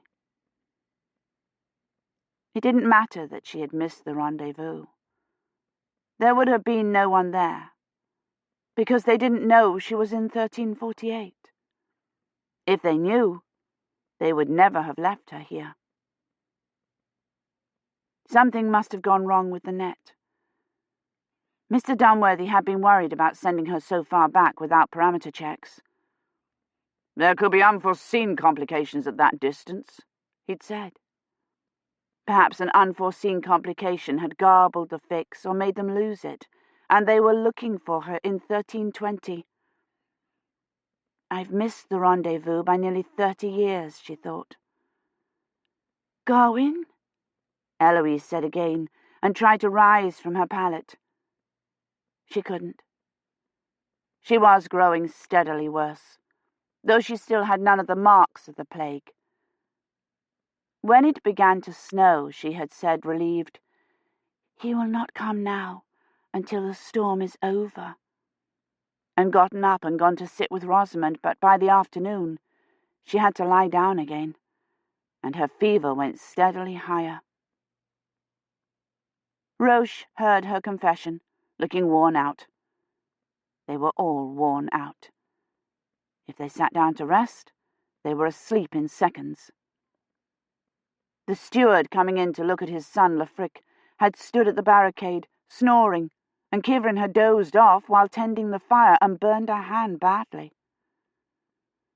"We can't go on like this," she thought, watching Father Roche making the sign of the cross over Eloise. "He'll die of exhaustion. He'll come down with the plague." "I have to get them away," she thought again. The plague didn't reach everywhere. There were villages that were completely untouched. It had skipped over Poland and Bohemia, and there were parts of northern Scotland it had never reached. "Agnus Dei, qui tollis peccata mundi, miserere nobis," Father Roche said, his voice as comforting as it had been when she was dying, and she knew it was hopeless. He would never leave his parishioners. The history of the Black Death was full of stories of priests who had abandoned their people, who had refused to perform burials, who had locked themselves in their churches and monasteries or run away. She wondered now if those statistics were inaccurate too. And even if she found some way to take them all, Eloise, turning even now as she made her confession to look at the door, would insist on waiting for Gawain, for her husband to come, as she was convinced they would now that the snow had stopped. "Has Father Roche gone to meet them?" she asked Kivrin when Roche left to take the sacraments back to the church. "He will be here soon. He has no doubt gone first to Courcy to warn them of the plague, and it is only half a day's journey from there." She insisted that Kivrin move her pallet in front of the door. While Kivrin was rearranging the barricade to keep the draught from the door off her, the clerk cried out suddenly and went into convulsions. His whole body spasmed as if he were being shocked, and his face became a terrible rictus, his ulcerated eye staring upward. "Don't do this to him," Kivrin shouted, trying to wedge the spoon from Rosamond's broth between his teeth. "Hasn't he been through enough?" His body jerked. "Stop it," Kivrin sobbed. "Stop it." His body abruptly slackened. She jammed a spoon between his teeth, and a little trickle of black slime came out of the side of his mouth. "He's dead," she thought, and could not believe it. She looked at him, his ulcerated eye half open, his face swollen and blackened under the stubble of his beard. His fists were clenched at his side. He did not look human lying there, and Kivrin covered his face with a rough blanket, afraid that Rosamond might see him. "Is he dead?" Rosamond asked, sitting up curiously. "Yes," Kivrin said.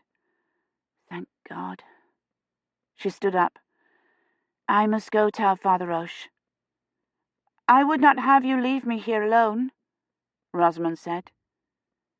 "Your mother is here," Kivrin said, "and the steward's son, and I will only be a few minutes." I am afraid, Rosamond said. So am I, Kivrin thought, looking down at the coarse blanket. He was dead, but even that had not relieved his suffering. He looked still in anguish, still in terror, though his face no longer looked even human. The pains of hell. Please, do not leave me, Rosamond said. I must tell Father Roche, Kivrin said, but she sat down between the clerk and Rosamond and waited until she was asleep before she went to find him. He wasn't in the courtyard or the kitchen. The steward's cow was in the passage, eating the hay from the bottom of the pigsty, and it ambled after her out onto the green. The steward was in the churchyard, digging a grave, his chest level with the snowy ground. He already knows, she thought. But that was impossible. Her heart began to pound.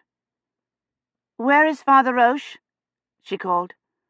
But the steward didn't answer or look up. The cow came up beside her and lowed at her. Go away, she said, and ran across to the steward. The grave was not in the churchyard. It lay on the green past the lich gate, and there were 2 other graves in a line next to it, the iron-hard dirt piled on the snow beside each one. What are you doing? She demanded. Whose graves are those? The steward flung a spadeful of dirt onto the mound. The frozen clods made a clattering sound like stones. Why do you dig 3 graves? She said. Who has died? The cow nudged her shoulder with its horn. She twisted away from it. Who has died? The steward jabbed a spade into the iron-hard ground. It is the last days, boy, he said, stepping down hard on the blade, and Kivrin felt a jerk of fear and then realized he hadn't recognized her in her boy's clothes. It's me. Catherine, she said. He looked up and nodded. It is the end of time, he said. Those who have not died will. He leaned forward, putting his whole weight on the spade. The cow tried to dig his head in under her arm. Go away, she said, and hit it on the nose. It backed away gingerly, skirting the graves, and Kivrin noticed they were not all the same size. The first was large, but the one next to it was no bigger than Agnes's had been, and the one he stood in did not look much longer. I told Rosamond he wasn't digging her grave, she thought. But he was. You have no right to do this, she said. Your son and Rosamond are getting better, and Lady Eloise is only tired and ill with grief. They aren't going to die. The steward looked up at her, his face as expressionless as when he had stood at the barricade, measuring Rosamond for her grave.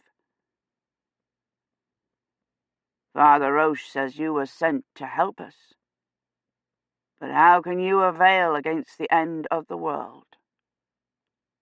He stood down on the spade again. You will have need of these graves. All will die.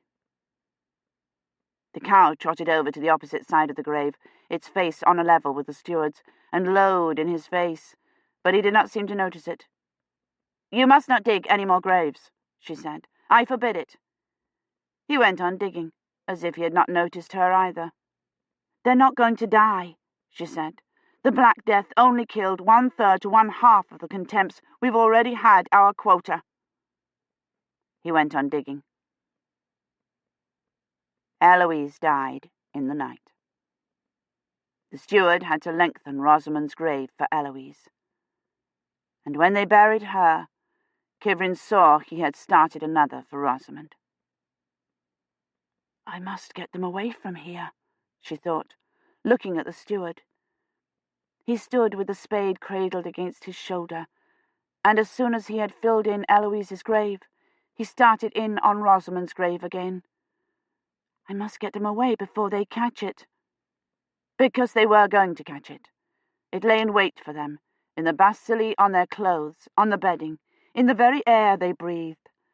And if by some miracle they didn't catch it from that, the plague would sweep through all of Oxfordshire in the spring. Messengers and villagers and bishops' envoys. They could not stay here. Scotland, she thought, and started for the manor. I could take them to northern Scotland. The plague didn't reach that far.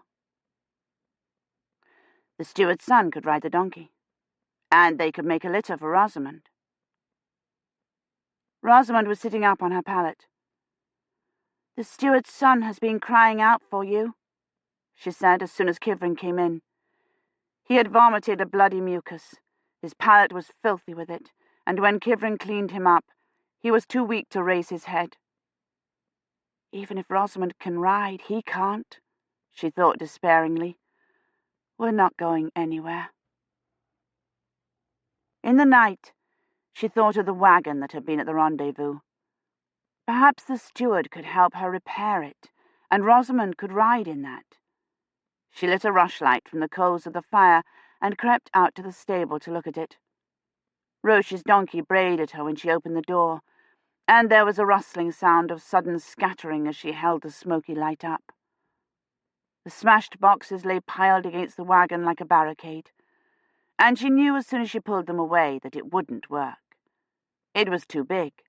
The donkey could not pull it, and the wooden axle was missing, carried off by some enterprising contempt to mend a hedge with or burn for firewood, or to stave off the plague with, Kivrin thought.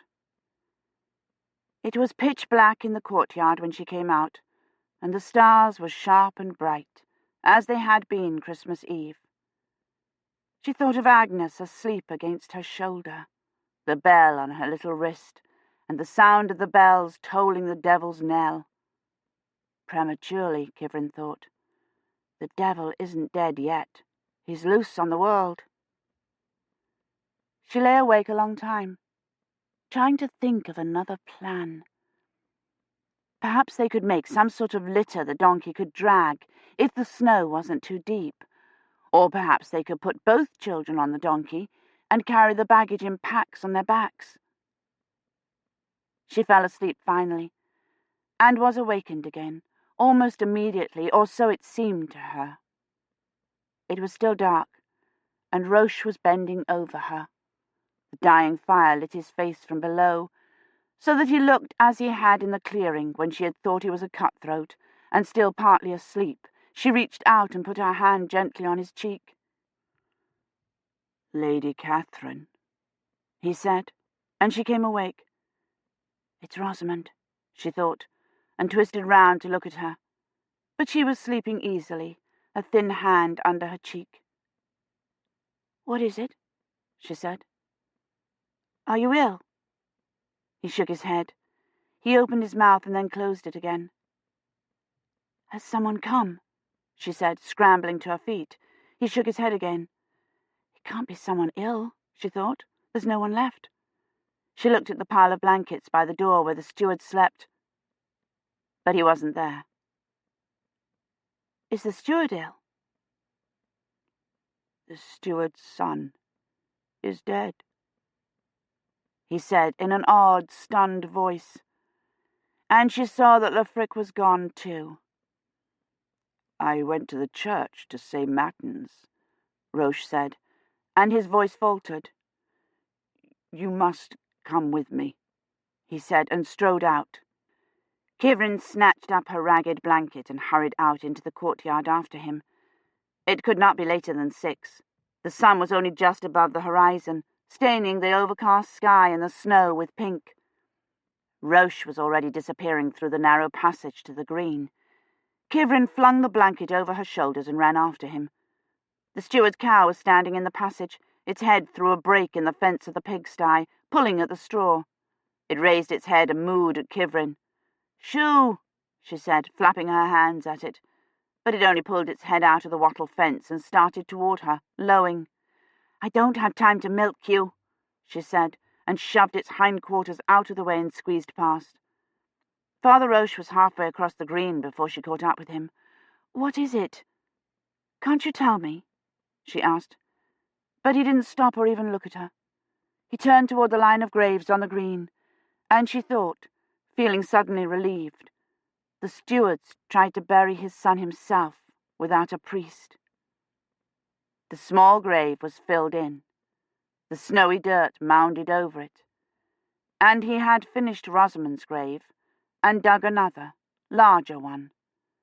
The spade was sticking out of it, its handle leaning against the end. Roche didn't go to Lefric's grave. He stopped at the newest one and said in that same stunned voice, "I went to the church to say matins." And Kivrin looked into the grave. The steward had apparently tried to bury himself with the shovel, but it had proved unwieldy in the narrow space, and he had propped it against the end of the grave and begun pulling the dirt down with his hands. He held a large clod in his frozen hand. His legs were nearly covered, and it gave him an indecent look, as if he were lying in his bath. "We must bury him properly," she said, and reached for the shovel. Roche shook his head. "It is holy ground," he said numbly, and she realized that he thought the steward had killed himself. It doesn't matter, she thought, and realized in spite of everything, horror after horror, Roche still believed in God. He had been going to the church to say matins when he found the steward, and if they had all died, he would go on saying them and not find anything incongruous in his prayers. "It's the disease," Kivrin said, though she had no idea whether it was or not. "The septicemic plague. It infects the blood." Roche looked at her uncomprehendingly. "He must have fallen ill while he was digging," she said. "Septicemic plague poisons the brain. He was not in his right mind." "Like Lady Hermione?" he said, sounding almost glad. He didn't want to have to bury him outside the pale, Kivrin thought, in spite of what he believes. She helped Roche straighten the steward's body a little, though he was already stiff. They did not attempt to move him or wrap him in a shroud. Roche laid a black cloth over his face, and they took turns shoveling the dirt in on him. The frozen earth clattered like stones. Roche did not go to the church for his vestments or the missal. He stood first beside Lefric's grave, and then the steward's, and said the prayers for the dead. Kivrin, standing beside him, her hands folded, thought, he wasn't in his right mind. He had buried his wife and 6 children. He had buried almost everyone he knew. And even if he hadn't been feverish, if he had crawled into the grave and waited to freeze to death, the plague had still killed him. He did not deserve a suicide's grave. He doesn't deserve any grave, Kivrin thought. He was supposed to go to Scotland with us. And was horrified at the sudden shock of delight she felt. "We can go to Scotland now," she thought, looking at the grave he had dug for Rosamond. "Rosamond can ride the donkey, and Roche and I can carry the food and blankets." She opened her eyes and looked at the sky, but now that the sun was up, the clouds looked lighter, as if they might break up by mid-morning. If they left this morning, they could be out of the forest by noon and onto the Oxford-Bath road. By night, they could be on the highway to York. "Agnus Dei qui tollis peccata mundi," Roche said. "Dona eis requiem." We must take oats for the donkey, she thought, and the axe for cutting firewood, and blankets. Roche finished the prayers. "Dominus vobiscum et cum spiritu tuo," he said. "Requiescat in pace.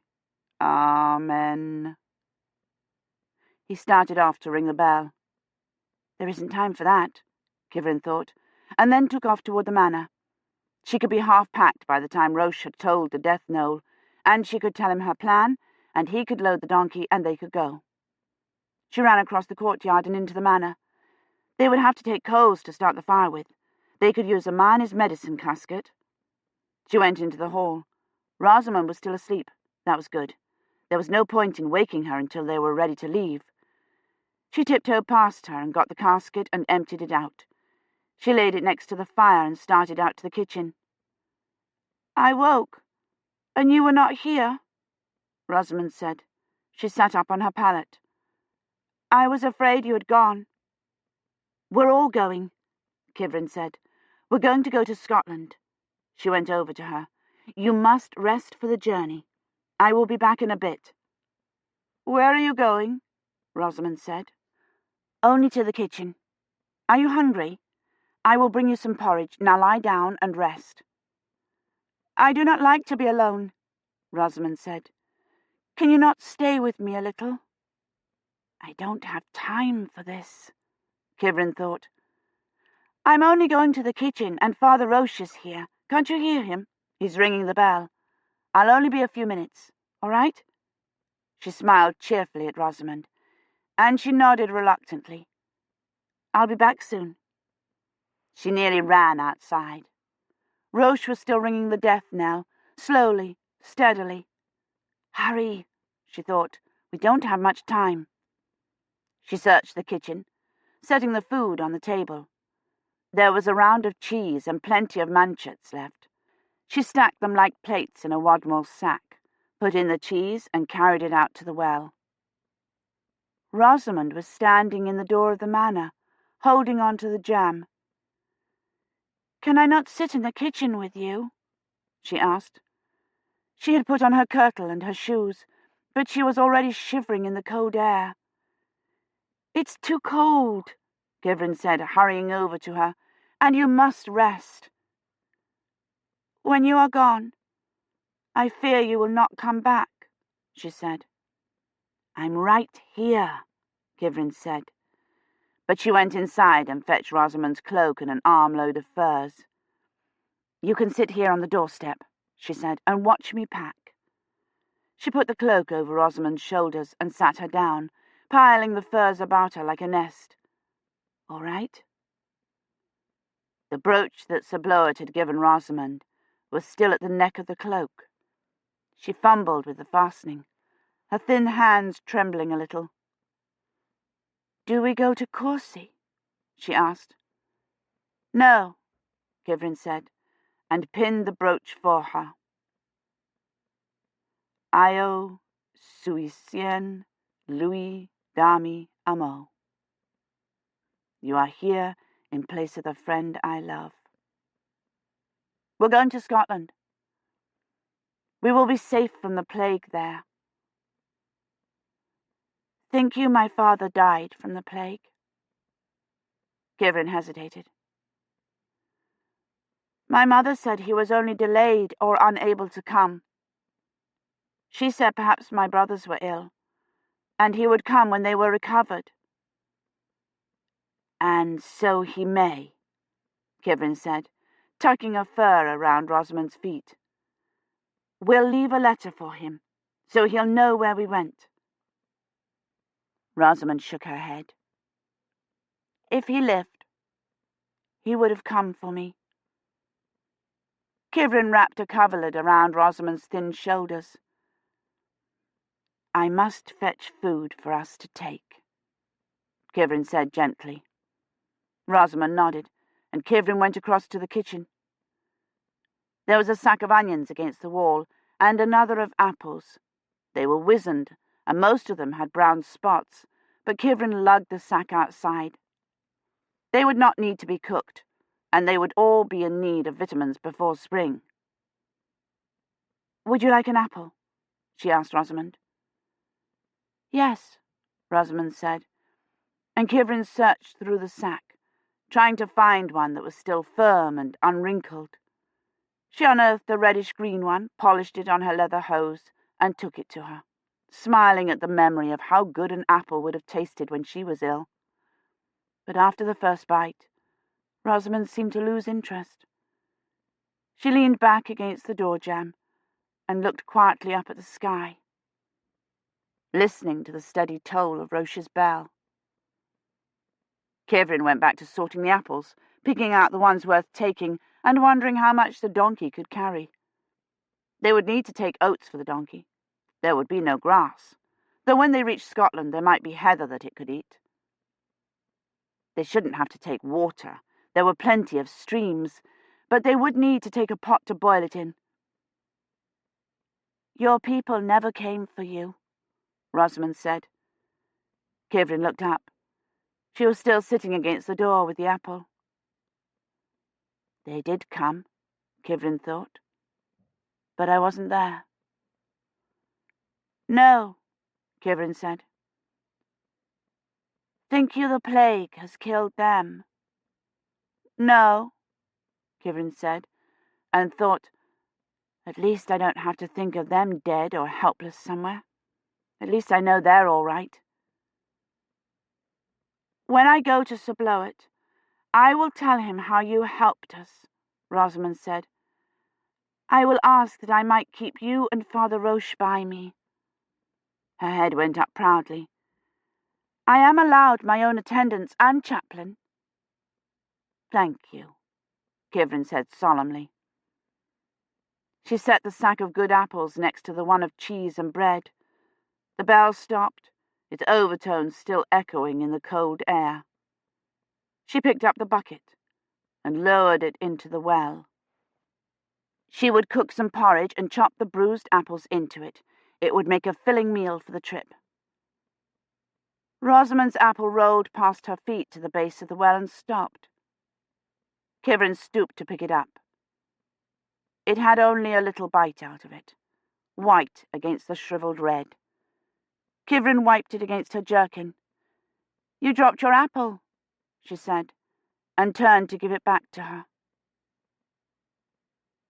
Her hand was still open, as if she had leaned forward to catch it when it fell.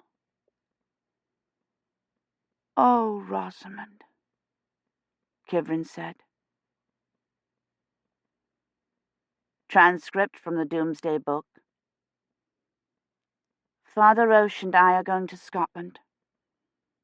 There really isn't any point in telling you that, I suppose, since you'll never hear what's on this corder. But perhaps someone will stumble across it on a moor some day, or Miss Montoya will do a dig in northern Scotland when she's finished with Skengate, and if that happens, I wanted you to know what happened to us. I know flight is probably the worst thing to do, but I have to get Father Roche away from here. The whole manor is contaminated with the plague. Bedding, clothes, the air, and the rats are everywhere. I saw one in the church when I went to get Roche's alb and stole for Rosamond's funeral. And even if he doesn't catch it from them, the plague is all around us. And I will never be able to convince him to stay here. He will want to go and help. We'll keep off the roads and away from the villages. We've got food enough for a week, and then we'll be far enough north that I should be able to buy food in a town. The clerk had a sack of silver with him. And don't worry, we'll be all right. As Mr. Gilchrist would say, I've taken every possible precaution. Chapter 32. Apocalyptic was very likely the correct term for his even thinking he could rescue Kivrin, Dunworthy thought. He was worn out by the time Colin got him back to his room, and his temp was back up. "You rest," Colin said, helping him into bed. "You can't have a relapse if you're going to rescue Kivrin." "I need to see Badri," he said, "and Finch." "I'll take care of everything," Colin said, and darted out. He would need to arrange his and Badri's discharge and med support for the pickup in case Kivrin was ill. He would need a plague inoculation. He wondered how long would be required for it to take effect. Mary had said she'd immunize Kivrin while she was in hospital for her cauda implant. That had been 2 weeks before the drop, but perhaps it didn't take that long to confer immunity. The nurse came in to check his temp. "I'm just going off duty," she said, reading his patch. "How soon can I be discharged?" he asked. "Discharged?" she said, sounding surprised. "My, you must be feeling better." "I am," he said. "How long?" She frowned. "There's a good deal of difference between being ready for a bit of a walk and being ready to go home." She adjusted the drip. "You don't want to overdo."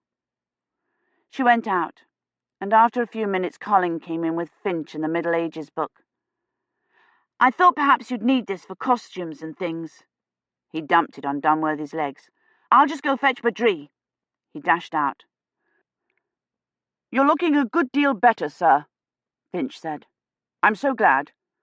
I'm afraid you're badly needed at Balliol. It's Mrs. Gadsden.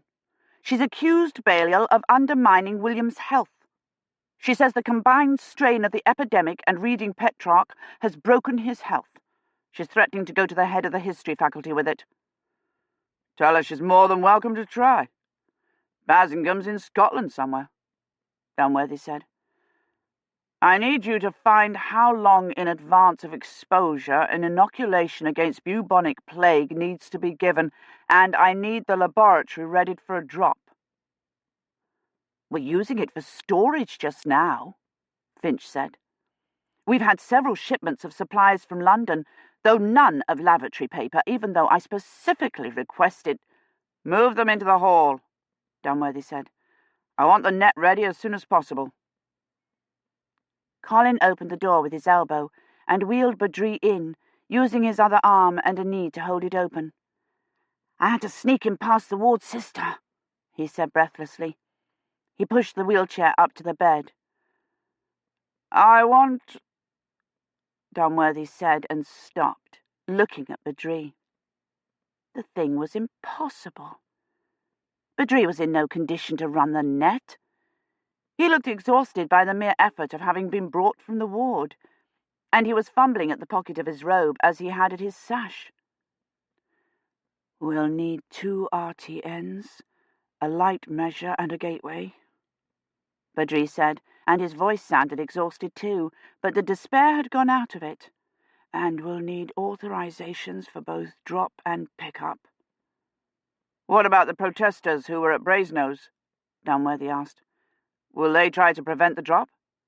"No," Colin said. "They're over at the National Trust headquarters. They're trying to shut down the dig." Good, Dunworthy thought. Montoya will be too occupied with trying to defend her churchyard against picketers to interfere. Too occupied to look for Kivrin's corder. "What else will you need?" he asked Badri. "An insular memory and redundant for the backup." He pulled a sheet of paper from the pocket and looked at it. "And a remote hookup so I can run parameter checks." He handed the list to Dunworthy, who handed it to Finch. "We'll also need med support for Kivrin," Dunworthy said. "And I want a telephone installed in this room." Finch was frowning at the list. "And don't tell me we're out of any of these," Dunworthy said before he could protest. "Beg, borrow, or steal them." He turned back to Badri. "Will you need anything else?" "To be discharged," Badri said, "which I'm afraid will be the greatest obstacle." "He's right," Colin said. "Sister will never let him out. I had to sneak him in here." "Who's your doctor?" Dunworthy asked. "Dr. Gates," Badri said. "But—" "Surely we can explain the situation," Dunworthy interrupted. "Explain that it's an emergency." Badri shook his head. "The last thing we can do is tell him the circumstances. I persuaded him to discharge me to open the net while you were ill. He didn't think I was well enough, but he allowed it. And then when I had the relapse—" Dunworthy looked anxiously at him. "Are you certain you're capable of running the net? Perhaps I can get Andrews now that the epidemic's under control." "There isn't time," Badri said. And it was my fault.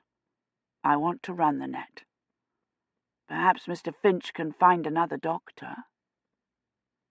"Yes," Dunworthy said. "And tell mine I need to speak with him." He reached for Colin's book. "I'll need a costume." He flipped through the pages, looking for an illustration of medieval clothing. No strips, no zippers, no buttons. He found a picture of Boccaccio and showed it to Finch. "I doubt if 20th century has anything. Telephone the Dramatic Society and see if they've got something." "I'll do my best, sir," Finch said, frowning doubtfully at the illustration. The door crashed open, and the sister rattled in, enraged. "Mr. Dunworthy, this is utterly irresponsible," she said, in a tone that had no doubt caused casualties from the Second Falklands War terrors. "If you will not take care of your own health, you might at the least not endanger that of the other patients." She fixed her gaze on Finch. "Mr. Dunworthy is to have no more visitors."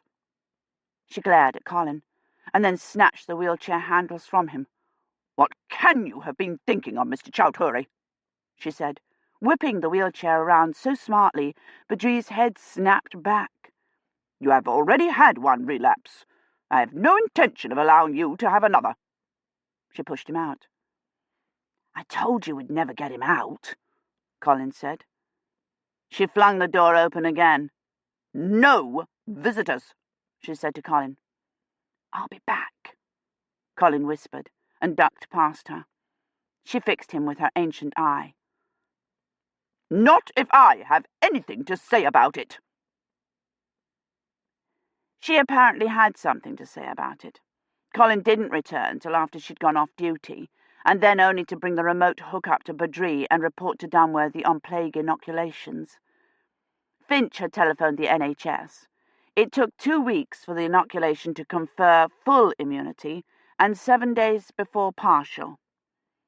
"And Mr. Finch wants to know if you shouldn't also be inoculated against cholera and typhoid." "There isn't time," he said. There wasn't time for a plague inoculation either. Kivrin had already been there over 3 weeks, and every day lowered her chances of survival. And he was no closer to being discharged. As soon as Colin left, he rang William's nurse and told her he wanted to see his doctor. "I'm ready to be discharged," he said. She laughed. "I'm completely recovered," he said. "I did 10 laps in the corridor this morning." She shook her head. "The incidence of relapse in this virus has been extremely high. I simply can't take the risk." She smiled at him. "Where is it you're so determined to go? Surely whatever it is can survive another week without you." "It's the start of term," he said, and realized that was true. "Please tell my doctor I wish to see him." "Dr. Warden will only tell you what I've told you," she said. But she apparently relayed the message because he tottered in after tea. He had obviously been hauled out of a senile retirement to help with the epidemic.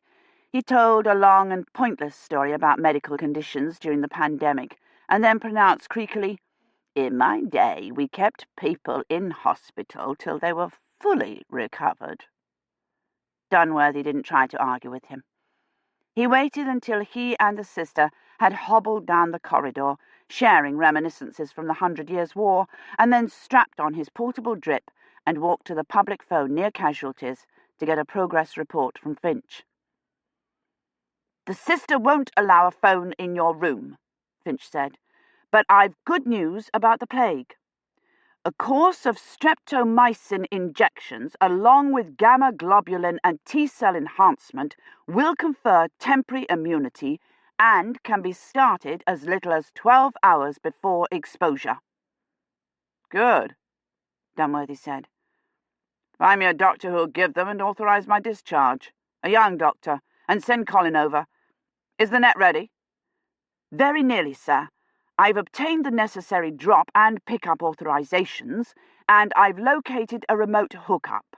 I was just going to fetch it now." He rang off, and Dunworthy walked back to the room. He hadn't lied to the nurse.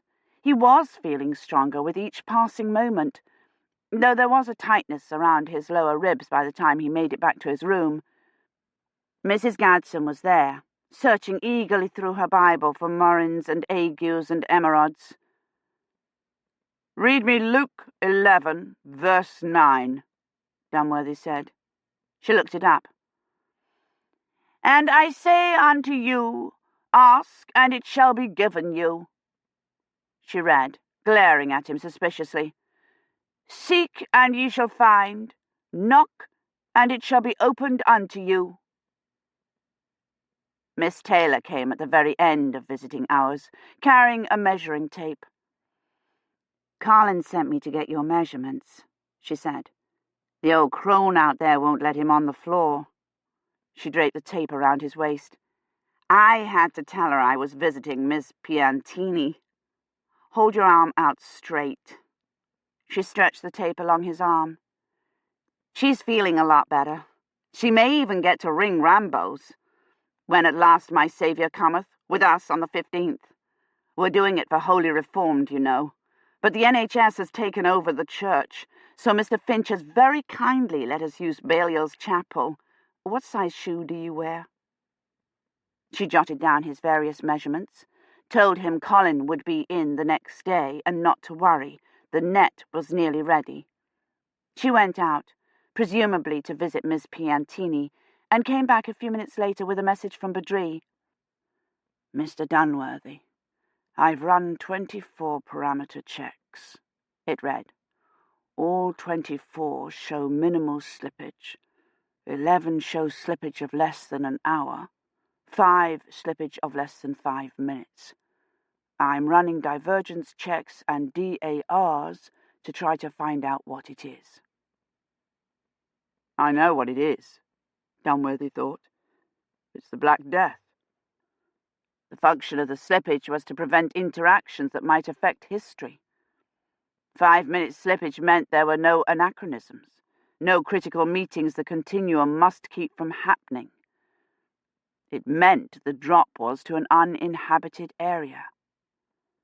It meant the plague had been there, and all the contempts were dead. Colin didn't come in the morning, and after lunch Dunworthy walked to the public phone again and rang Finch. "I haven't been able to find a doctor willing to take on new cases," Finch said. "I've telephoned every doctor and medic within the perimeter, and a good many of them are still down with flu," he apologized, "and several of them—" He stopped. But Dunworthy knew what he had intended to say. Several of them had died, including the one who would certainly have helped, who would have given him the inoculations and discharged Badri. "Great-Aunt Mary wouldn't have given up," Colin had said. She wouldn't have, he thought, in spite of the sister and Mrs. Gadsden and a band of pain below the ribs. If she were here, she would have helped him however she could. He walked back to his room. The sister had posted a large placard reading, "Absolutely no visitors allowed," on his door, but she was not at her desk or in his room. Colin was, carrying a large, damp parcel. "The sister's in the ward," Colin said, grinning. "Miss Piantini very conveniently fainted. You should have seen her. She's very good at it." He fumbled with the string. "The nurse just came on duty, but you needn't worry about her either. She's in the linen room with William Gadsden." He opened the parcel. It was full of clothing, a long black doublet and black breeches, neither of them remotely medieval, and a pair of women's black tights. "Where'd you get this?" Dunworthy said. "A production of Hamlet?" "Richard III," Colin said. "Keble did it last term. I took the hump out." "Is there a cloak?" Dunworthy said, sorting through the clothing. "Tell Finch to find me a cloak. A long cloak that will cover everything." "I will," Colin said absently. He was fumbling intently with the band on his green jacket. It sprang open, and Colin threw it off his shoulders. "Well, what do you think?" He had done considerably better than Finch. The boots were wrong. They looked like a pair of gardener's Wellingtons. But the brown burlap smock and shapeless grey-brown trousers looked like the illustration of a serf in Colin's book. "The trousers have a strip," Colin said, "but you can't see it under the shirt. I copied it out of the book. I'm supposed to be your squire." He should have anticipated this.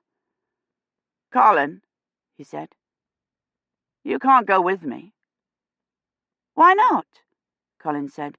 "I can help you find her. I'm good at finding things." "It's impossible. Oh, now you're going to tell me how dangerous it is in the Middle Ages, aren't you? Well, it's rather dangerous here, isn't it? What about Aunt Mary? She'd have been safer in the Middle Ages, wouldn't she? I've been doing lots of dangerous things, taking medicine to people and putting up placards in the wards. While you were ill, I did all sorts of dangerous things you don't even know about." "Colin, you're too old to go alone. And Great Aunt Mary told me to take care of you. What if you have a relapse?" "Colin, my mother doesn't care if I go." "But I do. I can't take you with me." "So I'm to sit here and wait," he said bitterly, "and nobody will tell me anything, and I won't know whether you're alive or dead." He picked up the jacket. "It's not fair." "I know. Can I come to the laboratory at least?" "Yes." "I still think you should let me go," he said.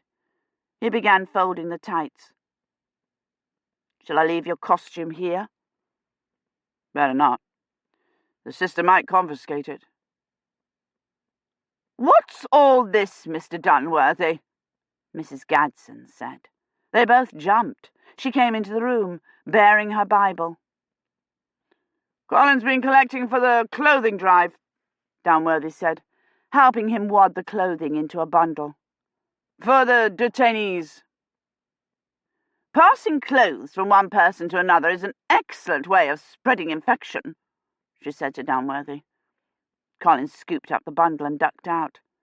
"And allowing a child to come here and risk catching something. He offered to come and walk me home from the infirmary last night, and I said, 'I won't have you risking your health for me.'" She sat down next to the bed and opened her Bible. "It's pure negligence, allowing that boy to visit you. But I suppose it's no more than what I should have expected from the way you run your college. Mr. Finch has become a complete tyrant in your absence. He simply flew at me in a rage yesterday when I requested an extra roll of lavatory paper." "I want to see William," Dunworthy said. "Here?" she sputtered. "In hospital?" She shut her Bible with a snap. "I simply won't allow it. There are still a great many infectious cases, and poor Willie is in the linen room with my nurse," he thought. "Tell him I wish to see him as soon as possible," he said. She brandished the Bible at him like Moses bringing down the plagues on Egypt. "I intend to report your callous indifference to your students' well-being to the head of the history faculty," she said, and stormed out. He could hear her complaining loudly in the corridor to someone, presumably the nurse, because William appeared almost immediately, smoothing down his hair. "I need injections of streptomycin and gamma-globulin," Dunworthy said. "I also need to be discharged from hospital, as does Badri Chowdhury." He nodded. "I know. Colin told me you're going to try to retrieve your historian." He looked thoughtful. "I know this nurse." "A nurse can't give an injection without authorization by a doctor, and the discharges will require authorization as well." "I know a girl up in records." "When do you want this by?" "As soon as possible." "I'll get right on it. Might take 2 or 3 days," he said, and started out. "I met Kivrin once. She was at Balliol to see you. She's very pretty, isn't she?" I must remember to warn her about him, Dunworthy thought, and realized he had actually begun to believe he might be able to rescue her in spite of everything. "Hold on," he thought. "I'm coming." 2 or 3 days. He spent the afternoon walking up and down the corridor, trying to build his strength up. Badri's ward had an absolutely no visitors allowed placard on each of the doors, and the sister fixed him with a watery blue eye each time he approached them. Colin came in wet and breathless with a pair of boots for Dunworthy. "She has guards everywhere," he said.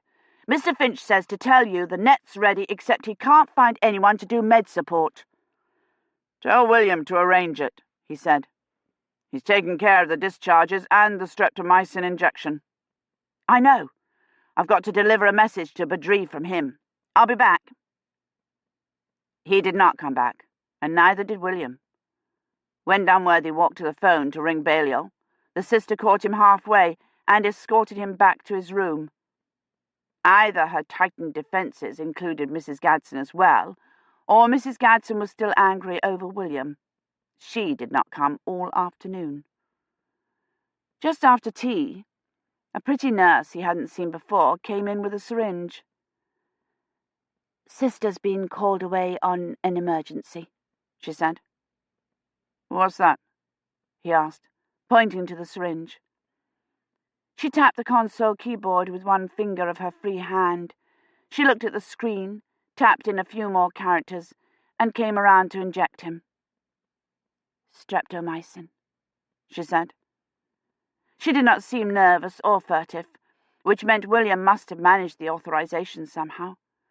She injected the largish syringe into the cannula, smiled at him, and went out. She had left the console on. He got out of bed and went round to read what was on the screen. It was his chart. He recognized it because it looked like Badri's and was as unreadable. The last entry read, ICU 1580-2691, 14-1-55, 1805, 150/RPT, 1800 CRS, 1 MSTMC, 4 ML/Q6H, NHS 40-211-7 M. Ahrens. He sat down on the bed. Oh, Mary. William must have obtained her access code, perhaps from his friend in records, and fed it into the computer. Records was no doubt far behind, swamped by the paperwork of the epidemic, and had not yet got to Mary's death. They would catch the error some day, though the resourceful William had no doubt already arranged for its erasure. He scrolled the screen back through his chart. There were M. Ahrens' entries up through 8/1/55, the day she had died. She must have nursed him until she could no longer stand. No wonder her heart had stopped. He switched the console off, so that the sister wouldn't spot the entry, and got into bed. He wondered if William planned to sign her name to the discharges as well.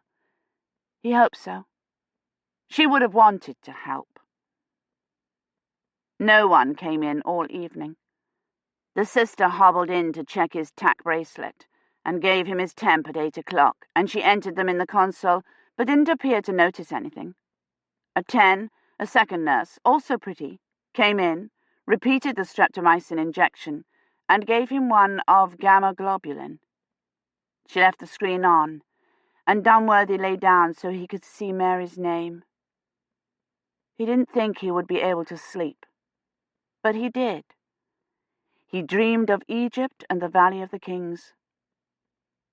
"Mr. Dunworthy, wake up," Colin whispered. He was shining a pocket torch in his face. "What is it?" Dunworthy said, blinking against the light. He groped for his spectacles. "What's happened?" "It's me, Colin," he whispered. He turned the torch on himself. He was wearing, for some unknown reason, a large white lab coat, and his face looked strained, sinister in the upturned light of the torch. "What's wrong?" Dunworthy asked. "Nothing," Colin whispered. You're being discharged." Downworthy hooked his spectacles over his ears. He still couldn't see anything. "What time is it?" he whispered. 4 o'clock. He thrust his slippers at him and turned the torch on the closet. "Do hurry." He took Downworthy's robe off the hook and handed it to him. "She's likely to come back any moment." Downworthy fumbled with the robe and slippers, trying to wake up, wondering why they were being discharged at this odd hour and where the sister was. Colin went to the door and peeked out. He switched the torch off, stuck it in the pocket of the too large lab coat, and eased the door shut. After a long breath-holding moment, he opened it a crack and looked out.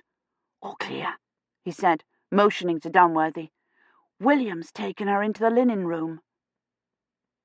"Oh, the nurse?" Downworthy asked, still groggy. "Why is she on duty?" "Not the nurse, the sister. William's keeping her in there till we're gone." "What about Mrs. Gadsden?" Colin looked sheepish. "She's reading to Mr. Latimer," he said defensively. "I had to do something with her, and Mr. Latimer can't hear her."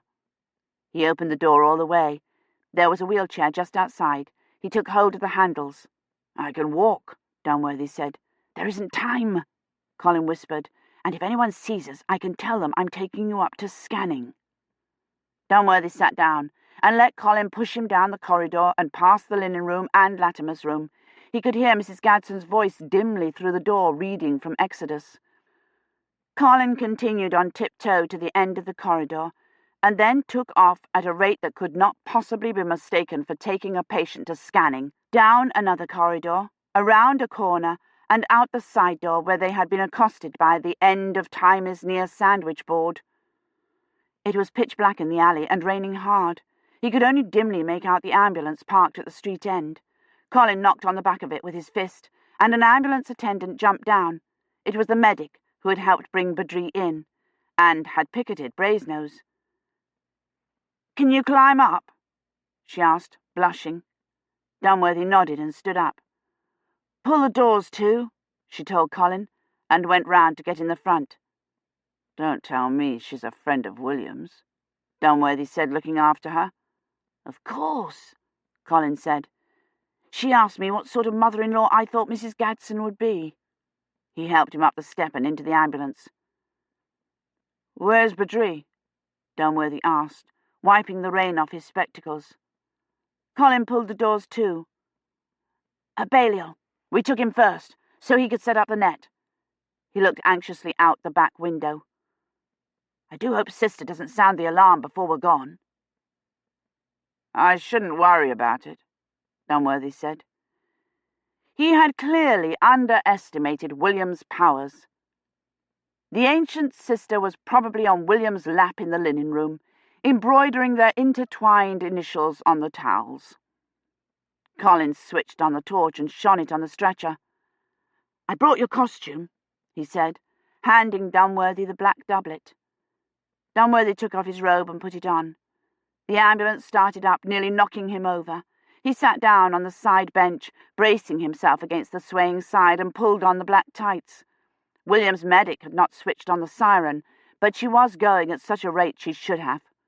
Downworthy clung to the strap with one hand and pulled on the breeches with the other, and Colin, reaching for the boots, nearly went over on his head. "We found you a cloak," Colin said. "Mr. Finch borrowed it off the Classical Theatre Society." He shook it out. It was Victorian, black and lined in red silk. He draped it over Downworthy's shoulders. "What production did they put on? Dracula?" The ambulance lurched to a stop, and the medic yanked open the door. Colin helped Downworthy down, holding up the train of the voluminous cloak like a page boy. They ducked in under the gate. The rain pattered loudly on the stones overhead, and under the sound of the rain was a clanging sound. "What's that?" Downworthy asked, peering out into the dark quad. "When at last my saviour cometh," Colin said. "The Americans are practicing it for some church thing. Necrotic, isn't it?" "Mrs. Gadsden said they were practicing at all hours, but I'd no idea she meant 5 in the morning." Concert's tonight, Colin said. Tonight? Dunworthy said, and realised it was the 15th, the 6th on the Julian calendar, Epiphany, the arrival of the wise men. Finch hurried toward them with an umbrella. "Sorry I'm late," he said, holding it over Dunworthy, "but I couldn't find an umbrella. You've no idea how many of the detainees go off and forget them, especially the Americans." Dunworthy started across the quad. "Is everything ready?" "The med support's not here yet," Finch said, attempting to keep the umbrella over Dunworthy's head. "But William Gadsden just telephoned to say it was all arranged and she'd be here shortly." Dunworthy would not have been surprised if he had said the sister had volunteered for the job. "I do hope William never decides to take to a life of crime," he said. "Oh, I don't think he would, sir. His mother would never allow it." He ran a few steps, trying to keep up. "Mr. Chowdhury's running the preliminary coordinates, and Miss Montoya's here." He stopped. "Montoya? What is it?" "I don't know, sir. She said she had information for you." "Not now," he thought. "Not when we're this close." He went in the laboratory. Badri was at the console, and Montoya, wearing her terrorist jacket and muddy jeans, was leaning over him, watching the screen. Badri said something to her, and she shook her head and looked at her digital. She glanced up and saw Dunworthy, and an expression of compassion came into her face. She stood up and reached in the pocket of her shirt. "No," Dunworthy thought. She walked over to him. "I didn't know you were planning this," she said, pulling out a folded sheet of paper. "I want to help." She handed him the paper. "This is what information Kivrin had to work with when she went through." He looked at the paper in his hand. It was a map. "This is the drop." She pointed to a cross on a black line. "And this is Skengate. You'll recognize it by the church. It's Norman, with murals above the rood screen and a statue of St. Anthony." She smiled at him. "The patron saint of lost objects. I found the statue yesterday." She pointed to several other crosses. "If by some chance she didn't go to Skengate, the most likely villages are Estcote, Hennefeld, and Shrivenden. I've listed their distinguishing landmarks on the back." Badri stood up and came over. He looked even frailer than he had in the ward, if that were possible, and he moved slowly, like the old man he had become. "I'm still getting minimal slippage, no matter what variables I feed in," he said. He put his hand under his ribs. "I'm running an intermittent opening for 5 minutes at 2-hour intervals. That way we can hold the net open for up to 24 hours. 36, if we're lucky." Dunworthy wondered how many of those 2-hour intervals Badri would hold up for. He looked done in already. "When you see the shimmer, or the beginnings of moisture condensation, move into the rendezvous area," Badri said. "What if it's dark?" Colin asked. He had taken off the lab coat, and Dunworthy saw that he was in his squire's costume. "You should still be able to see the shimmer, and we'll call out to you," Badri said. He grunted softly and put his hand to his side again. "You've been immunized?" "Yes." "Good. All we're waiting for then is the med support." He looked hard at Dunworthy. "Are you sure you're well enough to do this?" "Are you?" Dunworthy asked. The door opened, and William's nurse came in, wearing a slick. She blushed when she saw Dunworthy. William said you needed med support. Where would you like me to set up? I must remember to warn Kivrin about him, Dunworthy thought. Badri showed her where he wanted her, and Colin ran out after her equipment. Montoya led Dunworthy over to a chalked circle under the shields. "Are you going to wear your spectacles?" "Yes," he said. "You can dig them up in your churchyard." "I'm certain they won't be there," she said solemnly. "Do you want to sit or lie down?" He thought of Kivrin, lying with her arm across her face, helpless and blind. "I'll stand," he said. Colin came back in with a steamer trunk. He set it down by the console and came over to the net. "You've no business going by yourself," he said. "I must go by myself, Colin." "Why?" "It's too dangerous. You can't imagine what it was like during the Black Death." "Yes, I can. I read the book through twice, and I've had my—" He stopped. "I know all about the Black Death.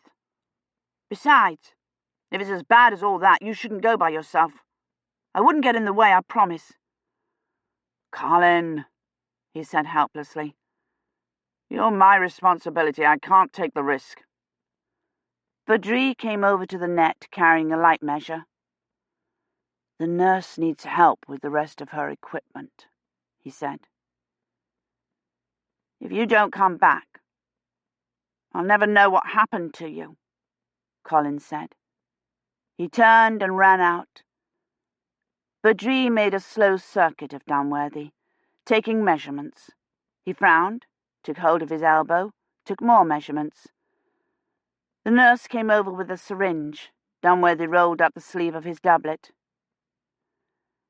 "I want you to know I don't approve of this at all," she said, swabbing Dunworthy's arm.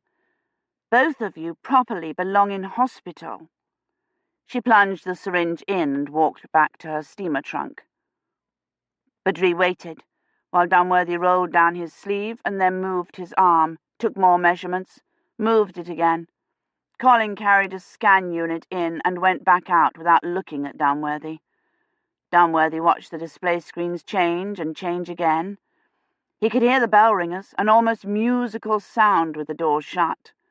Colin opened the door, and they clanged wildly for a moment while he manoeuvred a second steamer trunk through the door. Colin dragged it over to where the nurse was setting up, and then went over to the console and stood beside Montoya, watching the screens generate numbers. He wished he had told them he would go through sitting down. The stiff boots pinched his feet, and he felt tired from the effort of standing still. Badri spoke into the ear again, and the shields came down, touched the floor, draped a bit. Colin said something to Montoya, and she glanced up, frowned, and then nodded and turned back to the screen. Colin walked over to the net.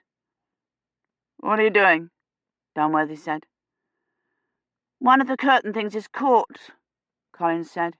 He walked to the far side and tugged on the fold. "Ready?" Badri said. "Yes," Colin said, and backed away toward the prep door. "No, wait." He came back up to the shields. "Shouldn't you take your spectacles off, in case someone sees you come through?" Dunworthy removed his spectacles and tucked them inside his doublet. "If you don't come back, I'm coming after you," Colin said, and backed away. "Ready?" he called. Dunworthy looked at the screens. They were nothing but a blur. So was Montoya, who had leaned forward over Badri's shoulder. She glanced at her digital. Badri spoke into the ear. Dunworthy closed his eyes. He could hear the bell ringers banging away at "When at last my Saviour cometh." He opened them again. "Now," Badri said. He pushed a button, and Colin darted toward the shields and under, straight into Dunworthy's arms. Chapter 33. They buried Rosamond in the grave the steward had dug for her.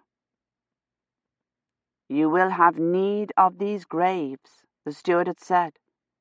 And he was right. They would never have managed to dig it themselves. It was all they could do to carry her out to the green. They laid her on the ground beside the grave. She looked impossibly thin lying there in her cloak, wasted almost to nothing. The fingers of her right hand, still half curved around the apple she had let drop, were nothing but bones. "Heard you her confession?" Roche asked. "Yes," Kivrin said. And it seemed to her that she had. Rosamond had confessed to being afraid of the dark and the plague and being alone, to loving her father, and to knowing she would never see him again. All the things that she herself could not bring herself to confess. Kivrin unfastened the love-knot pin Sir Bloet had given Rosamond and wrapped the cloak around her, covering her head, and Roche picked her up in his arms like a sleeping child and stepped down into the grave. He had trouble climbing out, and Kivrin had to take hold of his huge hands and pull him out. And when he began the prayers for the dead, he said, "Domine ad adjuvandum me festina." Kivrin looked anxiously at him. "We must get him away from here before he catches it too," she thought, and didn't correct him. "We don't have a moment to lose." "Dormiant in somno pacis," Roche said, and picked up the shovel and began filling in the grave. It seemed to take forever. Kivrin spelled him, chipping at the mound that had frozen into a solid mass and trying to think how far they could get before nightfall. It wasn't noon yet. If they left soon, they could get through the Witchwood and across the Oxford Bath Road onto the Midland Plain. They could be in Scotland within the week, near Invercastley or Dunach, where the plague never came. "Father Roche," she said, as soon as he began tamping down the dirt with the flat of the shovel, "we must go to Scotland." "Scotland?" he said, as if he had never heard of it. "Yes," she said, "we must go away from here. We must take the donkey and go to Scotland." He nodded. "We must carry the sacraments with us, and ere we go, I must ring the bell for Rosamond, that her soul may pass safely into heaven." She wanted to tell him no, that there wasn't time, they must leave now, immediately, but she nodded. "I will fetch Balaam," she said. Roche started for the bell tower, and she took off running for the barn before he had even reached it. She wanted them to be gone now, before anything else happened, as if the plague were waiting to leap out at them like the bogeyman from the church or the brewhouse or the barn. She ran across the courtyard and into the stable and led the donkey out. She began to strap his panniers on.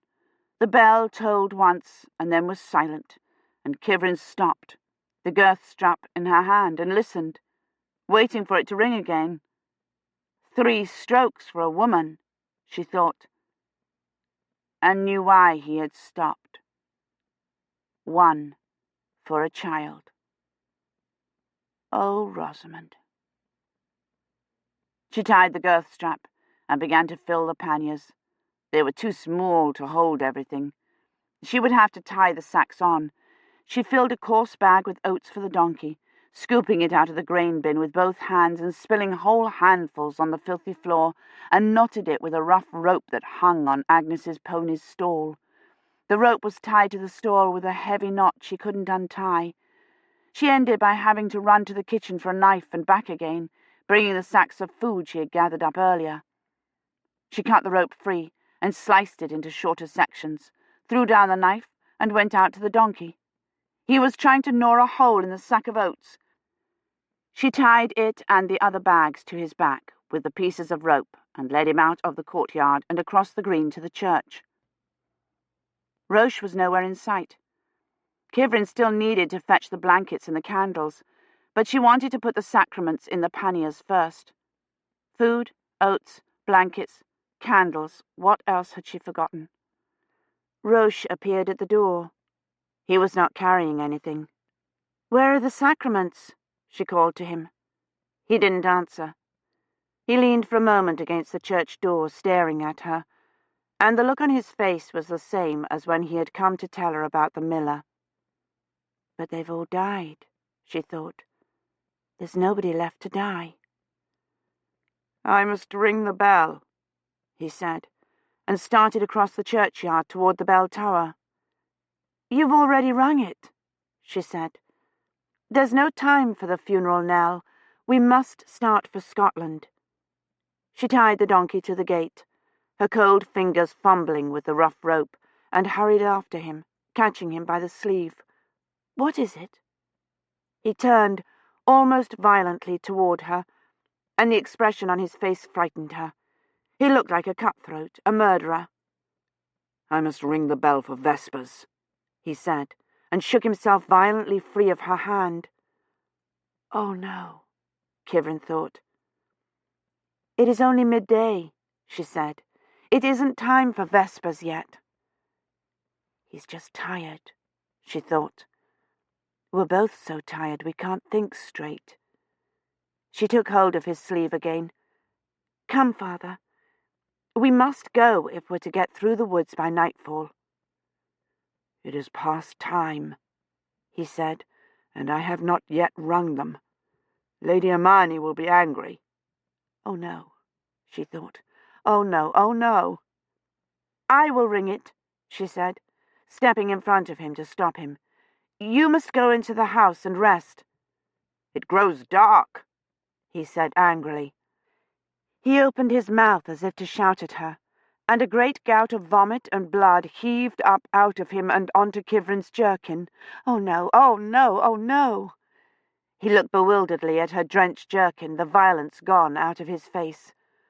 "Come, you must lie down," she said, thinking, "We will never make it to the manor house." "Am I ill?" he said, still staring at her blood-covered jerkin. "No," she said. "You are but tired and must rest." She led him toward the church. He stumbled, and she thought, if he falls, I will never get him up. She helped him inside, bracing the heavy door open with her back, and sat him down against the wall. "I fear the work has tired me," he said, leaning his head against the stones. "I would sleep a little." "Yes, sleep," Kivrin said. As soon as he had closed his eyes, she ran back to the manor house for blankets and a bolster to make him a pallet. When she skidded in with them, he was no longer there. "Roche?" she cried, trying to see up the dark nave. "Where are you?" There was no answer. She darted out again, still clutching the bedding to her chest. But he wasn't in the bell tower or the churchyard, and he could not possibly have made it to the house. She ran back in the church and up the nave, and he was there, on his knees in front of the statue of St. Catherine. "You must lie down," she said, spreading the blankets on the floor. He lay down obediently, and she put the bolster behind his head. "It is the plague, is it not?" he asked, looking up at her. "No," she said, pulling the coverlid up over him. "You're tired, that's all. Try to sleep." He turned on his side away from her, but in a few minutes he sat up, the murderous expression back, and threw the covers off. "I must ring the vespers bell," he said accusingly, and it was all Kivrin could do to keep him from standing up. When he dozed again, she tore strips from the frayed bottom of her jerkin and tied his hands to the rude screen. "Don't do this to him," Kivrin murmured over and over without knowing it. "Please, please, don't do this to him." He opened his eyes. "Surely God must hear such fervent prayers," he said, and sank into a deeper, quieter sleep. Kivrin ran out, and unloaded the donkey and untied him, gathered up the sacks of food and the lantern, and brought them inside the church. He was still sleeping. She crept out again and ran across to the courtyard and drew a bucket of water from the well.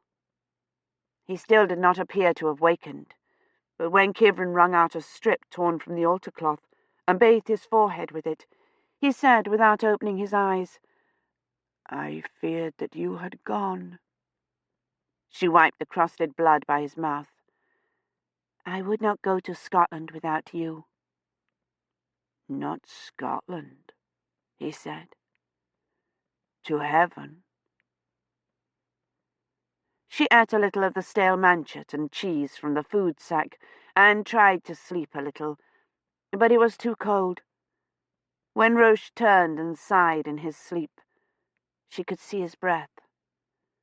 She built a fire, pulling up the stick fence around one of the huts and piling the sticks in front of the rude screen, but it filled the church with smoke, even with the doors propped open. Roche coughed and vomited again. This time, it was nearly all blood. She put the fire out and made 2 more hurried trips for as many furs and blankets as she could find, and made a sort of nest of them. Roche's fever went up in the night. He kicked at the covers and raged at Kivrin, mostly in words she couldn't understand, though once he said clearly, "Go, curse you," and over, furiously, "It grows dark." Kivrin brought the candles from the altar and the top of the rood screen and set them in front of St. Catherine's statue. When his ravings about the dark got bad, she lit them all and covered him up again, and it seemed to help a little. His fever rose higher, and his teeth chattered in spite of the rugs heaped over him. It seemed to Kivrin that his skin was already darkening, the blood vessels hemorrhaging under the skin. "Don't do this, please." In the morning, he was better. His skin had not blackened after all. It was only the uncertain light of the candles that had made it seem mottled. His fever had come down a little, and he slept soundly through the morning and most of the afternoon, not vomiting at all. She went out for more water before it got dark. Some people recovered spontaneously, and some were saved by prayers. Not everyone died who was infected. The death rate for pneumonic plague was only 90%. He was awake when she went in, lying in a shaft of smoky light. She knelt and held a cup of water under his mouth, tilting his head up so he could drink. "It is the blue sickness," he said, when she let his head back down. "You're not going to die," she said. 90%. 90%. "You must hear my confession." No. He could not die. She would be left here all alone. She shook her head, unable to speak. "Bless me, Father, for I have sinned," he began in Latin. He hadn't sinned. He had tended the sick, shriven the dying, buried the dead. It was God who should have to beg forgiveness, in thought, word, deed, and omission. I was angry with Lady Hermione. I shouted at Maisry. He swallowed. I had carnal thoughts of a saint of the Lord. Carnal thoughts? I humbly ask pardon of God and absolution of you, Father, if you think me worthy. There is nothing to forgive, she wanted to say. Your sins are no sins. Carnal thoughts. We held down Rosamond and barricaded the village against a harmless boy and buried a 6-month-old baby. It is the end of the world. Surely you are to be allowed a few carnal thoughts." She raised her hand helplessly, unable to speak the words of absolution, but he did not seem to notice. "Oh, my God," he said, "I am heartily sorry for having offended thee." "Offended thee? You're the saint of the Lord," she wanted to tell him. "And where the hell is he? Why doesn't he come and save you?" There was no oil. She dipped her fingers in the bucket and made the sign of the cross over his eyes and ears, his nose and mouth, his hands that had held her hand when she was dying. "Quid deliquiste," he said, and she dipped her hand in the water again and marked the cross on the soles of his feet. "Libera nos, quis somas, Domine," he prompted. "Ab omnibus melis," Kivrin said. "Praeteritis presentibus et futuris. Deliver us, we beseech thee, O Lord, from all evils, past, present, and to come. Perducat te ad vitam aeternam," he murmured, "and bring thee unto life everlasting." "Amen," Kivrin said, and leaned forward to catch the blood that came pouring out of him. He vomited the rest of the night and most of the next day, and then sank into unconsciousness in the afternoon, his breathing shallow and unsteady. Kivrin sat beside him, bathing his hot forehead. "Don't die," she said, when his breathing caught and struggled on, more labored. "Don't die," she said softly. "What will I do without you? I will be all alone." "You must not stay here," he said. He opened his eyes a little. They were red and swollen. "I thought you were asleep," she said regretfully. "I didn't mean to wake you." "You must go again to heaven," he said, "and pray for my soul in purgatory, that my time there may be short." Purgatory. As if God would make him suffer any longer than he was already. "You will not need my prayers," she said. "You must return to that place whence you came," he said, and his hand came up in a vague, drifting motion in front of his face, as if he were trying to ward off a blow. Kivrin caught his hand and held it, but gently, so as not to bruise the skin, and laid it against her cheek.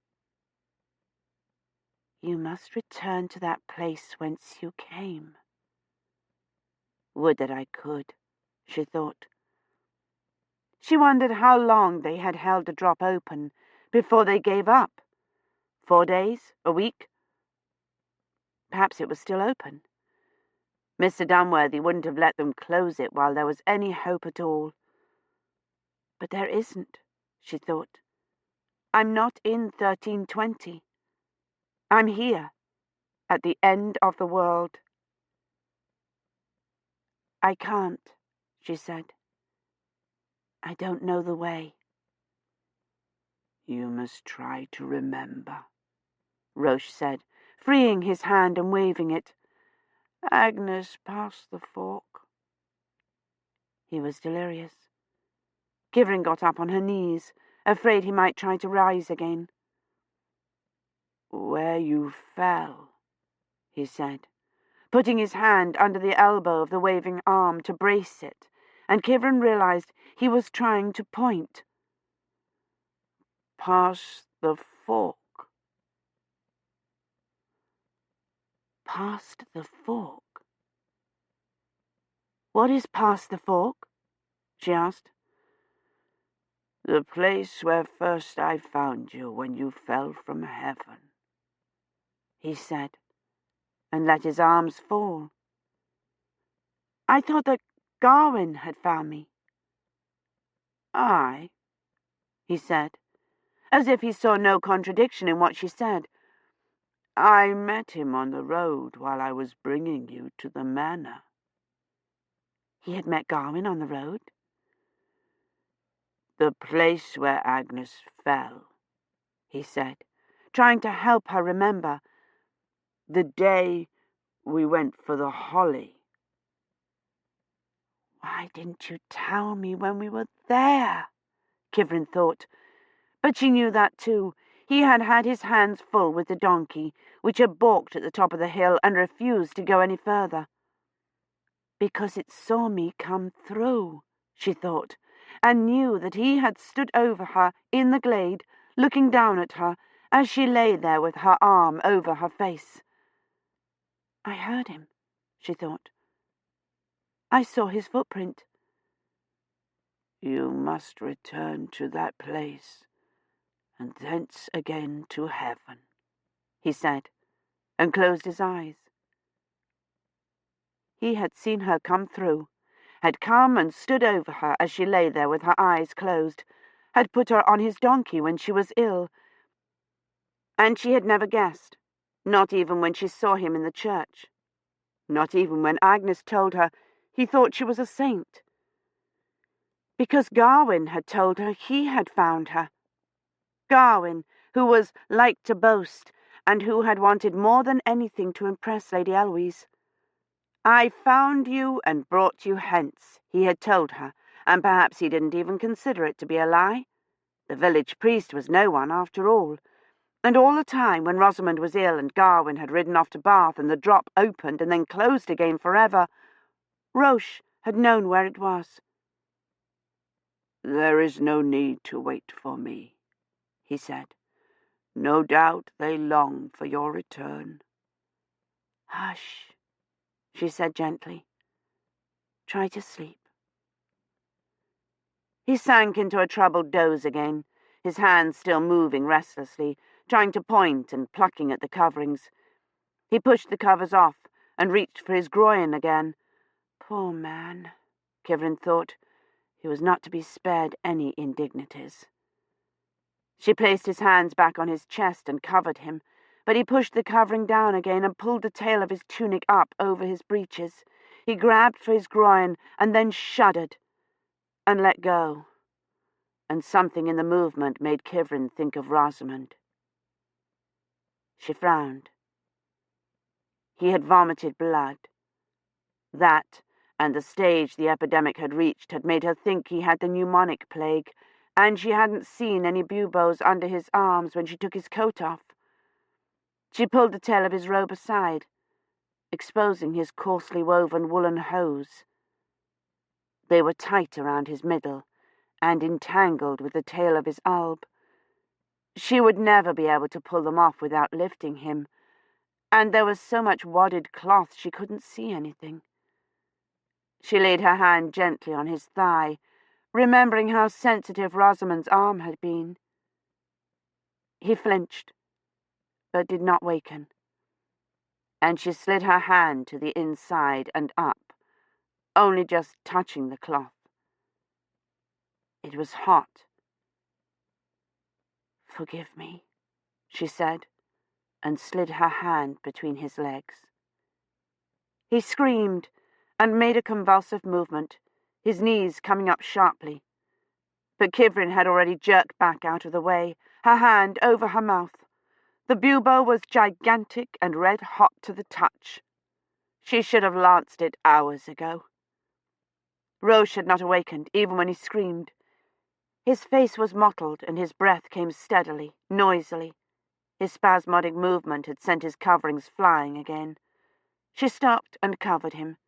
His knees came up, but less violently, and she pulled the coverings up around him and then took the last candle from the top of the rood screen, put it in the lantern, and lit it from one of St. Catherine's. "I'll be back in just a moment," she said, and went down the nave and out. The light outside made her blink, though it was nearly evening. The sky was overcast, but there was little wind, and it seemed warmer outside than in the church. She ran across the green, shielding the open part of the lantern with her hand. There was a sharp knife in the barn. She had used it to cut the rope when she was packing the wagon. She would have to sterilize it before she lanced the bubo.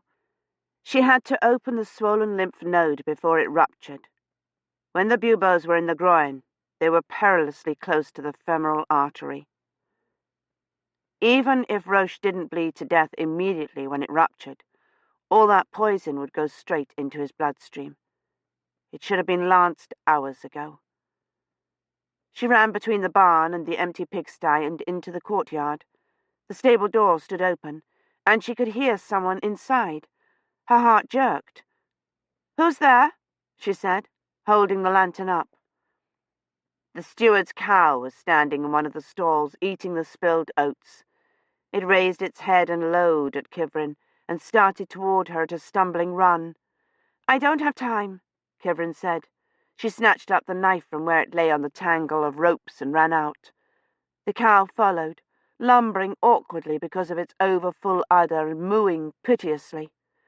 "Go away," Kivrin said, near tears. "I have to help him or he'll die." She looked at the knife. It was filthy. When she had found it in the kitchen, it had been dirty, and she had laid it down in the manure and dirt of the barn floor between times while she was cutting the ropes. She went over to the well and picked up the bucket. There was no more than an inch of water in the bottom, and it had a skim of ice on it. There was not enough to even cover the knife, and it would take forever to start a fire and bring it to a boil. There was no time for that. The bubo might already have ruptured. What she needed was alcohol, but they had used all the wine lancing the buboes and giving sacraments to all the dying. She thought of the bottle the clerk had had in Rosamond's bower. The cow shoved against her. "No," she said firmly, and pushed open the door of the manor house carrying the lantern. It was dark in the anteroom, but the sunlight streamed into the hall through narrow windows, making long, smoky, golden shafts that lit the cold hearth and the high table and the Wadmore sack of apples Kivrin had spilled out across it. The rats didn't run. They looked up at her when she came in, their small black ears twitching, and then went back to the apples.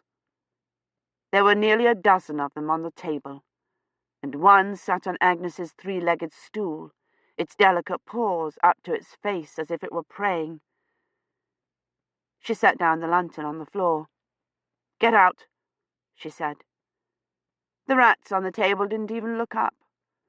The one who was praying did, across its folded paws, a cold, appraising look, as if she were an intruder.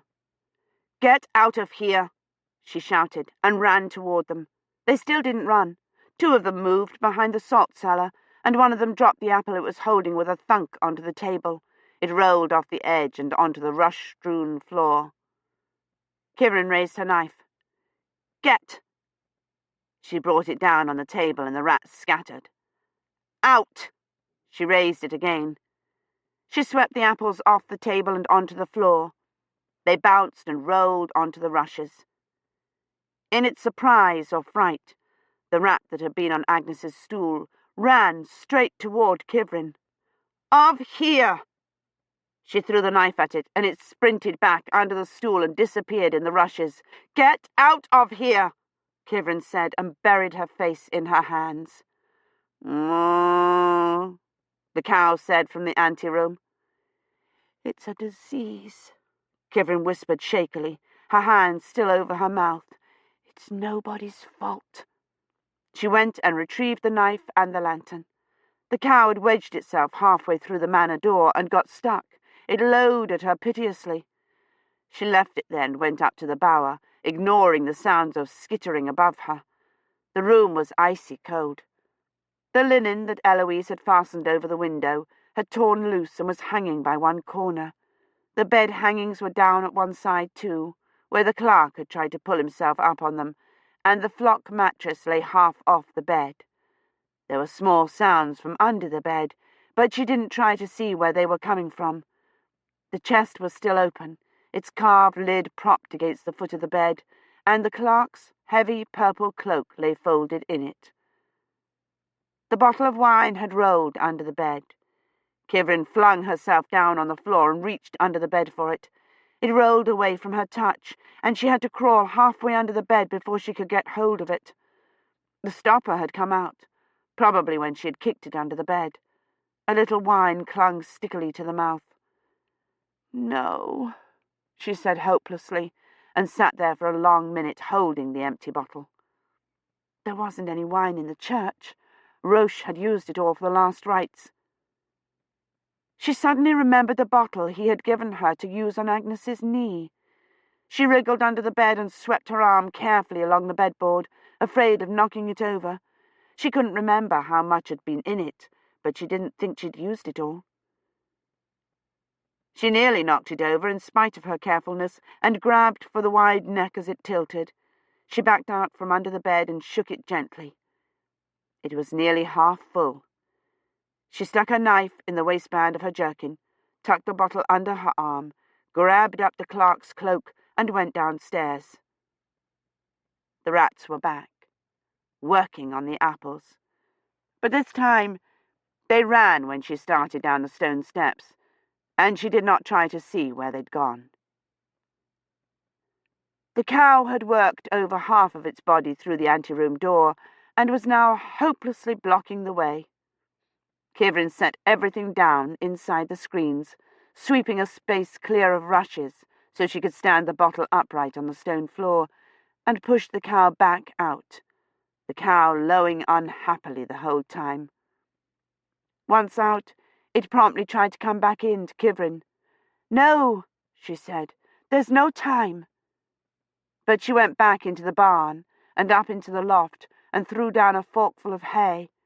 Then she scooped up everything and ran back to the church. Roche had lapsed into unconsciousness. His body had relaxed. His big legs sprawled out in front of him, wide apart, and his hands lay out at his sides, palms up. He looked like a man knocked out by a blow.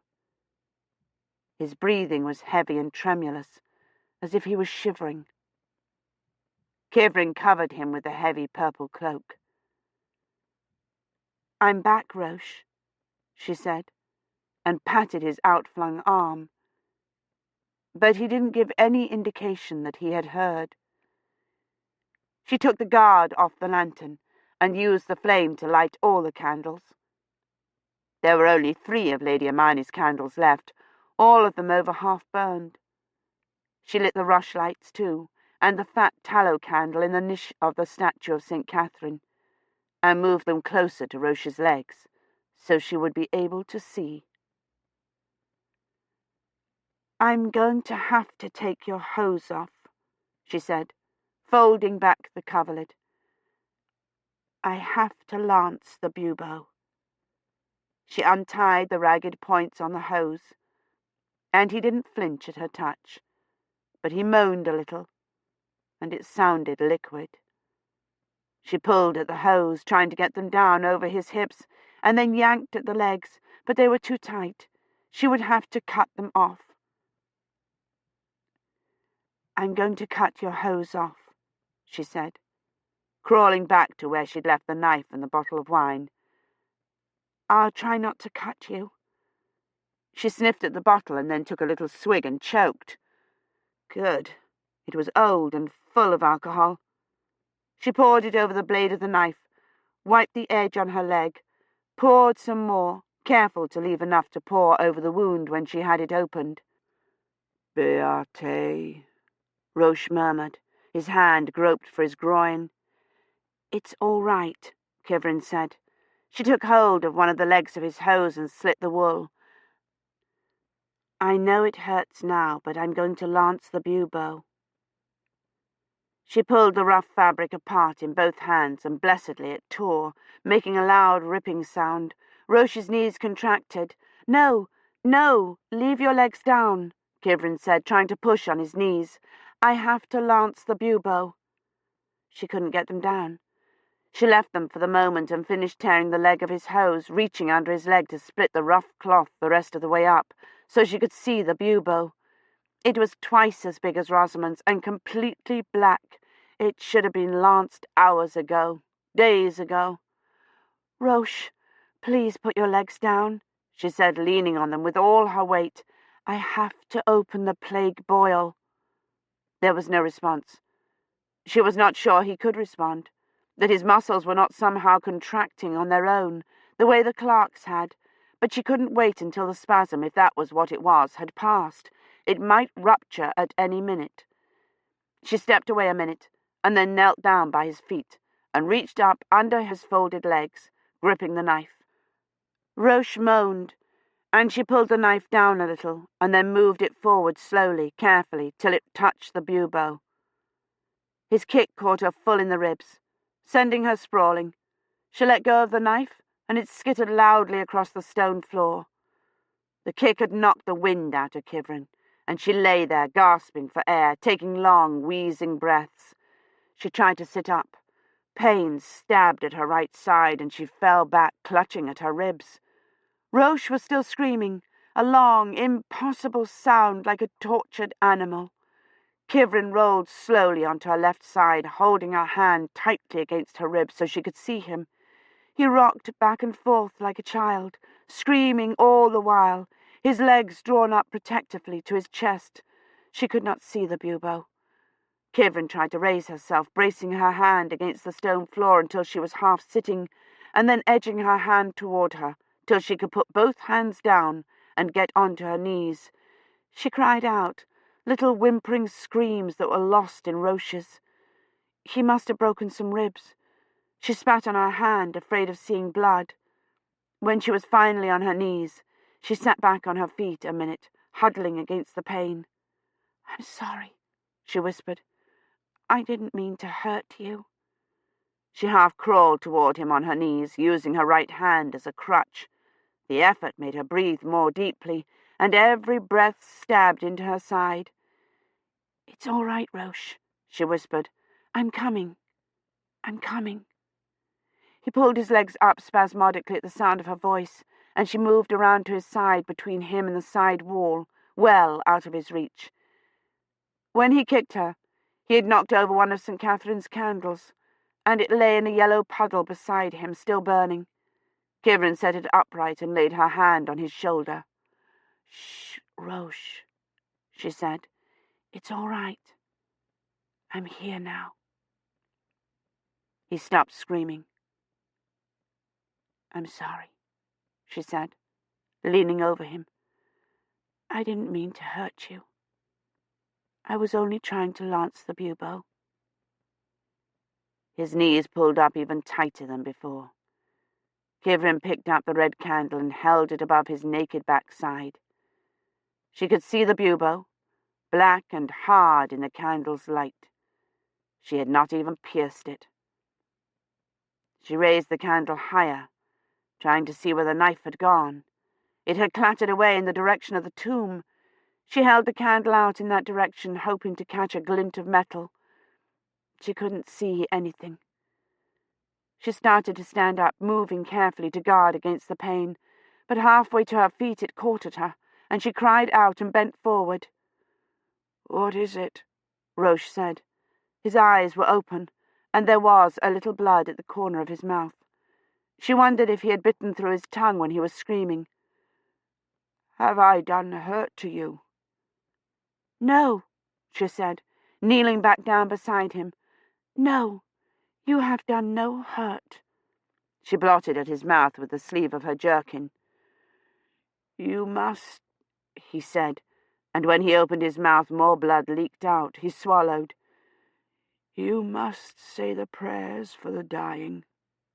No, she said, you will not die. She wiped at his mouth again. But I must lance your bubo before it ruptures. Do not, he said, and she did not know whether he meant don't lance the bubo or don't leave. His teeth were gritted, and blood was leaking between them. She sank into a sitting position, careful not to cry out, and took his head into her lap. Requiem aeternam dona eis, he said, and made a gurgling sound. Et lux perpetua. The blood was seeping from the roof of his mouth. She propped his head up higher, wadding the purple coverlid under it, wiping his mouth and chin with her jerkin. It was sodden with blood. She reached off to the side for his alb.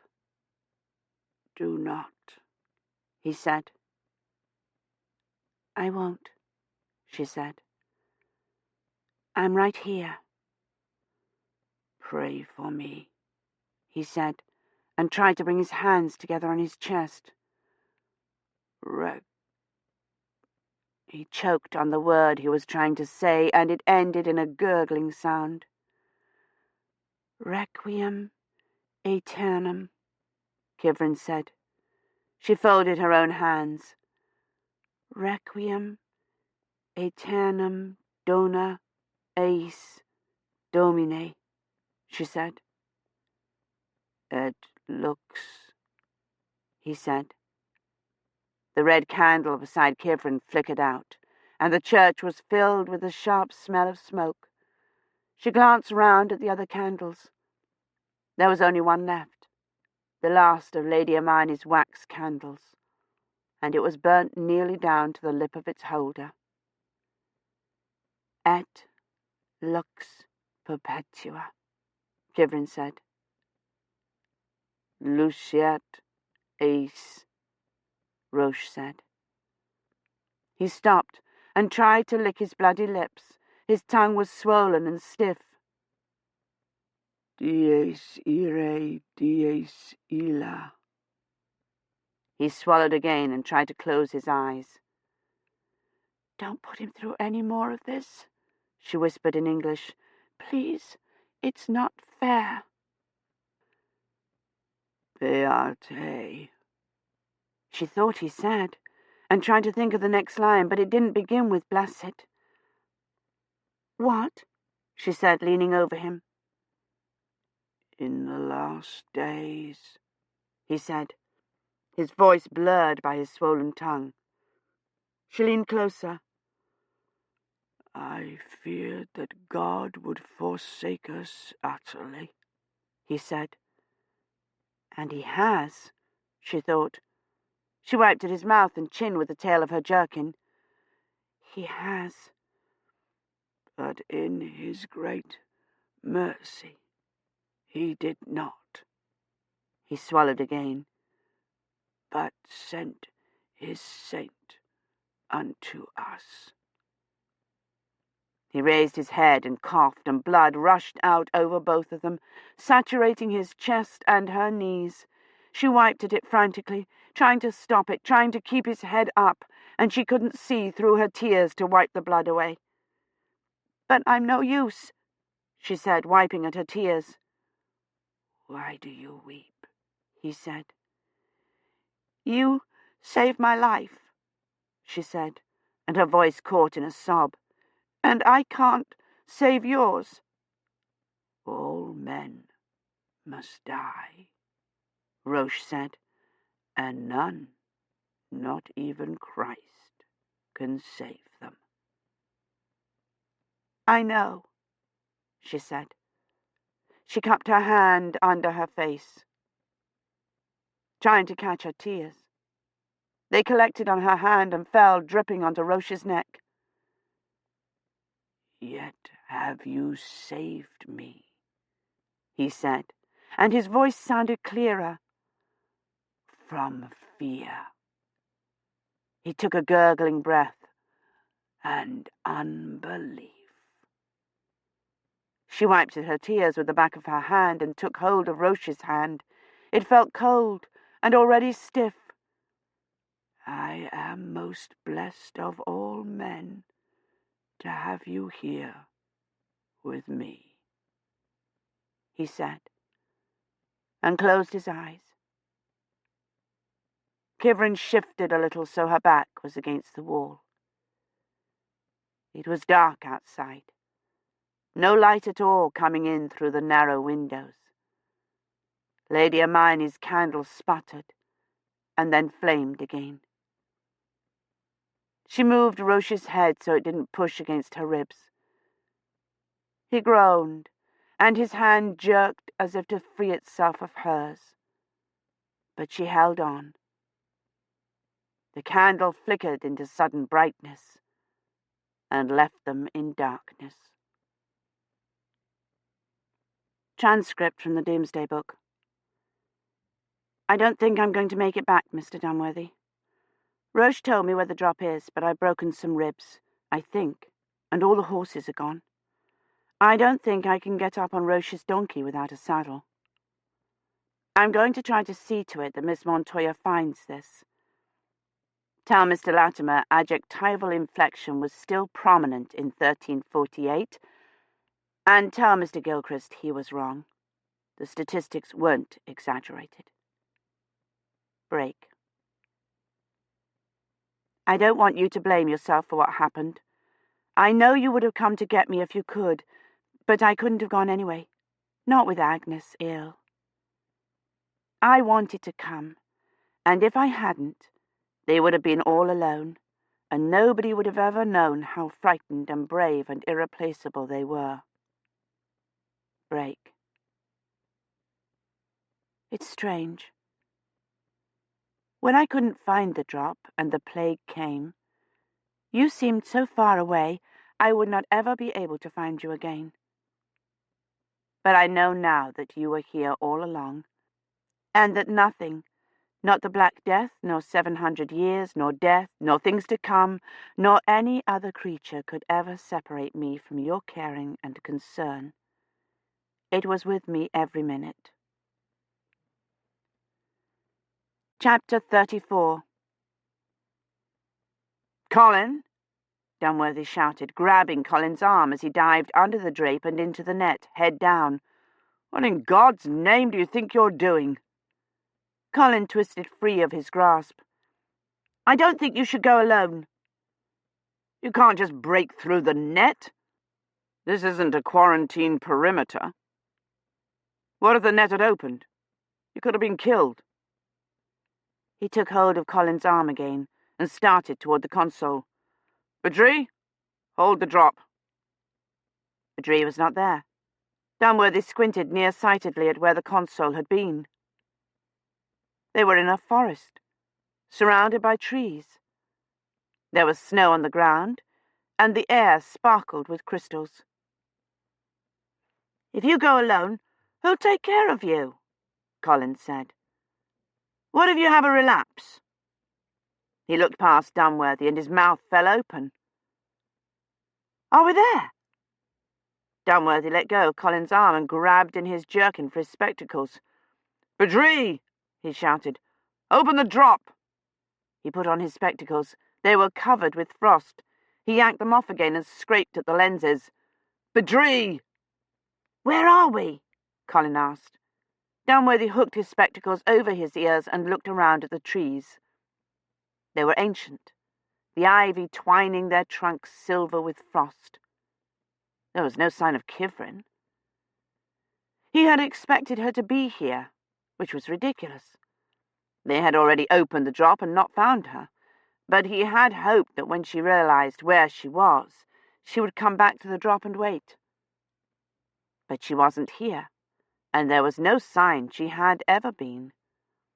The snow they were standing in was smooth and free of footprints. It was deep enough to hide any she might have left before it fell, but it wasn't deep enough to have hidden the smashed cart and the scattered boxes, and there was no sign of the Oxford-Bath road. I don't know where we are, he said. Well, I know it's not Oxford, Colin said, stamping through the snow, because it's not raining. Dunworthy looked up through the trees at the pale, clear sky. If there had been the same amount of slippage as in Kivrin's drop, it would be mid-morning. Colin darted off through the snow toward a thicket of reddish willows. Where are you going? Dunworthy said. To find a road. The drop's supposed to be near a road, isn't it? He plunged into the thicket and disappeared. Colin, he shouted, starting after him. Come back here. Here it is, Colin called from somewhere beyond the willows. The road's here. Come back here, Dunworthy shouted. Colin reappeared, holding the willows apart. "Come here," he said more calmly. "It goes up a hill," he said, squeezing through the willows into the clearing. "We can climb it and see where we are." He was already wet, his brown coat covered with snow from the willows, and he looked wary, braced for bad news. "You're sending me back, aren't you?" "I must," Dunworthy said. But his heart sank at the prospect. Badri would not have the drop open for at least 2 hours, and he was not certain how long it would stay open. He didn't have 2 hours to spare, waiting here to send Colin through, and he couldn't leave him behind. "You're my responsibility." "And you're mine," Colin said stubbornly. "Great Aunt Mary told me to take care of you. What if you have a relapse?" "You don't understand. The Black Death—" "It's all right, really. I've had the streptomycin and all that. I made William have his nurse give them to me. You can't send me back now. The drop isn't open, and it's too cold to just stay here and wait for an hour. If we go look for Kivrin now, we might have found her by then." He was right about their not being able to remain here. The cold was already seeping through the outlandish Victorian cape, and Colin's burlap coat was even less protection than his old jacket, and as wet. "We'll go to the top of the hill," he said. "But first we must mark the clearing so we can find it again. And you can't go running off like that. I want you in sight at all times. I don't have time to go looking for you as well." "I won't get lost," Colin said, rummaging in his pack. He held up a flat rectangle. "I brought a locator. It's already set to home on the clearing." He held the willows apart for Dunworthy, and they went out to the road. It was scarcely a cowpath and was covered with snow, unmarked, except by the tracks of squirrels and a dog, or possibly a wolf. Colin walked obediently at Dunworthy's side, till they were halfway up the hill, and then couldn't restrain himself and took off running. Dunworthy trudged after him, fighting the tightness already in his chest. The trees stopped halfway up the hill, and the wind began where they left off. It was bitingly cold. "I can see the village," Colin shouted down to him. He came up beside Colin. The wind was worse here, cutting straight through the cape, lining or no lining, and pushing long streamers of cloud across the pale sky. Far off to the south, a plume of smoke climbed straight into the sky and then, caught by the wind, veered off sharply to the east. "See?" Colin said, pointing.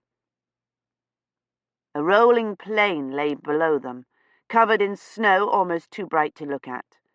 The bare trees and the road stood out darkly against it, like markings on a map. The Oxford-Bath Road was a straight black line, bisecting the snowy plain, and Oxford a pencil drawing. He could see the snowy roofs and the square tower of St. Michael's above the dark walls. "It doesn't look like the Black Death is here yet, does it?" Colin said.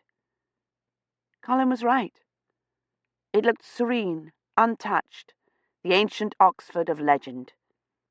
It was impossible to imagine it overrun with the plague, the dead carts full of bodies being pulled through the narrow streets, the colleges boarded up and abandoned, and everywhere the dying and the already dead.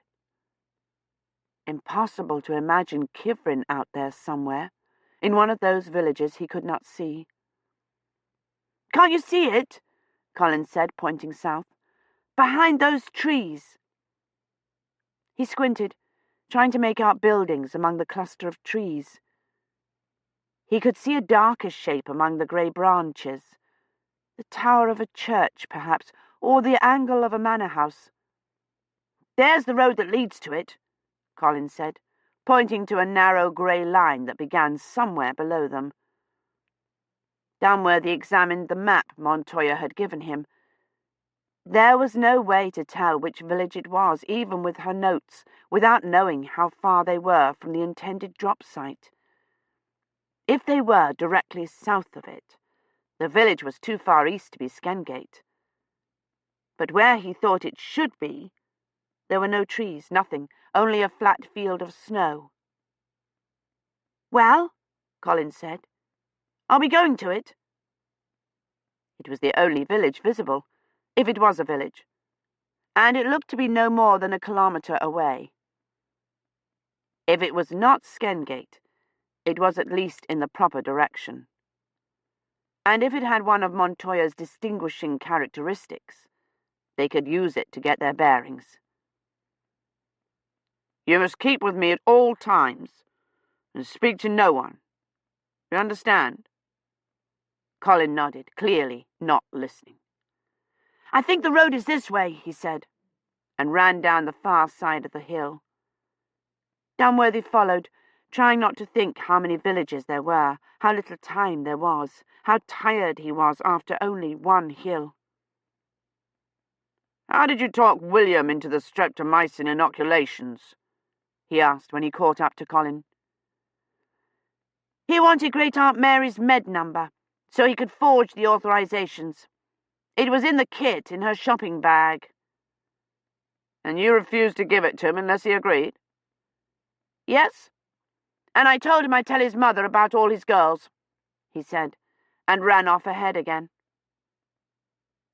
The road he'd seen was a hedge. Dunworthy refused to set off through the field it bordered.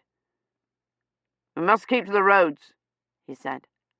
"This is quicker," Colin protested. "It isn't as if we can get lost. We've got the locator." Dunworthy refused to argue. He continued on, looking for a turning. The narrow fields gave way to woods, and the road turned back to the north. "What if there isn't a road to the village?" Colin said after half a kilometre. But at the next turning, there was one. It was narrower than the one past the drop, and no one had travelled along it since the snow. They waded into it, their feet breaking through the frozen crust at every step. Dunworthy looked anxiously ahead for a glimpse of the village, but the woods were too thick to see through. The snow made it slow going, and he was already out of breath, the tightness in his chest like an iron band. "What do we do when we get there?" Colin asked, striding effortlessly through the snow. "You stay out of sight and wait for me," Dunworthy said. "Is that perfectly clear?" "Yes," Colin said. "Are you certain this is the right road?"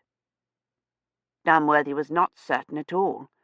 It had been curving west, away from the direction he thought the village lay in, and just ahead it bent north again. He peered anxiously through the trees, trying to catch a glimpse of stone or thatch. "The village wasn't this far, I'm sure of it," Colin said, rubbing his arms. "We've been walking for hours."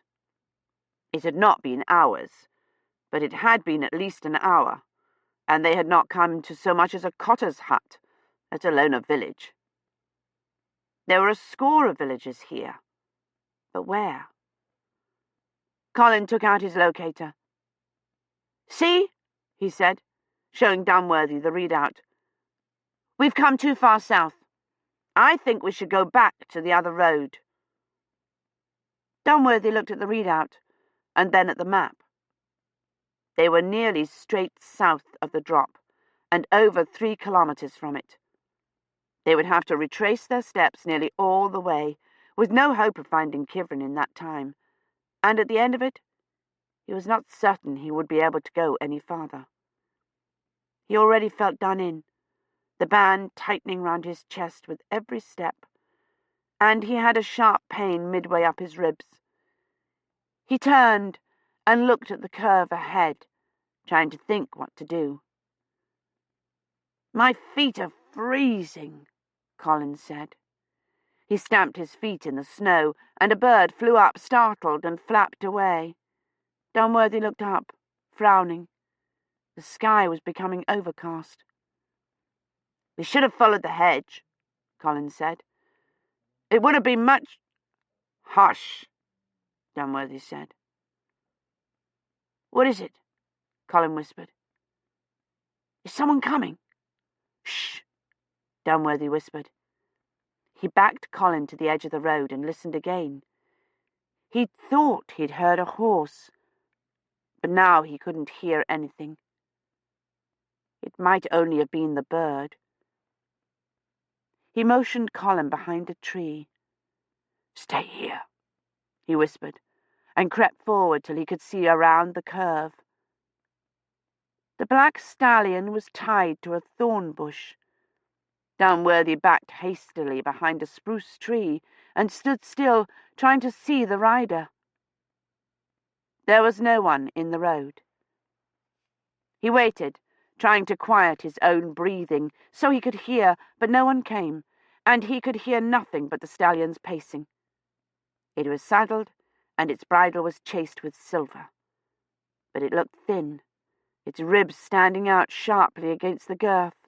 The girth itself was loose, and the saddle slipped a little to the side as it stepped backward. The stallion tossed its head, pulling hard against the reins. It was obviously trying to free itself, and as Downworthy moved closer, he could see it was not tied, but tangled in the brambles. He stepped into the road. The stallion turned its head toward him and began to whinny wildly. "There, it's all right," he said, coming up carefully on its left side. He put his hand on its neck, and it stopped whinnying and began nosing at Downworthy, looking for food. He looked for some grass sticking up through the snow to feed it, but the area around the thorn bush was nearly bare of vegetation. "How long have you been trapped here, old boy?" he asked. Had the stallion's owner been stricken with the plague as he rode, or had he died, and the panicked horse bolted, running until its flying reins got tangled in the bush? He walked a little way into the woods, looking for footprints, but there weren't any. The stallion began to whinny again, and he went back to free it, snatching up stalks of grass that stuck up through the snow as he went. "A horse? Apocalyptic!" Colin said, racing up. "Where'd you find it?" "I told you to stay where you were." "I know, but I heard the horse whinnying, and I thought you'd run into trouble." "All the more reason for you to have obeyed me." He handed the grass to Colin. "Feed him these." He bent over the bush and pulled out the reins. The stallion, in its efforts to extricate itself, had twisted the rein hopelessly round the spiked brambles. Downworthy had to hold the branches back with one hand and reach in with the other to unwind it. He was covered with scratches within seconds. "Whose horse is it?" Colin asked, offering the horse a piece of grass from a distance of several feet. The starving animal lunged at it, and Colin jumped back, dropping it. "Are you sure it's tame?" Downworthy had incurred a near-fatal injury when the stallion jerked its head down for the grass, but he had the rein free. He wrapped it around his bleeding hand and took up the other one. "Yes," he said. "Whose horse is it?" Colin said, stroking its nose timidly. "Ours." He tightened the girth and helped Colin, protesting, up behind the saddle and mounted. The stallion, not yet realizing it was free, turned its head accusingly when he kicked it gently in the sides, but then cantered off back down the snow-packed road, delighted at its freedom. Colin clutched frantically at Downworthy's middle, just at the spot where the pain was, but by the time they had gone 100 meters, he was sitting up straight and asking, "How do you steer it?" and "What if you wanted to go faster?" It took them no time at all to return to the main road. Colin wanted to go back to the hedge and strike out across country, but Downworthy turned the stallion the other way. The road forked in 1/2 a mile, and he took the left-hand road. It was a good deal more travelled than the first one, though the woods it led through were even thicker. The sky was completely overcast now, and the wind was picking up. "I see it," Colin said, and let go with one hand to point past a stand of ash trees to a glimpse of dark grey stone roof against the grey sky. A church, perhaps, or a byre house. It lay off to the east, and almost immediately a narrow track branched from the road over a rickety wooden plank bridging a stream and across a narrow meadow. The stallion did not prick up its ears or attempt to speed its pace, and Dunworthy concluded it must not be from this village. And a good thing, too, or we'd be hanged for horse-stealing before we could ask where Kivrin is, he thought, and saw the sheep. They lay on their sides, mounds of dirty grey wool, though some of them had huddled near the trees, trying to keep out of the wind and the snow. Colin hadn't seen. "What do we do when we get there?" he asked Dunworthy's back. "Do we sneak in, or just ride up and ask somebody if they've seen her?" "There will be no one to ask," Dunworthy thought. He kicked the stallion into a canter, and they rode through the ash trees and into the village. It was not at all like the illustrations in Colin's book, buildings around a central clearing. They were scattered in among the trees, almost out of sight of one another. He glimpsed thatched roofs, and farther off, in a grove of ash trees, the church. But here, in a clearing as small as that of the drop, was only a timbered house and a low shed. It was too small to be a manor house. The steward's, perhaps, or the Reeves'. The wooden door of the shed stood open, and snow had drifted in. There was no smoke from the roof, and no sound. "Perhaps they've fled," Colin said.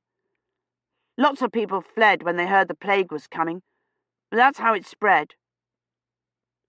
Perhaps they had fled. The snow in front of the house was packed flat and hard, as if many people and horses had been in the yard. "Stay here with the horse," he said, and went up to the house. The door here was not shut either, though it had been pulled nearly to. He ducked in the little door.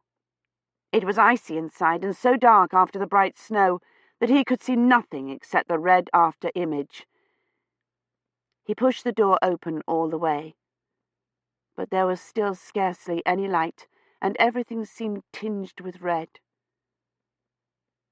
It must be the steward's house. There were 2 rooms, separated by a timbered partition and matting on the floor. The table was bare, and the fire on the hearth had been out for days. The little room was filled with the smell of cold ashes. The steward and his family had fled, and perhaps the rest of the villagers too, no doubt taking the plague with them. And Kivrin.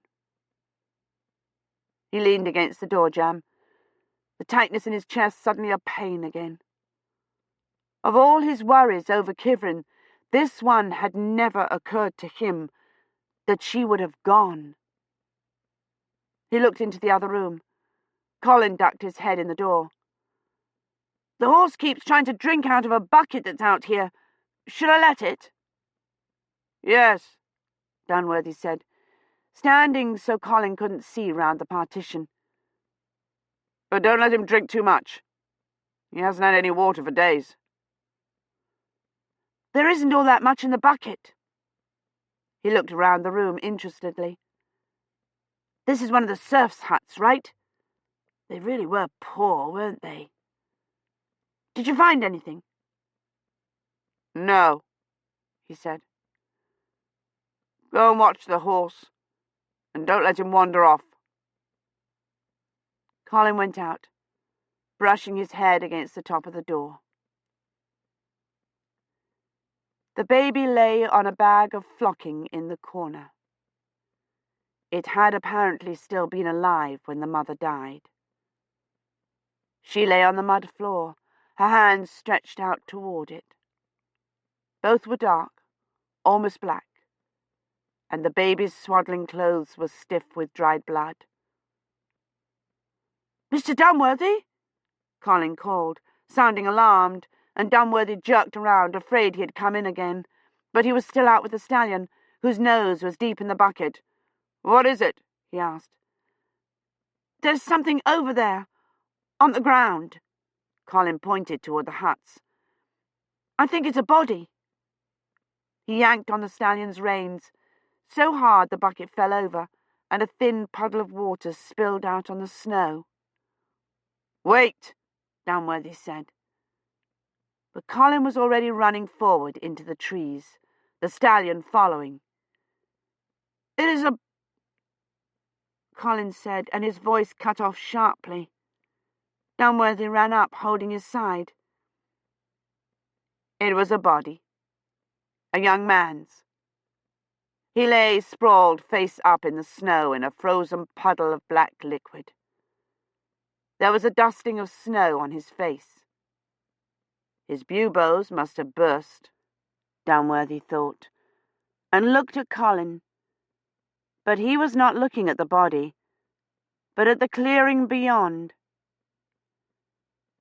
It was larger than the one in front of the steward's house.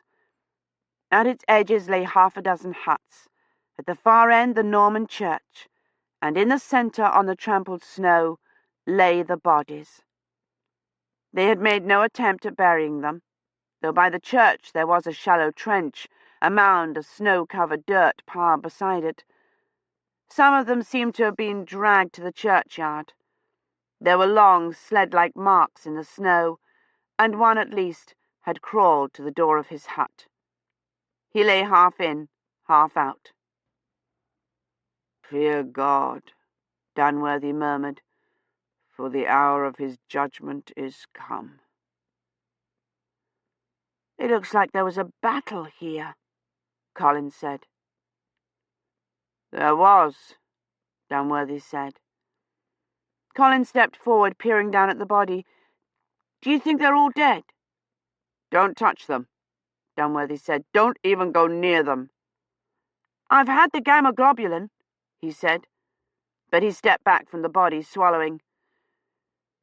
"Take deep breaths," Downworthy said, putting his hand on Colin's shoulder, "and look at something else." "They said in the book it was like this," he said, staring determinedly at an oak tree.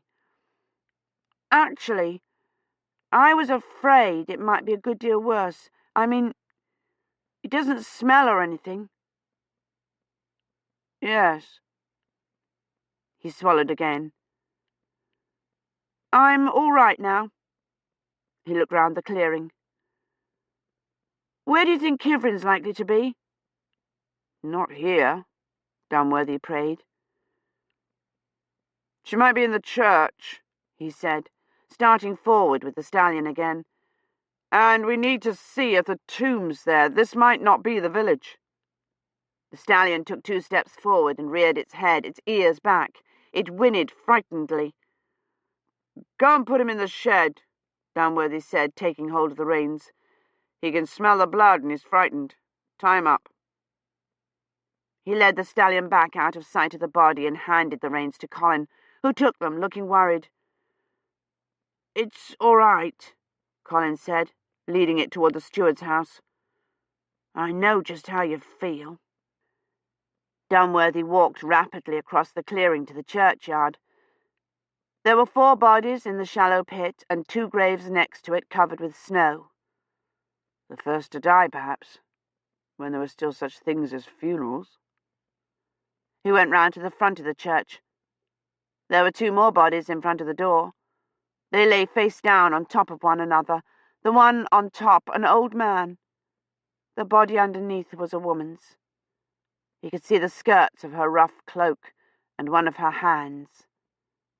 The man's arms were flung across the woman's head and shoulders.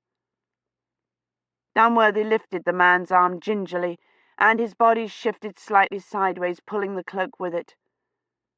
The kirtle underneath was dirty and smeared with blood, but he could see that it had been bright blue. He pulled the hood back. There was a rope around the woman's neck. Her long blonde hair was tangled in the rough fibres. They hanged her, he thought, with no surprise at all. Colin ran up. "I've figured out what these marks on the ground are," he said. "They're where they dragged the bodies. There's a little kid behind the barn with a rope around his neck." Downworthy looked at the rope, at the tangle of hair. It was so dirty it was scarcely blonde. "They dragged them to the churchyard because they couldn't carry them, I bet," Colin said. "Did you put the stallion in the shed?" "Yes, I tied it to a beam thing," he said. "It wanted to come with me." "He's hungry," Downworthy said. "Go back to the shed and give him some hay." "Did something happen?" Colin asked. "You're not having a relapse, are you?" Downworthy didn't think Colin could see her dress from where he stood. "No," he said. "There should be some hay in the shed or some oats. Go and feed the stallion." "All right," Colin said defensively, and ran toward the shed. He stopped halfway across the green. "I don't have to give it the hay, do I?" he shouted. "Can I just lay it down in front of it?" "Yes," Downworthy said, looking at her hand. There was blood on her hand, too, and down the inside of her wrist. Her arm was bent, as though she had tried to break her fall. He could take hold of her elbow and turn her onto her back quite easily. All it required was to take hold of her elbow. He picked up her hand. It was stiff and cold. Under the dirt it was red and chapped, the skin split in a dozen places. It could not possibly be Kivrin's, and if it were, what had she gone through these past 2 weeks to bring her to this state? It would all be on the corder. He turned her hand gently over, looking for the implant scar, but her wrist was too caked with dirt for him to be able to see it if it was there. And if it was, what then? Call Colin back and send him for an axe in the steward's kitchen and chop it out of her dead hand so they could listen to her telling the horrors that had happened to her? He could not do it, of course, any more than he could turn her body over and know once and for all that it was Kivrin. He laid the hand gently back next to the body and took hold of her elbow and turned her over. She had died of the bubonic variety.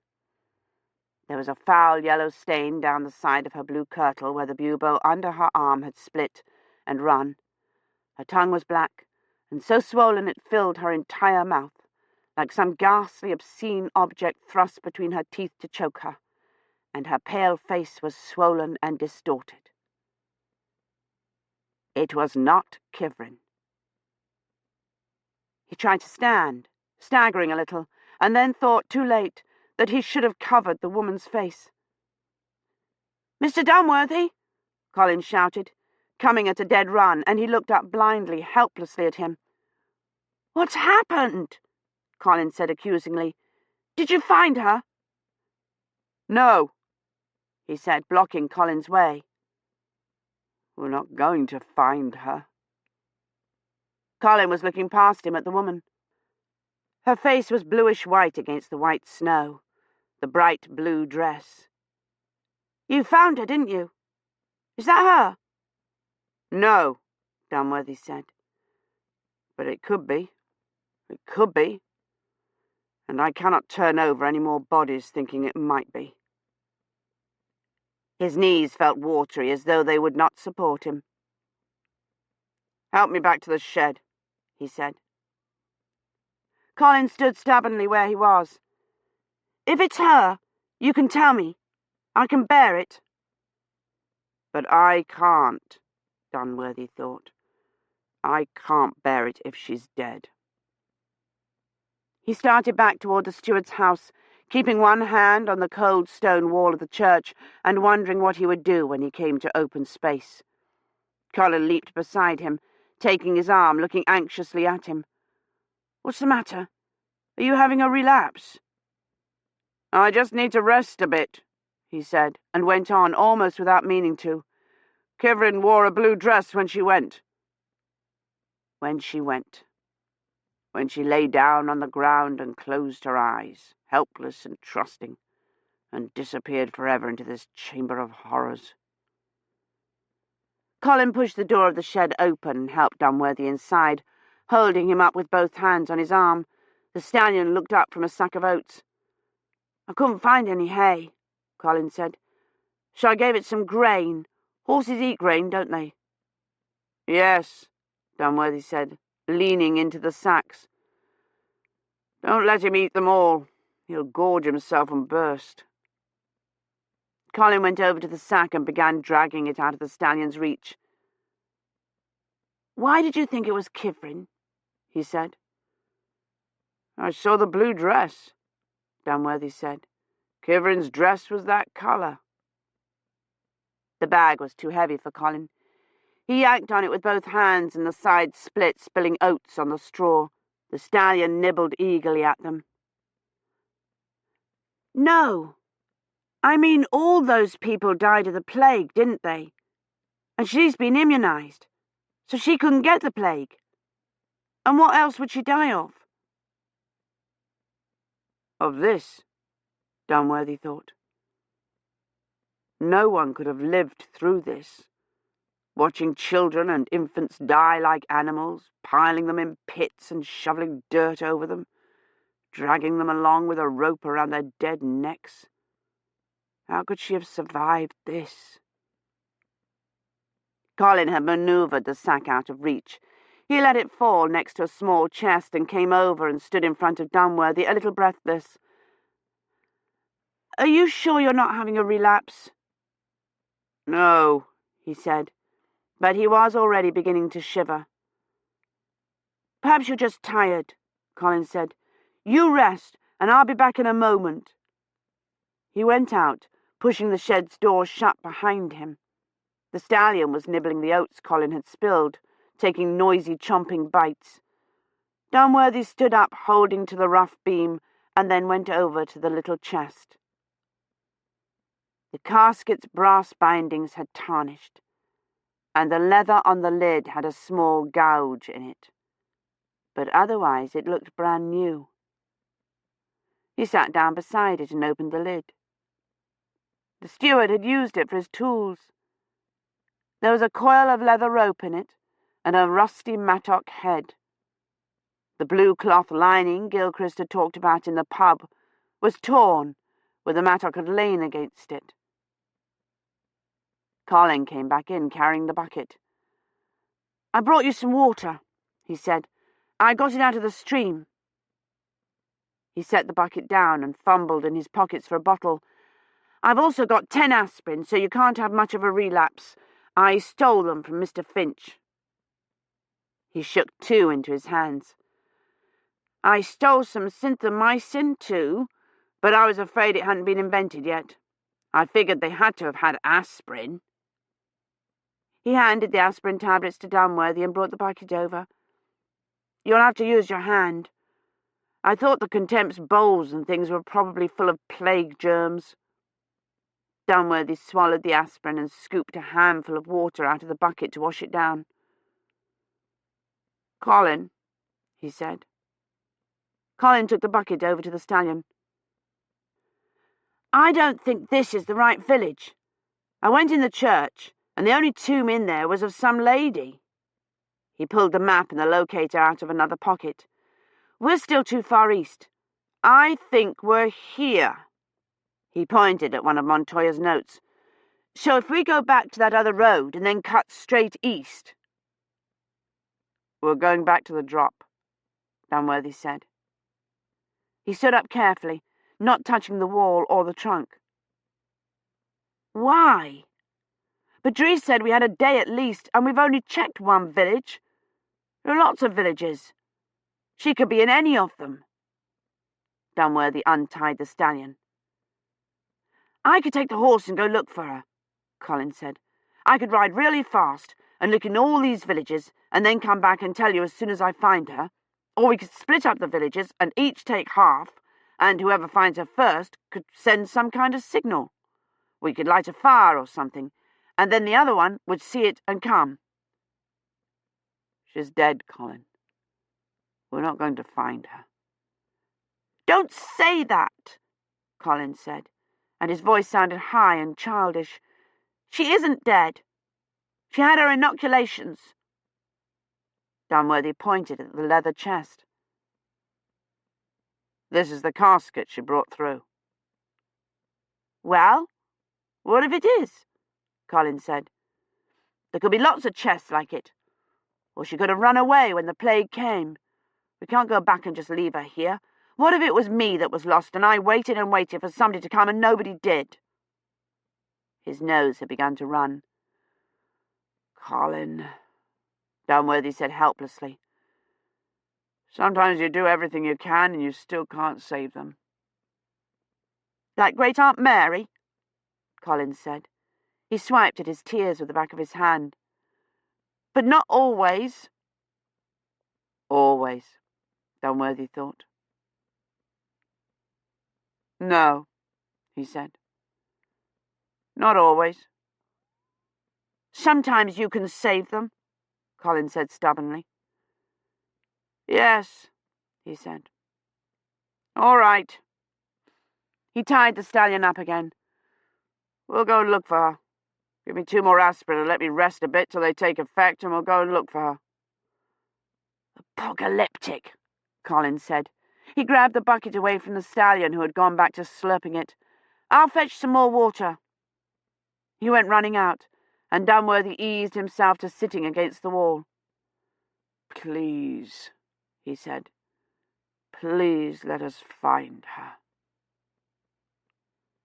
The door opened slowly. Colin, standing in the light, was outlined in radiance. "Did you hear it?"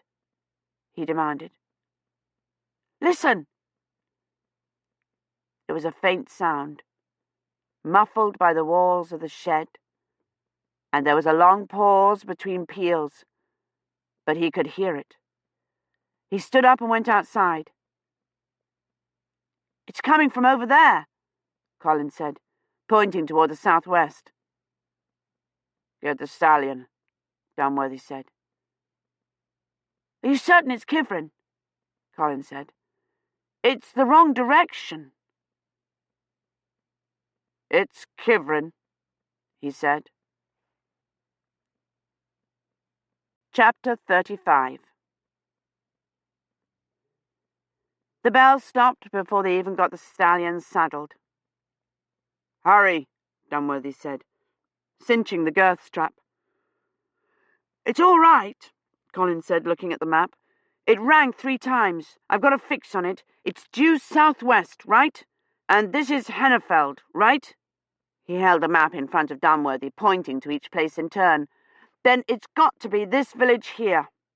Dunworthy glanced at it, and then toward the southwest again, trying to keep the direction of the bell clear in his mind. He was already unsure of it, though he could still feel the throbbing of its tolling.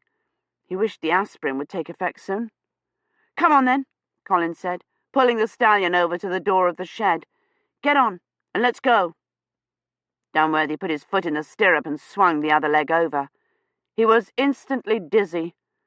Colin looked speculatively at him and then said, "I think I'd better drive," and swung himself up in front of Dunworthy.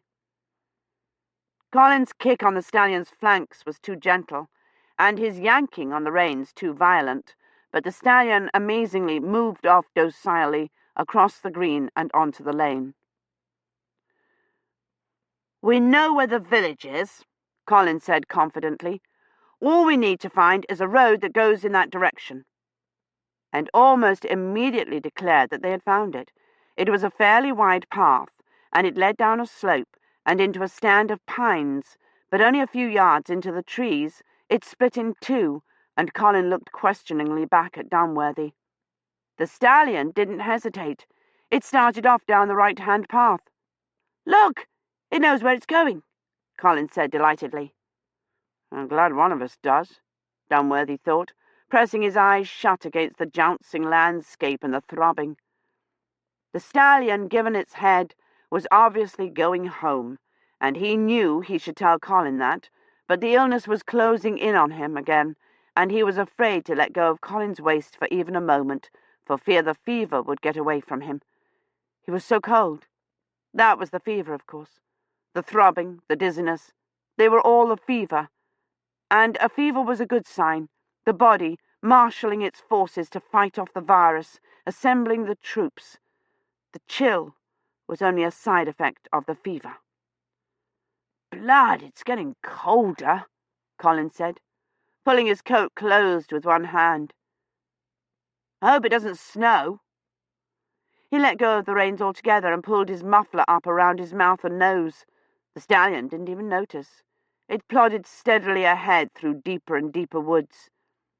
They came to another fork, and then another, and each time Colin consulted the map and the locator, but Dunworthy couldn't tell which fork he chose, or whether the horse had simply kept on in the direction it had set. It began to snow, or they rode into it. All at once it was snowing small, steady flakes that obscured the path and melted on Dunworthy's spectacles. The aspirin began to take effect. Dunworthy sat up straighter and pulled his own cloak about him. He wiped his spectacles on the tail of it. His fingers were numb and bright red. He rubbed his hands together and blew on them. They were still in the woods, and the path was narrower than when they started.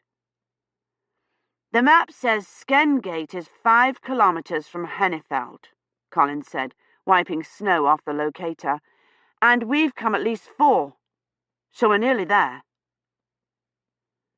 They were not nearly anywhere. They were in the middle of the Witchwood, on a cow path or a deer trail. It would end at a cotter's hut or a salt lick, or a berry bush the horse had fond memories of. "See? I told you," Colin said. And there, past the trees, was the top of a bell tower. The stallion broke into a canter. "Stop!" Colin said to the stallion, pulling on the reins. "Wait a minute." Dunworthy took the reins and slowed the horse to a reluctant walk as they came out of the woods, past a snow-covered meadow and to the top of the hill. The village lay below them, past a stand of ash trees, obscured by the snow, so that they could only make out grey outlines. Manor house, huts, church, bell tower. It wasn't the right village. Skengate didn't have a bell tower, but if Colin had noticed, he didn't say anything. He kicked the stallion ineffectually a few times, and they rode slowly down the hill, Dunworthy still holding on to the reins. There were no bodies Dunworthy could see, but there were no people either, and no smoke from the huts. The bell tower looked silent and deserted, and there were no footprints around it. Halfway down the hill, Colin said, "I saw something." Dunworthy had seen it too. A flicker of movement that could have been a bird or a moving branch. "Just over there," Colin said, pointing toward the second hut. A cow wandered out from between the huts, untied, its teats bulging, and Dunworthy was certain of what he'd feared, that the plague had been here too. "It's a cow," Colin said disgustedly. The cow looked up at the sound of Colin's voice and began to walk toward them, lowing. "Where is everybody?" Colin said. "Somebody had to ring the bell." "They're all dead," Dunworthy thought, looking toward the churchyard. There were new graves there, the earth mounded up over them and the snow still not completely covering them. "Hopefully they're all buried in that churchyard," he thought, and saw the first body. It was a young boy. He was sitting with his back to a tombstone, as if he were resting. "Look, there's somebody," Colin said, yanking back on the reins and pointing at the body. "Hello there." He twisted around to look at Dunworthy. "Will he understand what we say, do you think?" "He's..." Dunworthy said. The boy stood up, hauling himself painfully to his feet, one hand on the tombstone for support, looking around as if for a weapon. "We won't hurt you," Dunworthy called, trying to think what the Middle English would be. He slid down from the stallion, clinging to the back of the saddle at the abrupt dizziness. He straightened and extended his hand, palm out toward the boy. The boy's face was filthy. streaked and smeared with dirt and blood, and the front of his smock and rolled-up trousers was soaked and stiff with it. He bent down, holding his side as if the movement hurt him, picked up a stick that had been lying covered with snow, and stepped forward, barring his way. "Que peut from here? Der fevre blau hast befallen us." "Kivrin?" Dunworthy said, and started toward her. "Don't come any closer," she said in English, holding the stick out in front of her like a gun. Its end was broken off jaggedly. "It's me, Kivrin. Mr. Dunworthy," he said, still walking toward her. "No," she said, and backed away, jabbing the broken spade at him. "You don't understand. It's the plague." "It's all right, Kivrin. We've been inoculated." "Inoculated?" she said, as if she didn't know what the word meant. "It was the bishop's clerk. He had it when they came." Colin ran up, and she raised the stick again. "It's all right," Dunworthy said again. "This is Colin. He's been inoculated as well. We've come to take you home." She looked at him steadily for a long minute, the snow falling around them. "To take me home?" she said, no expression in her voice, and looked down at the grave at her feet. It was shorter than the others and narrower, as if it held a child. After a minute, she looked up at Dunworthy, and there was no expression in her face either. "I am too late," he thought despairingly, looking at her standing there in her bloody smock surrounded by graves. "They have already crucified her." "Kivrin," he said. She let the spade fall. "You must help me," she said, and turned and walked away from them toward the church. "Are you sure it's her?" Colin whispered. "Yes," he said. "What's the matter with her?" "I'm too late," he thought, and put his hand on Colin's shoulder for support. "She will never forgive me." "What's wrong?" Colin asked. "Are you feeling ill again?" "No," he said. But he waited a moment before he took his hand away. Kivrin had stopped at the church door and was holding her side again. A chill went through him. "She has it," he thought. "She has the plague." "Are you ill?" he asked. "No," she said. She took her hand away and looked at it, as if she expected it to be covered in blood. "He kicked me." She tried to push the church door open, winced, and let Colin. "I think he broke some ribs." Colin got the heavy wooden door open, and they went inside. Dunworthy blinked against the darkness, willing his eyes to adjust to it. There was no light at all from the narrow windows, though he could tell where they were. He could make out a low, heavy shape ahead on the left. A body, and the darker masses of the first pillars, but beyond them it was completely dark. Beside him, Colin was fumbling in his baggy pockets. Far ahead, a flame flickered, illuminating nothing but itself. It went out. Dunworthy started toward it. "Hold on a minute," Colin said, and flashed on a pocket torch. It blinded Dunworthy, making everything outside its diffused beam as black as when they first came in.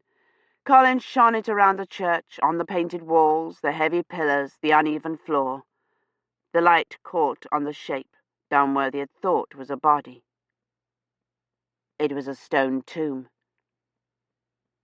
"She's up there," Dunworthy said, pointing toward the altar, and Colin obligingly aimed the torch in that direction. Kivrin was kneeling by someone who lay on the floor in front of the rude screen. It was a man, Dunworthy saw as they came closer. His legs and lower body were covered with a purple blanket, and his large hands were crossed on his chest.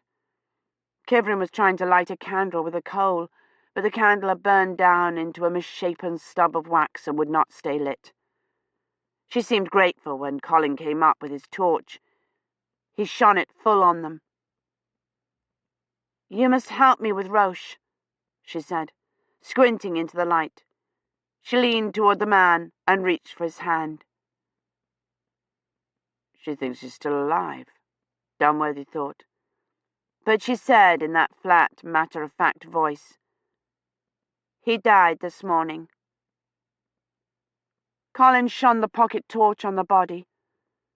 The crossed hands were nearly as purple as the blanket in the harsh light of the torch, but the man's face was pale and utterly at peace. "What was he? A knight?" Colin said wonderingly. "No," Kivrin said. "A saint." She laid her hand on his stiff one. Her hand was calloused and bloody, the fingernails black with dirt. "You must help me," she said. "Help you what?" Colin asked. "She wants us to help her bury him," Dunworthy thought. "And we can't." The man she had called Roche was huge. He must have towered over Kivrin when he was alive. Even if they could dig a grave, the three of them together could not carry him, and Kivrin would never let them put a rope around his neck and drag him out to the churchyard. "Help you what?" Colin said. "We don't have much time." They hadn't any time. It was already late afternoon, and they would never find their way through the forest after dark, and there was no telling how long Badri could keep the intermittent going. He had said 24 hours, but he had not looked strong enough to last 2, and it had already been nearly 8. And the ground was frozen, and Kivrin's ribs were broken, and the effects of the aspirin were wearing off. He was beginning to shiver again here in the cold church. "We can't bury him," he thought, looking at her kneeling there. "And how can I tell her that when I have arrived too late for anything else?" "Kivrin," he said. She patted the stiff hand gently. "We won't be able to bury him," she said, in that calm, expressionless voice. "We had to put Rosamond in his grave, after the steward—" She looked up at Dunworthy. "I tried to dig another one this morning, but the ground's too hard. I broke the spade." She looked up at Dunworthy. "I said the mass for the dead for him, and I tried to ring the bell." "We heard you," Colin said. "That's how we found you." "It should have been 9 strokes, she said, "but I had to stop." She put her hand to her side as if remembering pain. "You must help me ring the rest." "Why?" Colin said. "I don't think there's anybody left alive to hear it." "It doesn't matter," Kivrin said, looking at Dunworthy. "We haven't time," Colin said. "It'll be dark soon, and the drop is—" "I'll ring it," Dunworthy said. He stood up. "You stay there," he said, though she had made no move to get up. "I'll ring the bell." He started back down the nave. "It's getting dark," Colin said, trotting to catch up with him, the light from his torch dancing crazily over the pillars and the floor as he ran. "And you said you didn't know how long they could hold the net open." "Wait a minute!" Dunworthy pushed open the door, squinting against the unexpected glare of the snow. But it had grown darker while they were in the church, the sky heavy and smelling of snow. He walked rapidly across the churchyard to the bell tower. The cow that Colin had seen when they rode in the village ducked through the lich gate and ambled across the graves toward them, its hooves sinking in the snow. "What's the use of ringing it when there's no one to hear it?" Colin said, stopping to switch off his torch and then running to catch up again. Dunworthy went in the tower. It was as dark and cold as the church and smelled of rats. The cow poked its head in, and Colin squeezed past it and stood against the curving wall. "You're the one who keeps saying we have to get back to the drop, that it's going to close and leave us here," Colin said. "You're the one who said we didn't even have time to find Kivrin." Dunworthy stood there a moment, letting his eyes adjust and trying to catch his breath. He had walked too fast, and the tightness in his chest was back.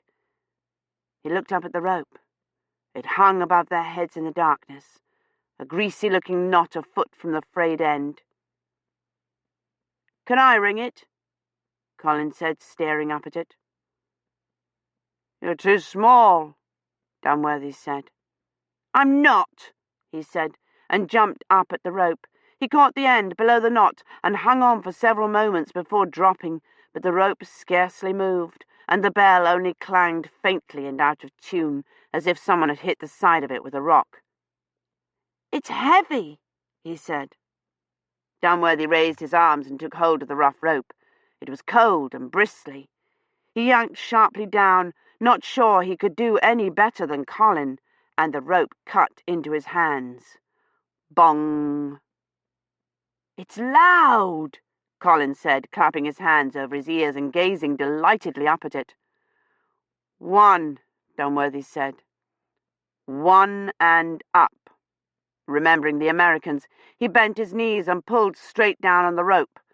2 and up, and 3. He wondered how Kivrin had been able to ring any strokes at all with her hurt ribs. The bell was far heavier, far louder than he had imagined, and it seemed to reverberate in his head, his tightening chest. Bong!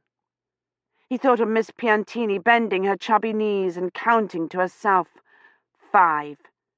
He had not appreciated what difficult work it was. Each pull seemed to yank the breath out of his lungs. 6. He wanted to stop and rest, but he didn't want Kivrin listening inside the church to think he had quit, that he had only intended to finish the strokes she had begun. He tightened his grip above the knot and leaned against the stone wall for a moment, trying to ease the tightness in his chest. "Are you all right, Mr. Dunworthy?" Colin said.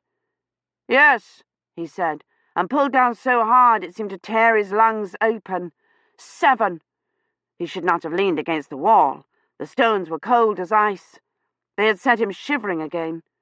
He thought of Miss Taylor, trying to finish the Chicago Surprise Minor, counting how many strokes were left, trying not to give in to the pounding in her head. "I can finish it," Colin said, and Dunworthy could scarcely hear him. "I can go get Kivrin, and we can do the last 2 strokes. We can both pull on it." Dunworthy shook his head. "Every man must stick to his bell," he said breathlessly, and yanked down on the rope. 8. He must not let go of the rope. Miss Taylor had fainted and let it go, and the bell had swung right over, the rope whipping like a live thing. It had wrapped itself around Finch's neck and nearly strangled him. He must hold to it in spite of everything. He pulled down on the rope and hung on to it till he was certain he could stand, and then let it rise. 9, he said. Colin was frowning at him. "You're having a relapse, aren't you?" he said suspiciously. "No," Dunworthy said, and let go of the rope. The cow had its head in the door. He pushed it roughly aside and walked back to the church and went inside. Kivrin was still kneeling beside Roche, her hand still holding his stiff one. He stopped in front of her. "I rang the bell," he said. She looked up without nodding. "Don't you think we'd better go now?" Colin said. "It's getting dark." "Yes," Dunworthy said. "I think we'd best." The dizziness caught him completely unawares, and he staggered and nearly fell into Roche's body. Kivrin put out her hand, and Colin dived for him, the torch flashing erratically across the ceiling as he grabbed Dunworthy's arm. He caught himself on one knee in the flat of his hand and reached out with the other for Kivrin, but she was on her feet and backing away. "You're ill." It was an accusation, an indictment. "You've caught the plague, haven't you?" she said. her voice showing emotion for the first time. "Haven't you?" "No," Dunworthy said. He's having a relapse," Colin said, sticking the torch in the crook of the statue's arm so he could help Dunworthy to a sitting position. "He didn't pay any attention to my placards." "It's a virus," Dunworthy said, sitting down with his back to the statue. "It's not the plague. Both of us have had streptomycin and gamma-globulin. We can't get the plague." He leaned his head back against the statue. "It's a virus. I'll be all right. I only need to rest a moment." "I told him he shouldn't have rung the bell," Colin said, emptying the burlap sack onto the stone floor. He wrapped the empty sack around Dunworthy's shoulders. "Are there any aspirin left?" Dunworthy asked. "You're only supposed to take them every 3 hours, Colin said, "and you're not supposed to take them without water." "Then fetch me some water," he snapped. Colin looked to Kivrin for support, but she was still standing on the other side of Roche's body, watching Dunworthy warily. "Now," Dunworthy said, and Colin ran out, his boots echoing on the stone floor. Dunworthy looked across at Kivrin and she took a step back. "It isn't the plague," he said. "It's a virus. We were afraid you had been exposed to it before you came through and had come down with it. Did you?" "Yes," she said, and knelt beside Roche. "He saved my life." She smoothed the purple blanket, and Dunworthy realized it was a velvet cloak. It had a large silk cross sewn in the center of it. "He told me not to be afraid," she said. She pulled the cloak up over his chest, under his crossed hands. But the action left his feet, in thick, incongruous sandals, uncovered. Dunworthy took the burlap bag from around his shoulders and spread it gently over the feet, and then stood up carefully, holding onto the statue so he wouldn't fall down. Kivrin patted Roche's hands. "He didn't mean to hurt me," she said. Colin came back in with a bucket half full of water he must have found in a puddle. He was breathing hard. "The cow attacked me," he said, scooping a filthy dipper out of the bucket. He emptied the aspirin into Dunworthy's hand. There were 5 tablets. Dunworthy took 2 of them, swallowing as little of the water as he could, and handed the others to Kivrin. She took them from him solemnly, still kneeling on the floor. "I couldn't find any horses," Colin said, handing Kivrin the dipper. "Just a mule." "Donkey," Kivrin said. "Maisry stole Agnes's pony." She gave Colin the dipper and took hold of Roche's hand again. "He rang the bell for everyone, so their souls could go safely to heaven." "Don't you think we'd better be going?" Colin whispered. "It's almost dark out." "Even Rosamond," Kivrin said, as if she hadn't heard. "He was already ill. I told him there wasn't time, that we had to leave for Scotland."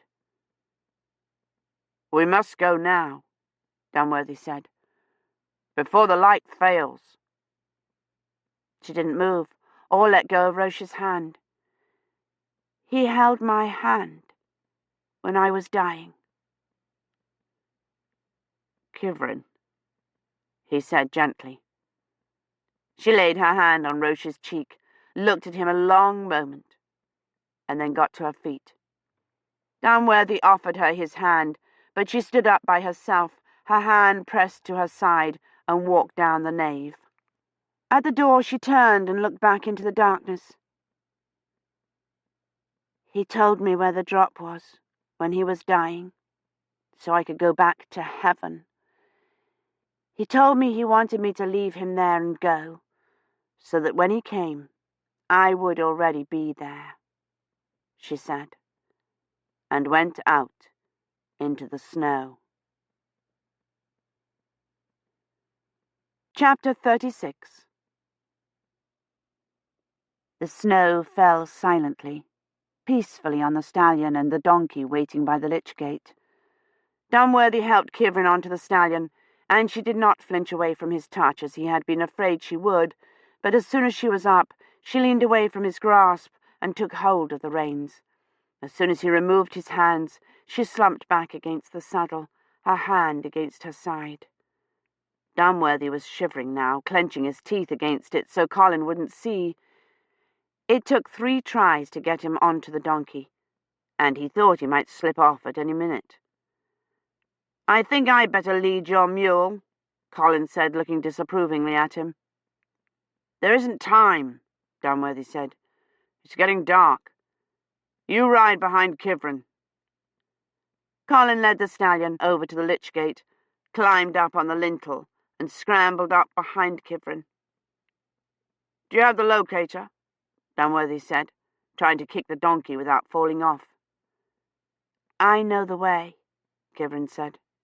"Yes," Colin said. He held it up. "And the pocket torch."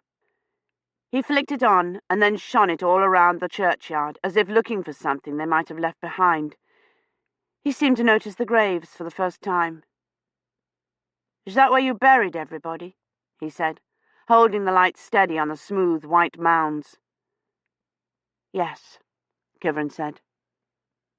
"Did they die a long time ago?" She turned the stallion and started it up the hill. "No," she said.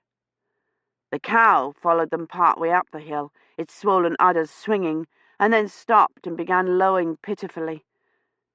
Dunworthy looked back at it. It mooed uncertainly at him, and then ambled back down the road toward the village. They were nearly to the top of the hill, and the snow was letting up, but below, in the village, it was still snowing hard. The graves were covered completely, and the church was obscured, the bell tower scarcely visible at all. Kivrin did not so much as glance back. She rode steadily forward, sitting very straight, with Colin on behind her, holding not to Kivrin's waist, but to the high back of the saddle. The snow came down fitfully, and then in single flakes, and by the time they were in thick woods again, it had nearly stopped.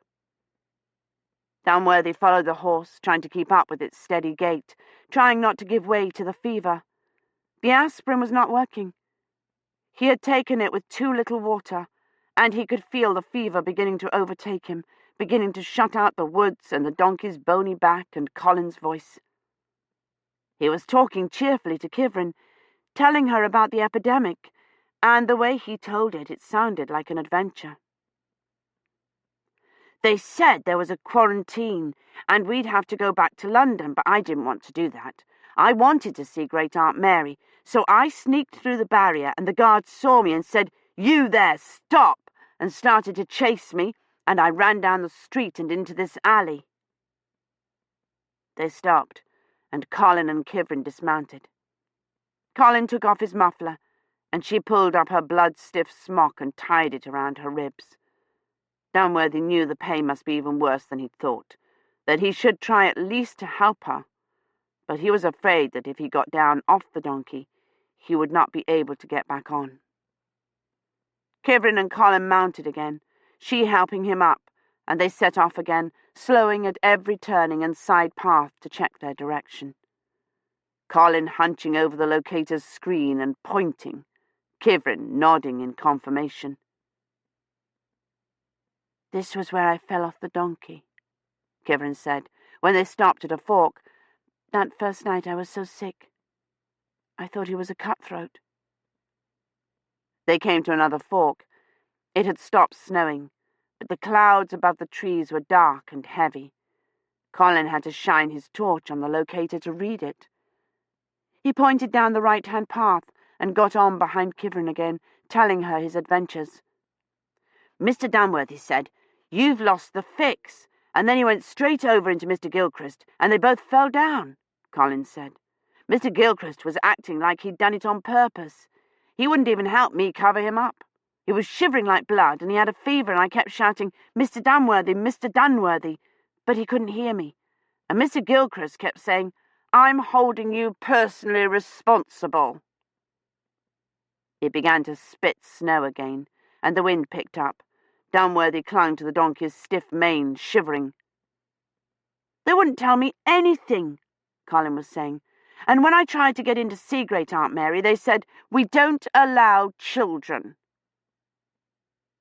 They were riding into the wind, the snow blowing against Dunworthy's cloak in freezing gusts. He leaned forward till he was nearly lying on the donkey's neck.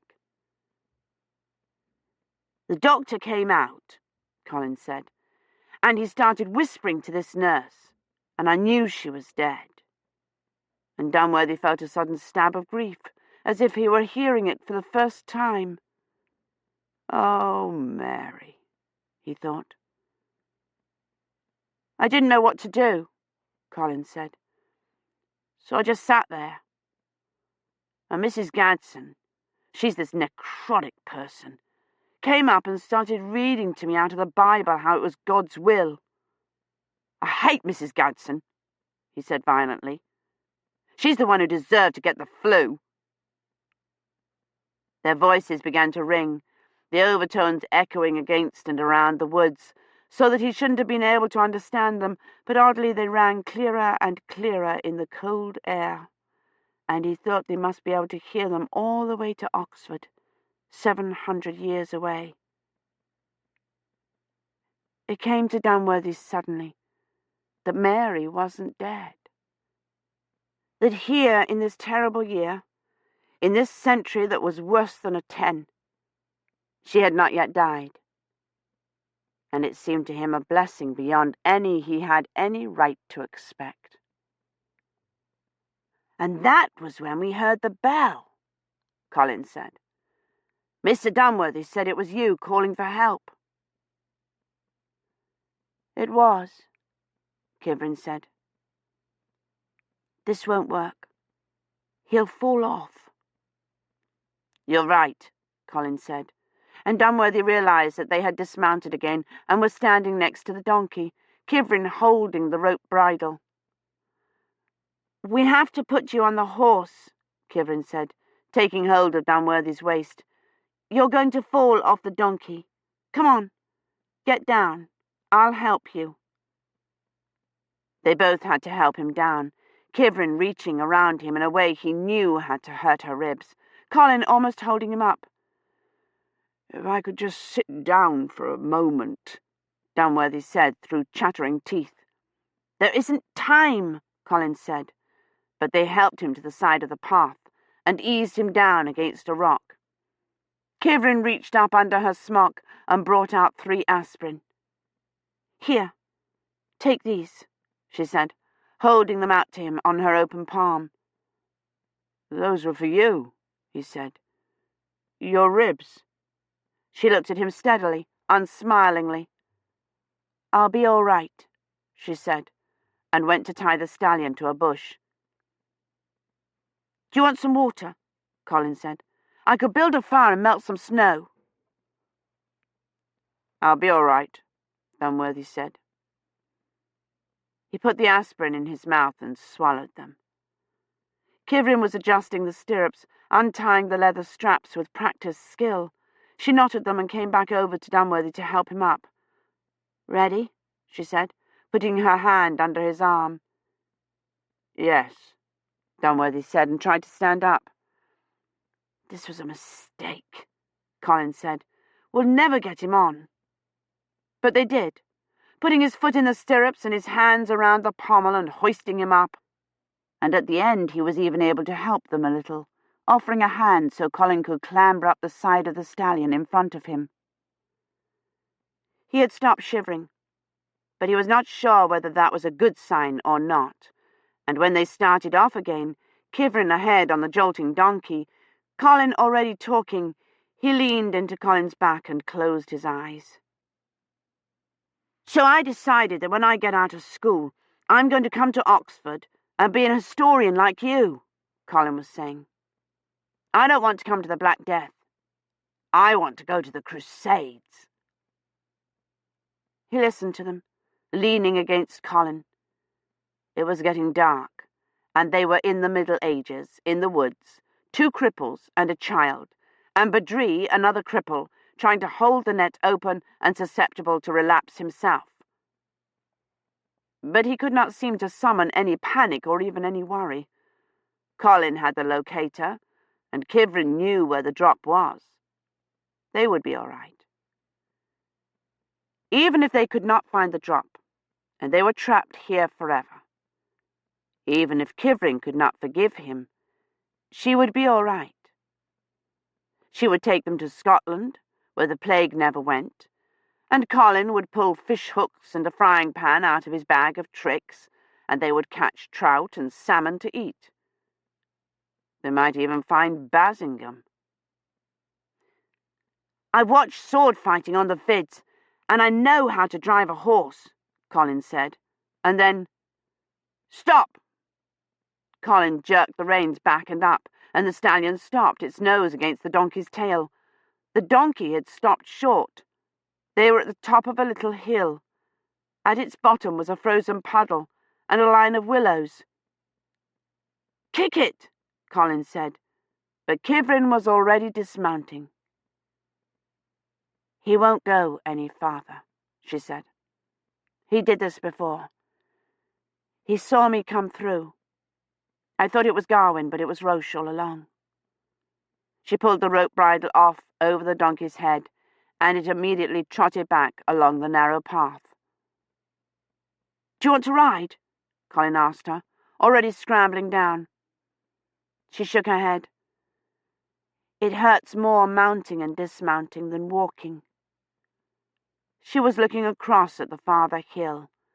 The trees were only halfway up, and above them the hill was white with snow.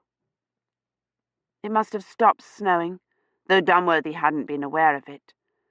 The clouds were breaking up, and between them the sky was a pale, clear lavender. "He thought I was St. Catherine," she said. "He saw me come through, like you were afraid would happen. He thought I had been sent from God to help them in their hour of need." "Well, and you did, didn't you?" Colin said. He jerked the reins awkwardly, and the stallion started down the hill, Kivrin walking beside it. "You should have seen the mess in the other place we were. Bodies everywhere, and I don't think anybody helped them." He handed the reins to Kivrin. "I'll go see if the net's open," he said, and ran ahead. Badri was going to open it every 2 hours. He crashed into the thicket and disappeared. Kivrin brought the stallion to a stop at the bottom of the hill and helped Dunworthy down. "We'd best take his saddle and bridle off," Dunworthy said. "When we found him, he was tangled in a bush." Together they got the girth uncinched and the saddle off. Kivrin unhooked the bridle and reached up to stroke the stallion's head. "He'll be all right," Dunworthy said. "Maybe," she said. Colin burst through the willows, scattering snow everywhere. "It's not open." "It'll open soon," Dunworthy said. "Are we taking the horse with us?" Colin asked. "I thought historians weren't allowed to take anything into the future, but it'd be great if we could take him. I could ride him when I go to the Crusades." He exploded back through the thicket, spraying snow. "Come on, you guys, it could open any time." Kivrin nodded. She smacked the stallion on its flank. It walked a few paces and then stopped, and then looked back at them questioningly. "Come on!" Colin said from somewhere inside the thicket. But Kivrin didn't move. She put her hand against her side. "Kivrin," he said, moving to help her. "I'll be all right," she said, and turned away from him to push aside the tangled branches of the thicket. It was already twilight under the trees. The sky between the black branches of the oak was lavender blue. Colin was dragging a fallen log into the middle of the clearing. "In case we just missed it and have to wait a whole 2 hours," he said. Dunworthy sat down gratefully. "How do we know where to stand when the net opens?" Colin asked Kivrin. We'll be able to see the condensation, she said. She went over to the oak tree and bent down to brush the snow away from its base. What if it gets dark? Colin asked. She sat down against the tree, biting her lips as she eased herself onto the roots. Colin squatted down between them. I didn't bring any matches, or I'd start a fire, he said. It's all right, Dunworthy said. Colin switched on his pocket torch and then switched it off again. I think I better save this in case something goes wrong. There was a movement in the willows. Colin leaped up. I think it's starting, he said. It's a stallion, Dunworthy said. He's eating. Oh. Colin sat back down. You don't think the net already opened and we didn't see it because it was dark? No, Dunworthy said. Perhaps Badri had another relapse and couldn't keep the net open, he said, sounding more excited than scared. They waited. The sky darkened to purple-blue, and stars began to come out in the branches of the oak. Colin sat on the log beside Dunworthy and talked about the Crusades. You know all about the Middle Ages, he said to Kivrin. So I thought perhaps you'd help me get ready, teach me things. You're not old enough, she said. It's very dangerous. I know, Colin said, but I really want to go. You have to help me, please. It won't be anything like you expect, she said. Is the food necrotic? I read in this book Mr. Dunworthy gave me how they ate spoiled meat and swans and things. Kivrin looked down at her hands for a long minute. Most of it was terrible, she said softly. But there were some wonderful things. Wonderful things. He thought of Mary leaning against Baliol's gate, talking about the Valley of the Kings, saying, I'll never forget it. Wonderful things. What about Brussels sprouts? Colin asked. Did they eat Brussels sprouts in the Middle Ages? Kivrin almost smiled. I don't think they were invented yet. Good! He jumped up. Did you hear that? I think it's starting. It sounds like a bell. Kivrin raised her head, listening. A bell was ringing when I came through, she said. Come on, Colin said, and yanked Dunworthy to his feet. Can't you hear it? It was a bell, faint and far away. It's coming from over here, Colin said. He darted to the edge of the clearing. Come on. Kivrin put her hand on the ground for support and got to her knees. Her free hand went involuntarily to her side. Dunworthy reached his hand out to her, but she didn't take it. I'll be all right, she said quietly. I know, he said, and let his hand drop. She stood up carefully, holding on to the rough trunk of the oak, and then straightened and stood free of it. I got it all on the corda, she said. Everything that happened. Like John Clyn, he thought, looking at her ragged hair, her dirty face. A true historian, writing in the empty church surrounded by graves. I, seeing so many evils, have put into writing all the things that I have witnessed, lest things which should be remembered perish with time. Kivrin turned her palms up and looked at her wrists in the twilight. Father Roche and Agnes and Rosamond and all of them, she said.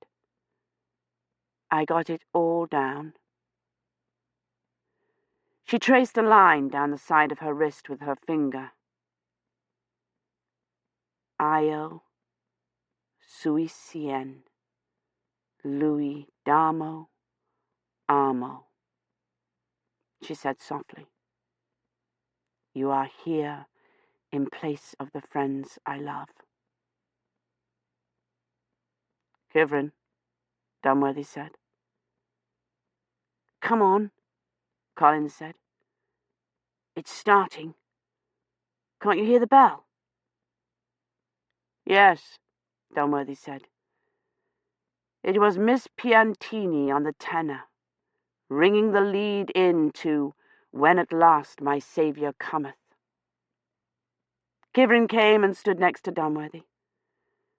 She placed her hands together as if she were praying. I can see Badri, Collins said. He cupped his hands around his mouth. She's all right, he shouted. We saved her. Miss Piantini's tenor clanged and the other bells chimed in joyously. The air began to glitter like snowflakes. Apocalyptic, Collins said, his face alight. Kivrin reached out for Dunworthy's hand and clasped it tightly in her own. I knew you'd come, she said, and the net opened. The end.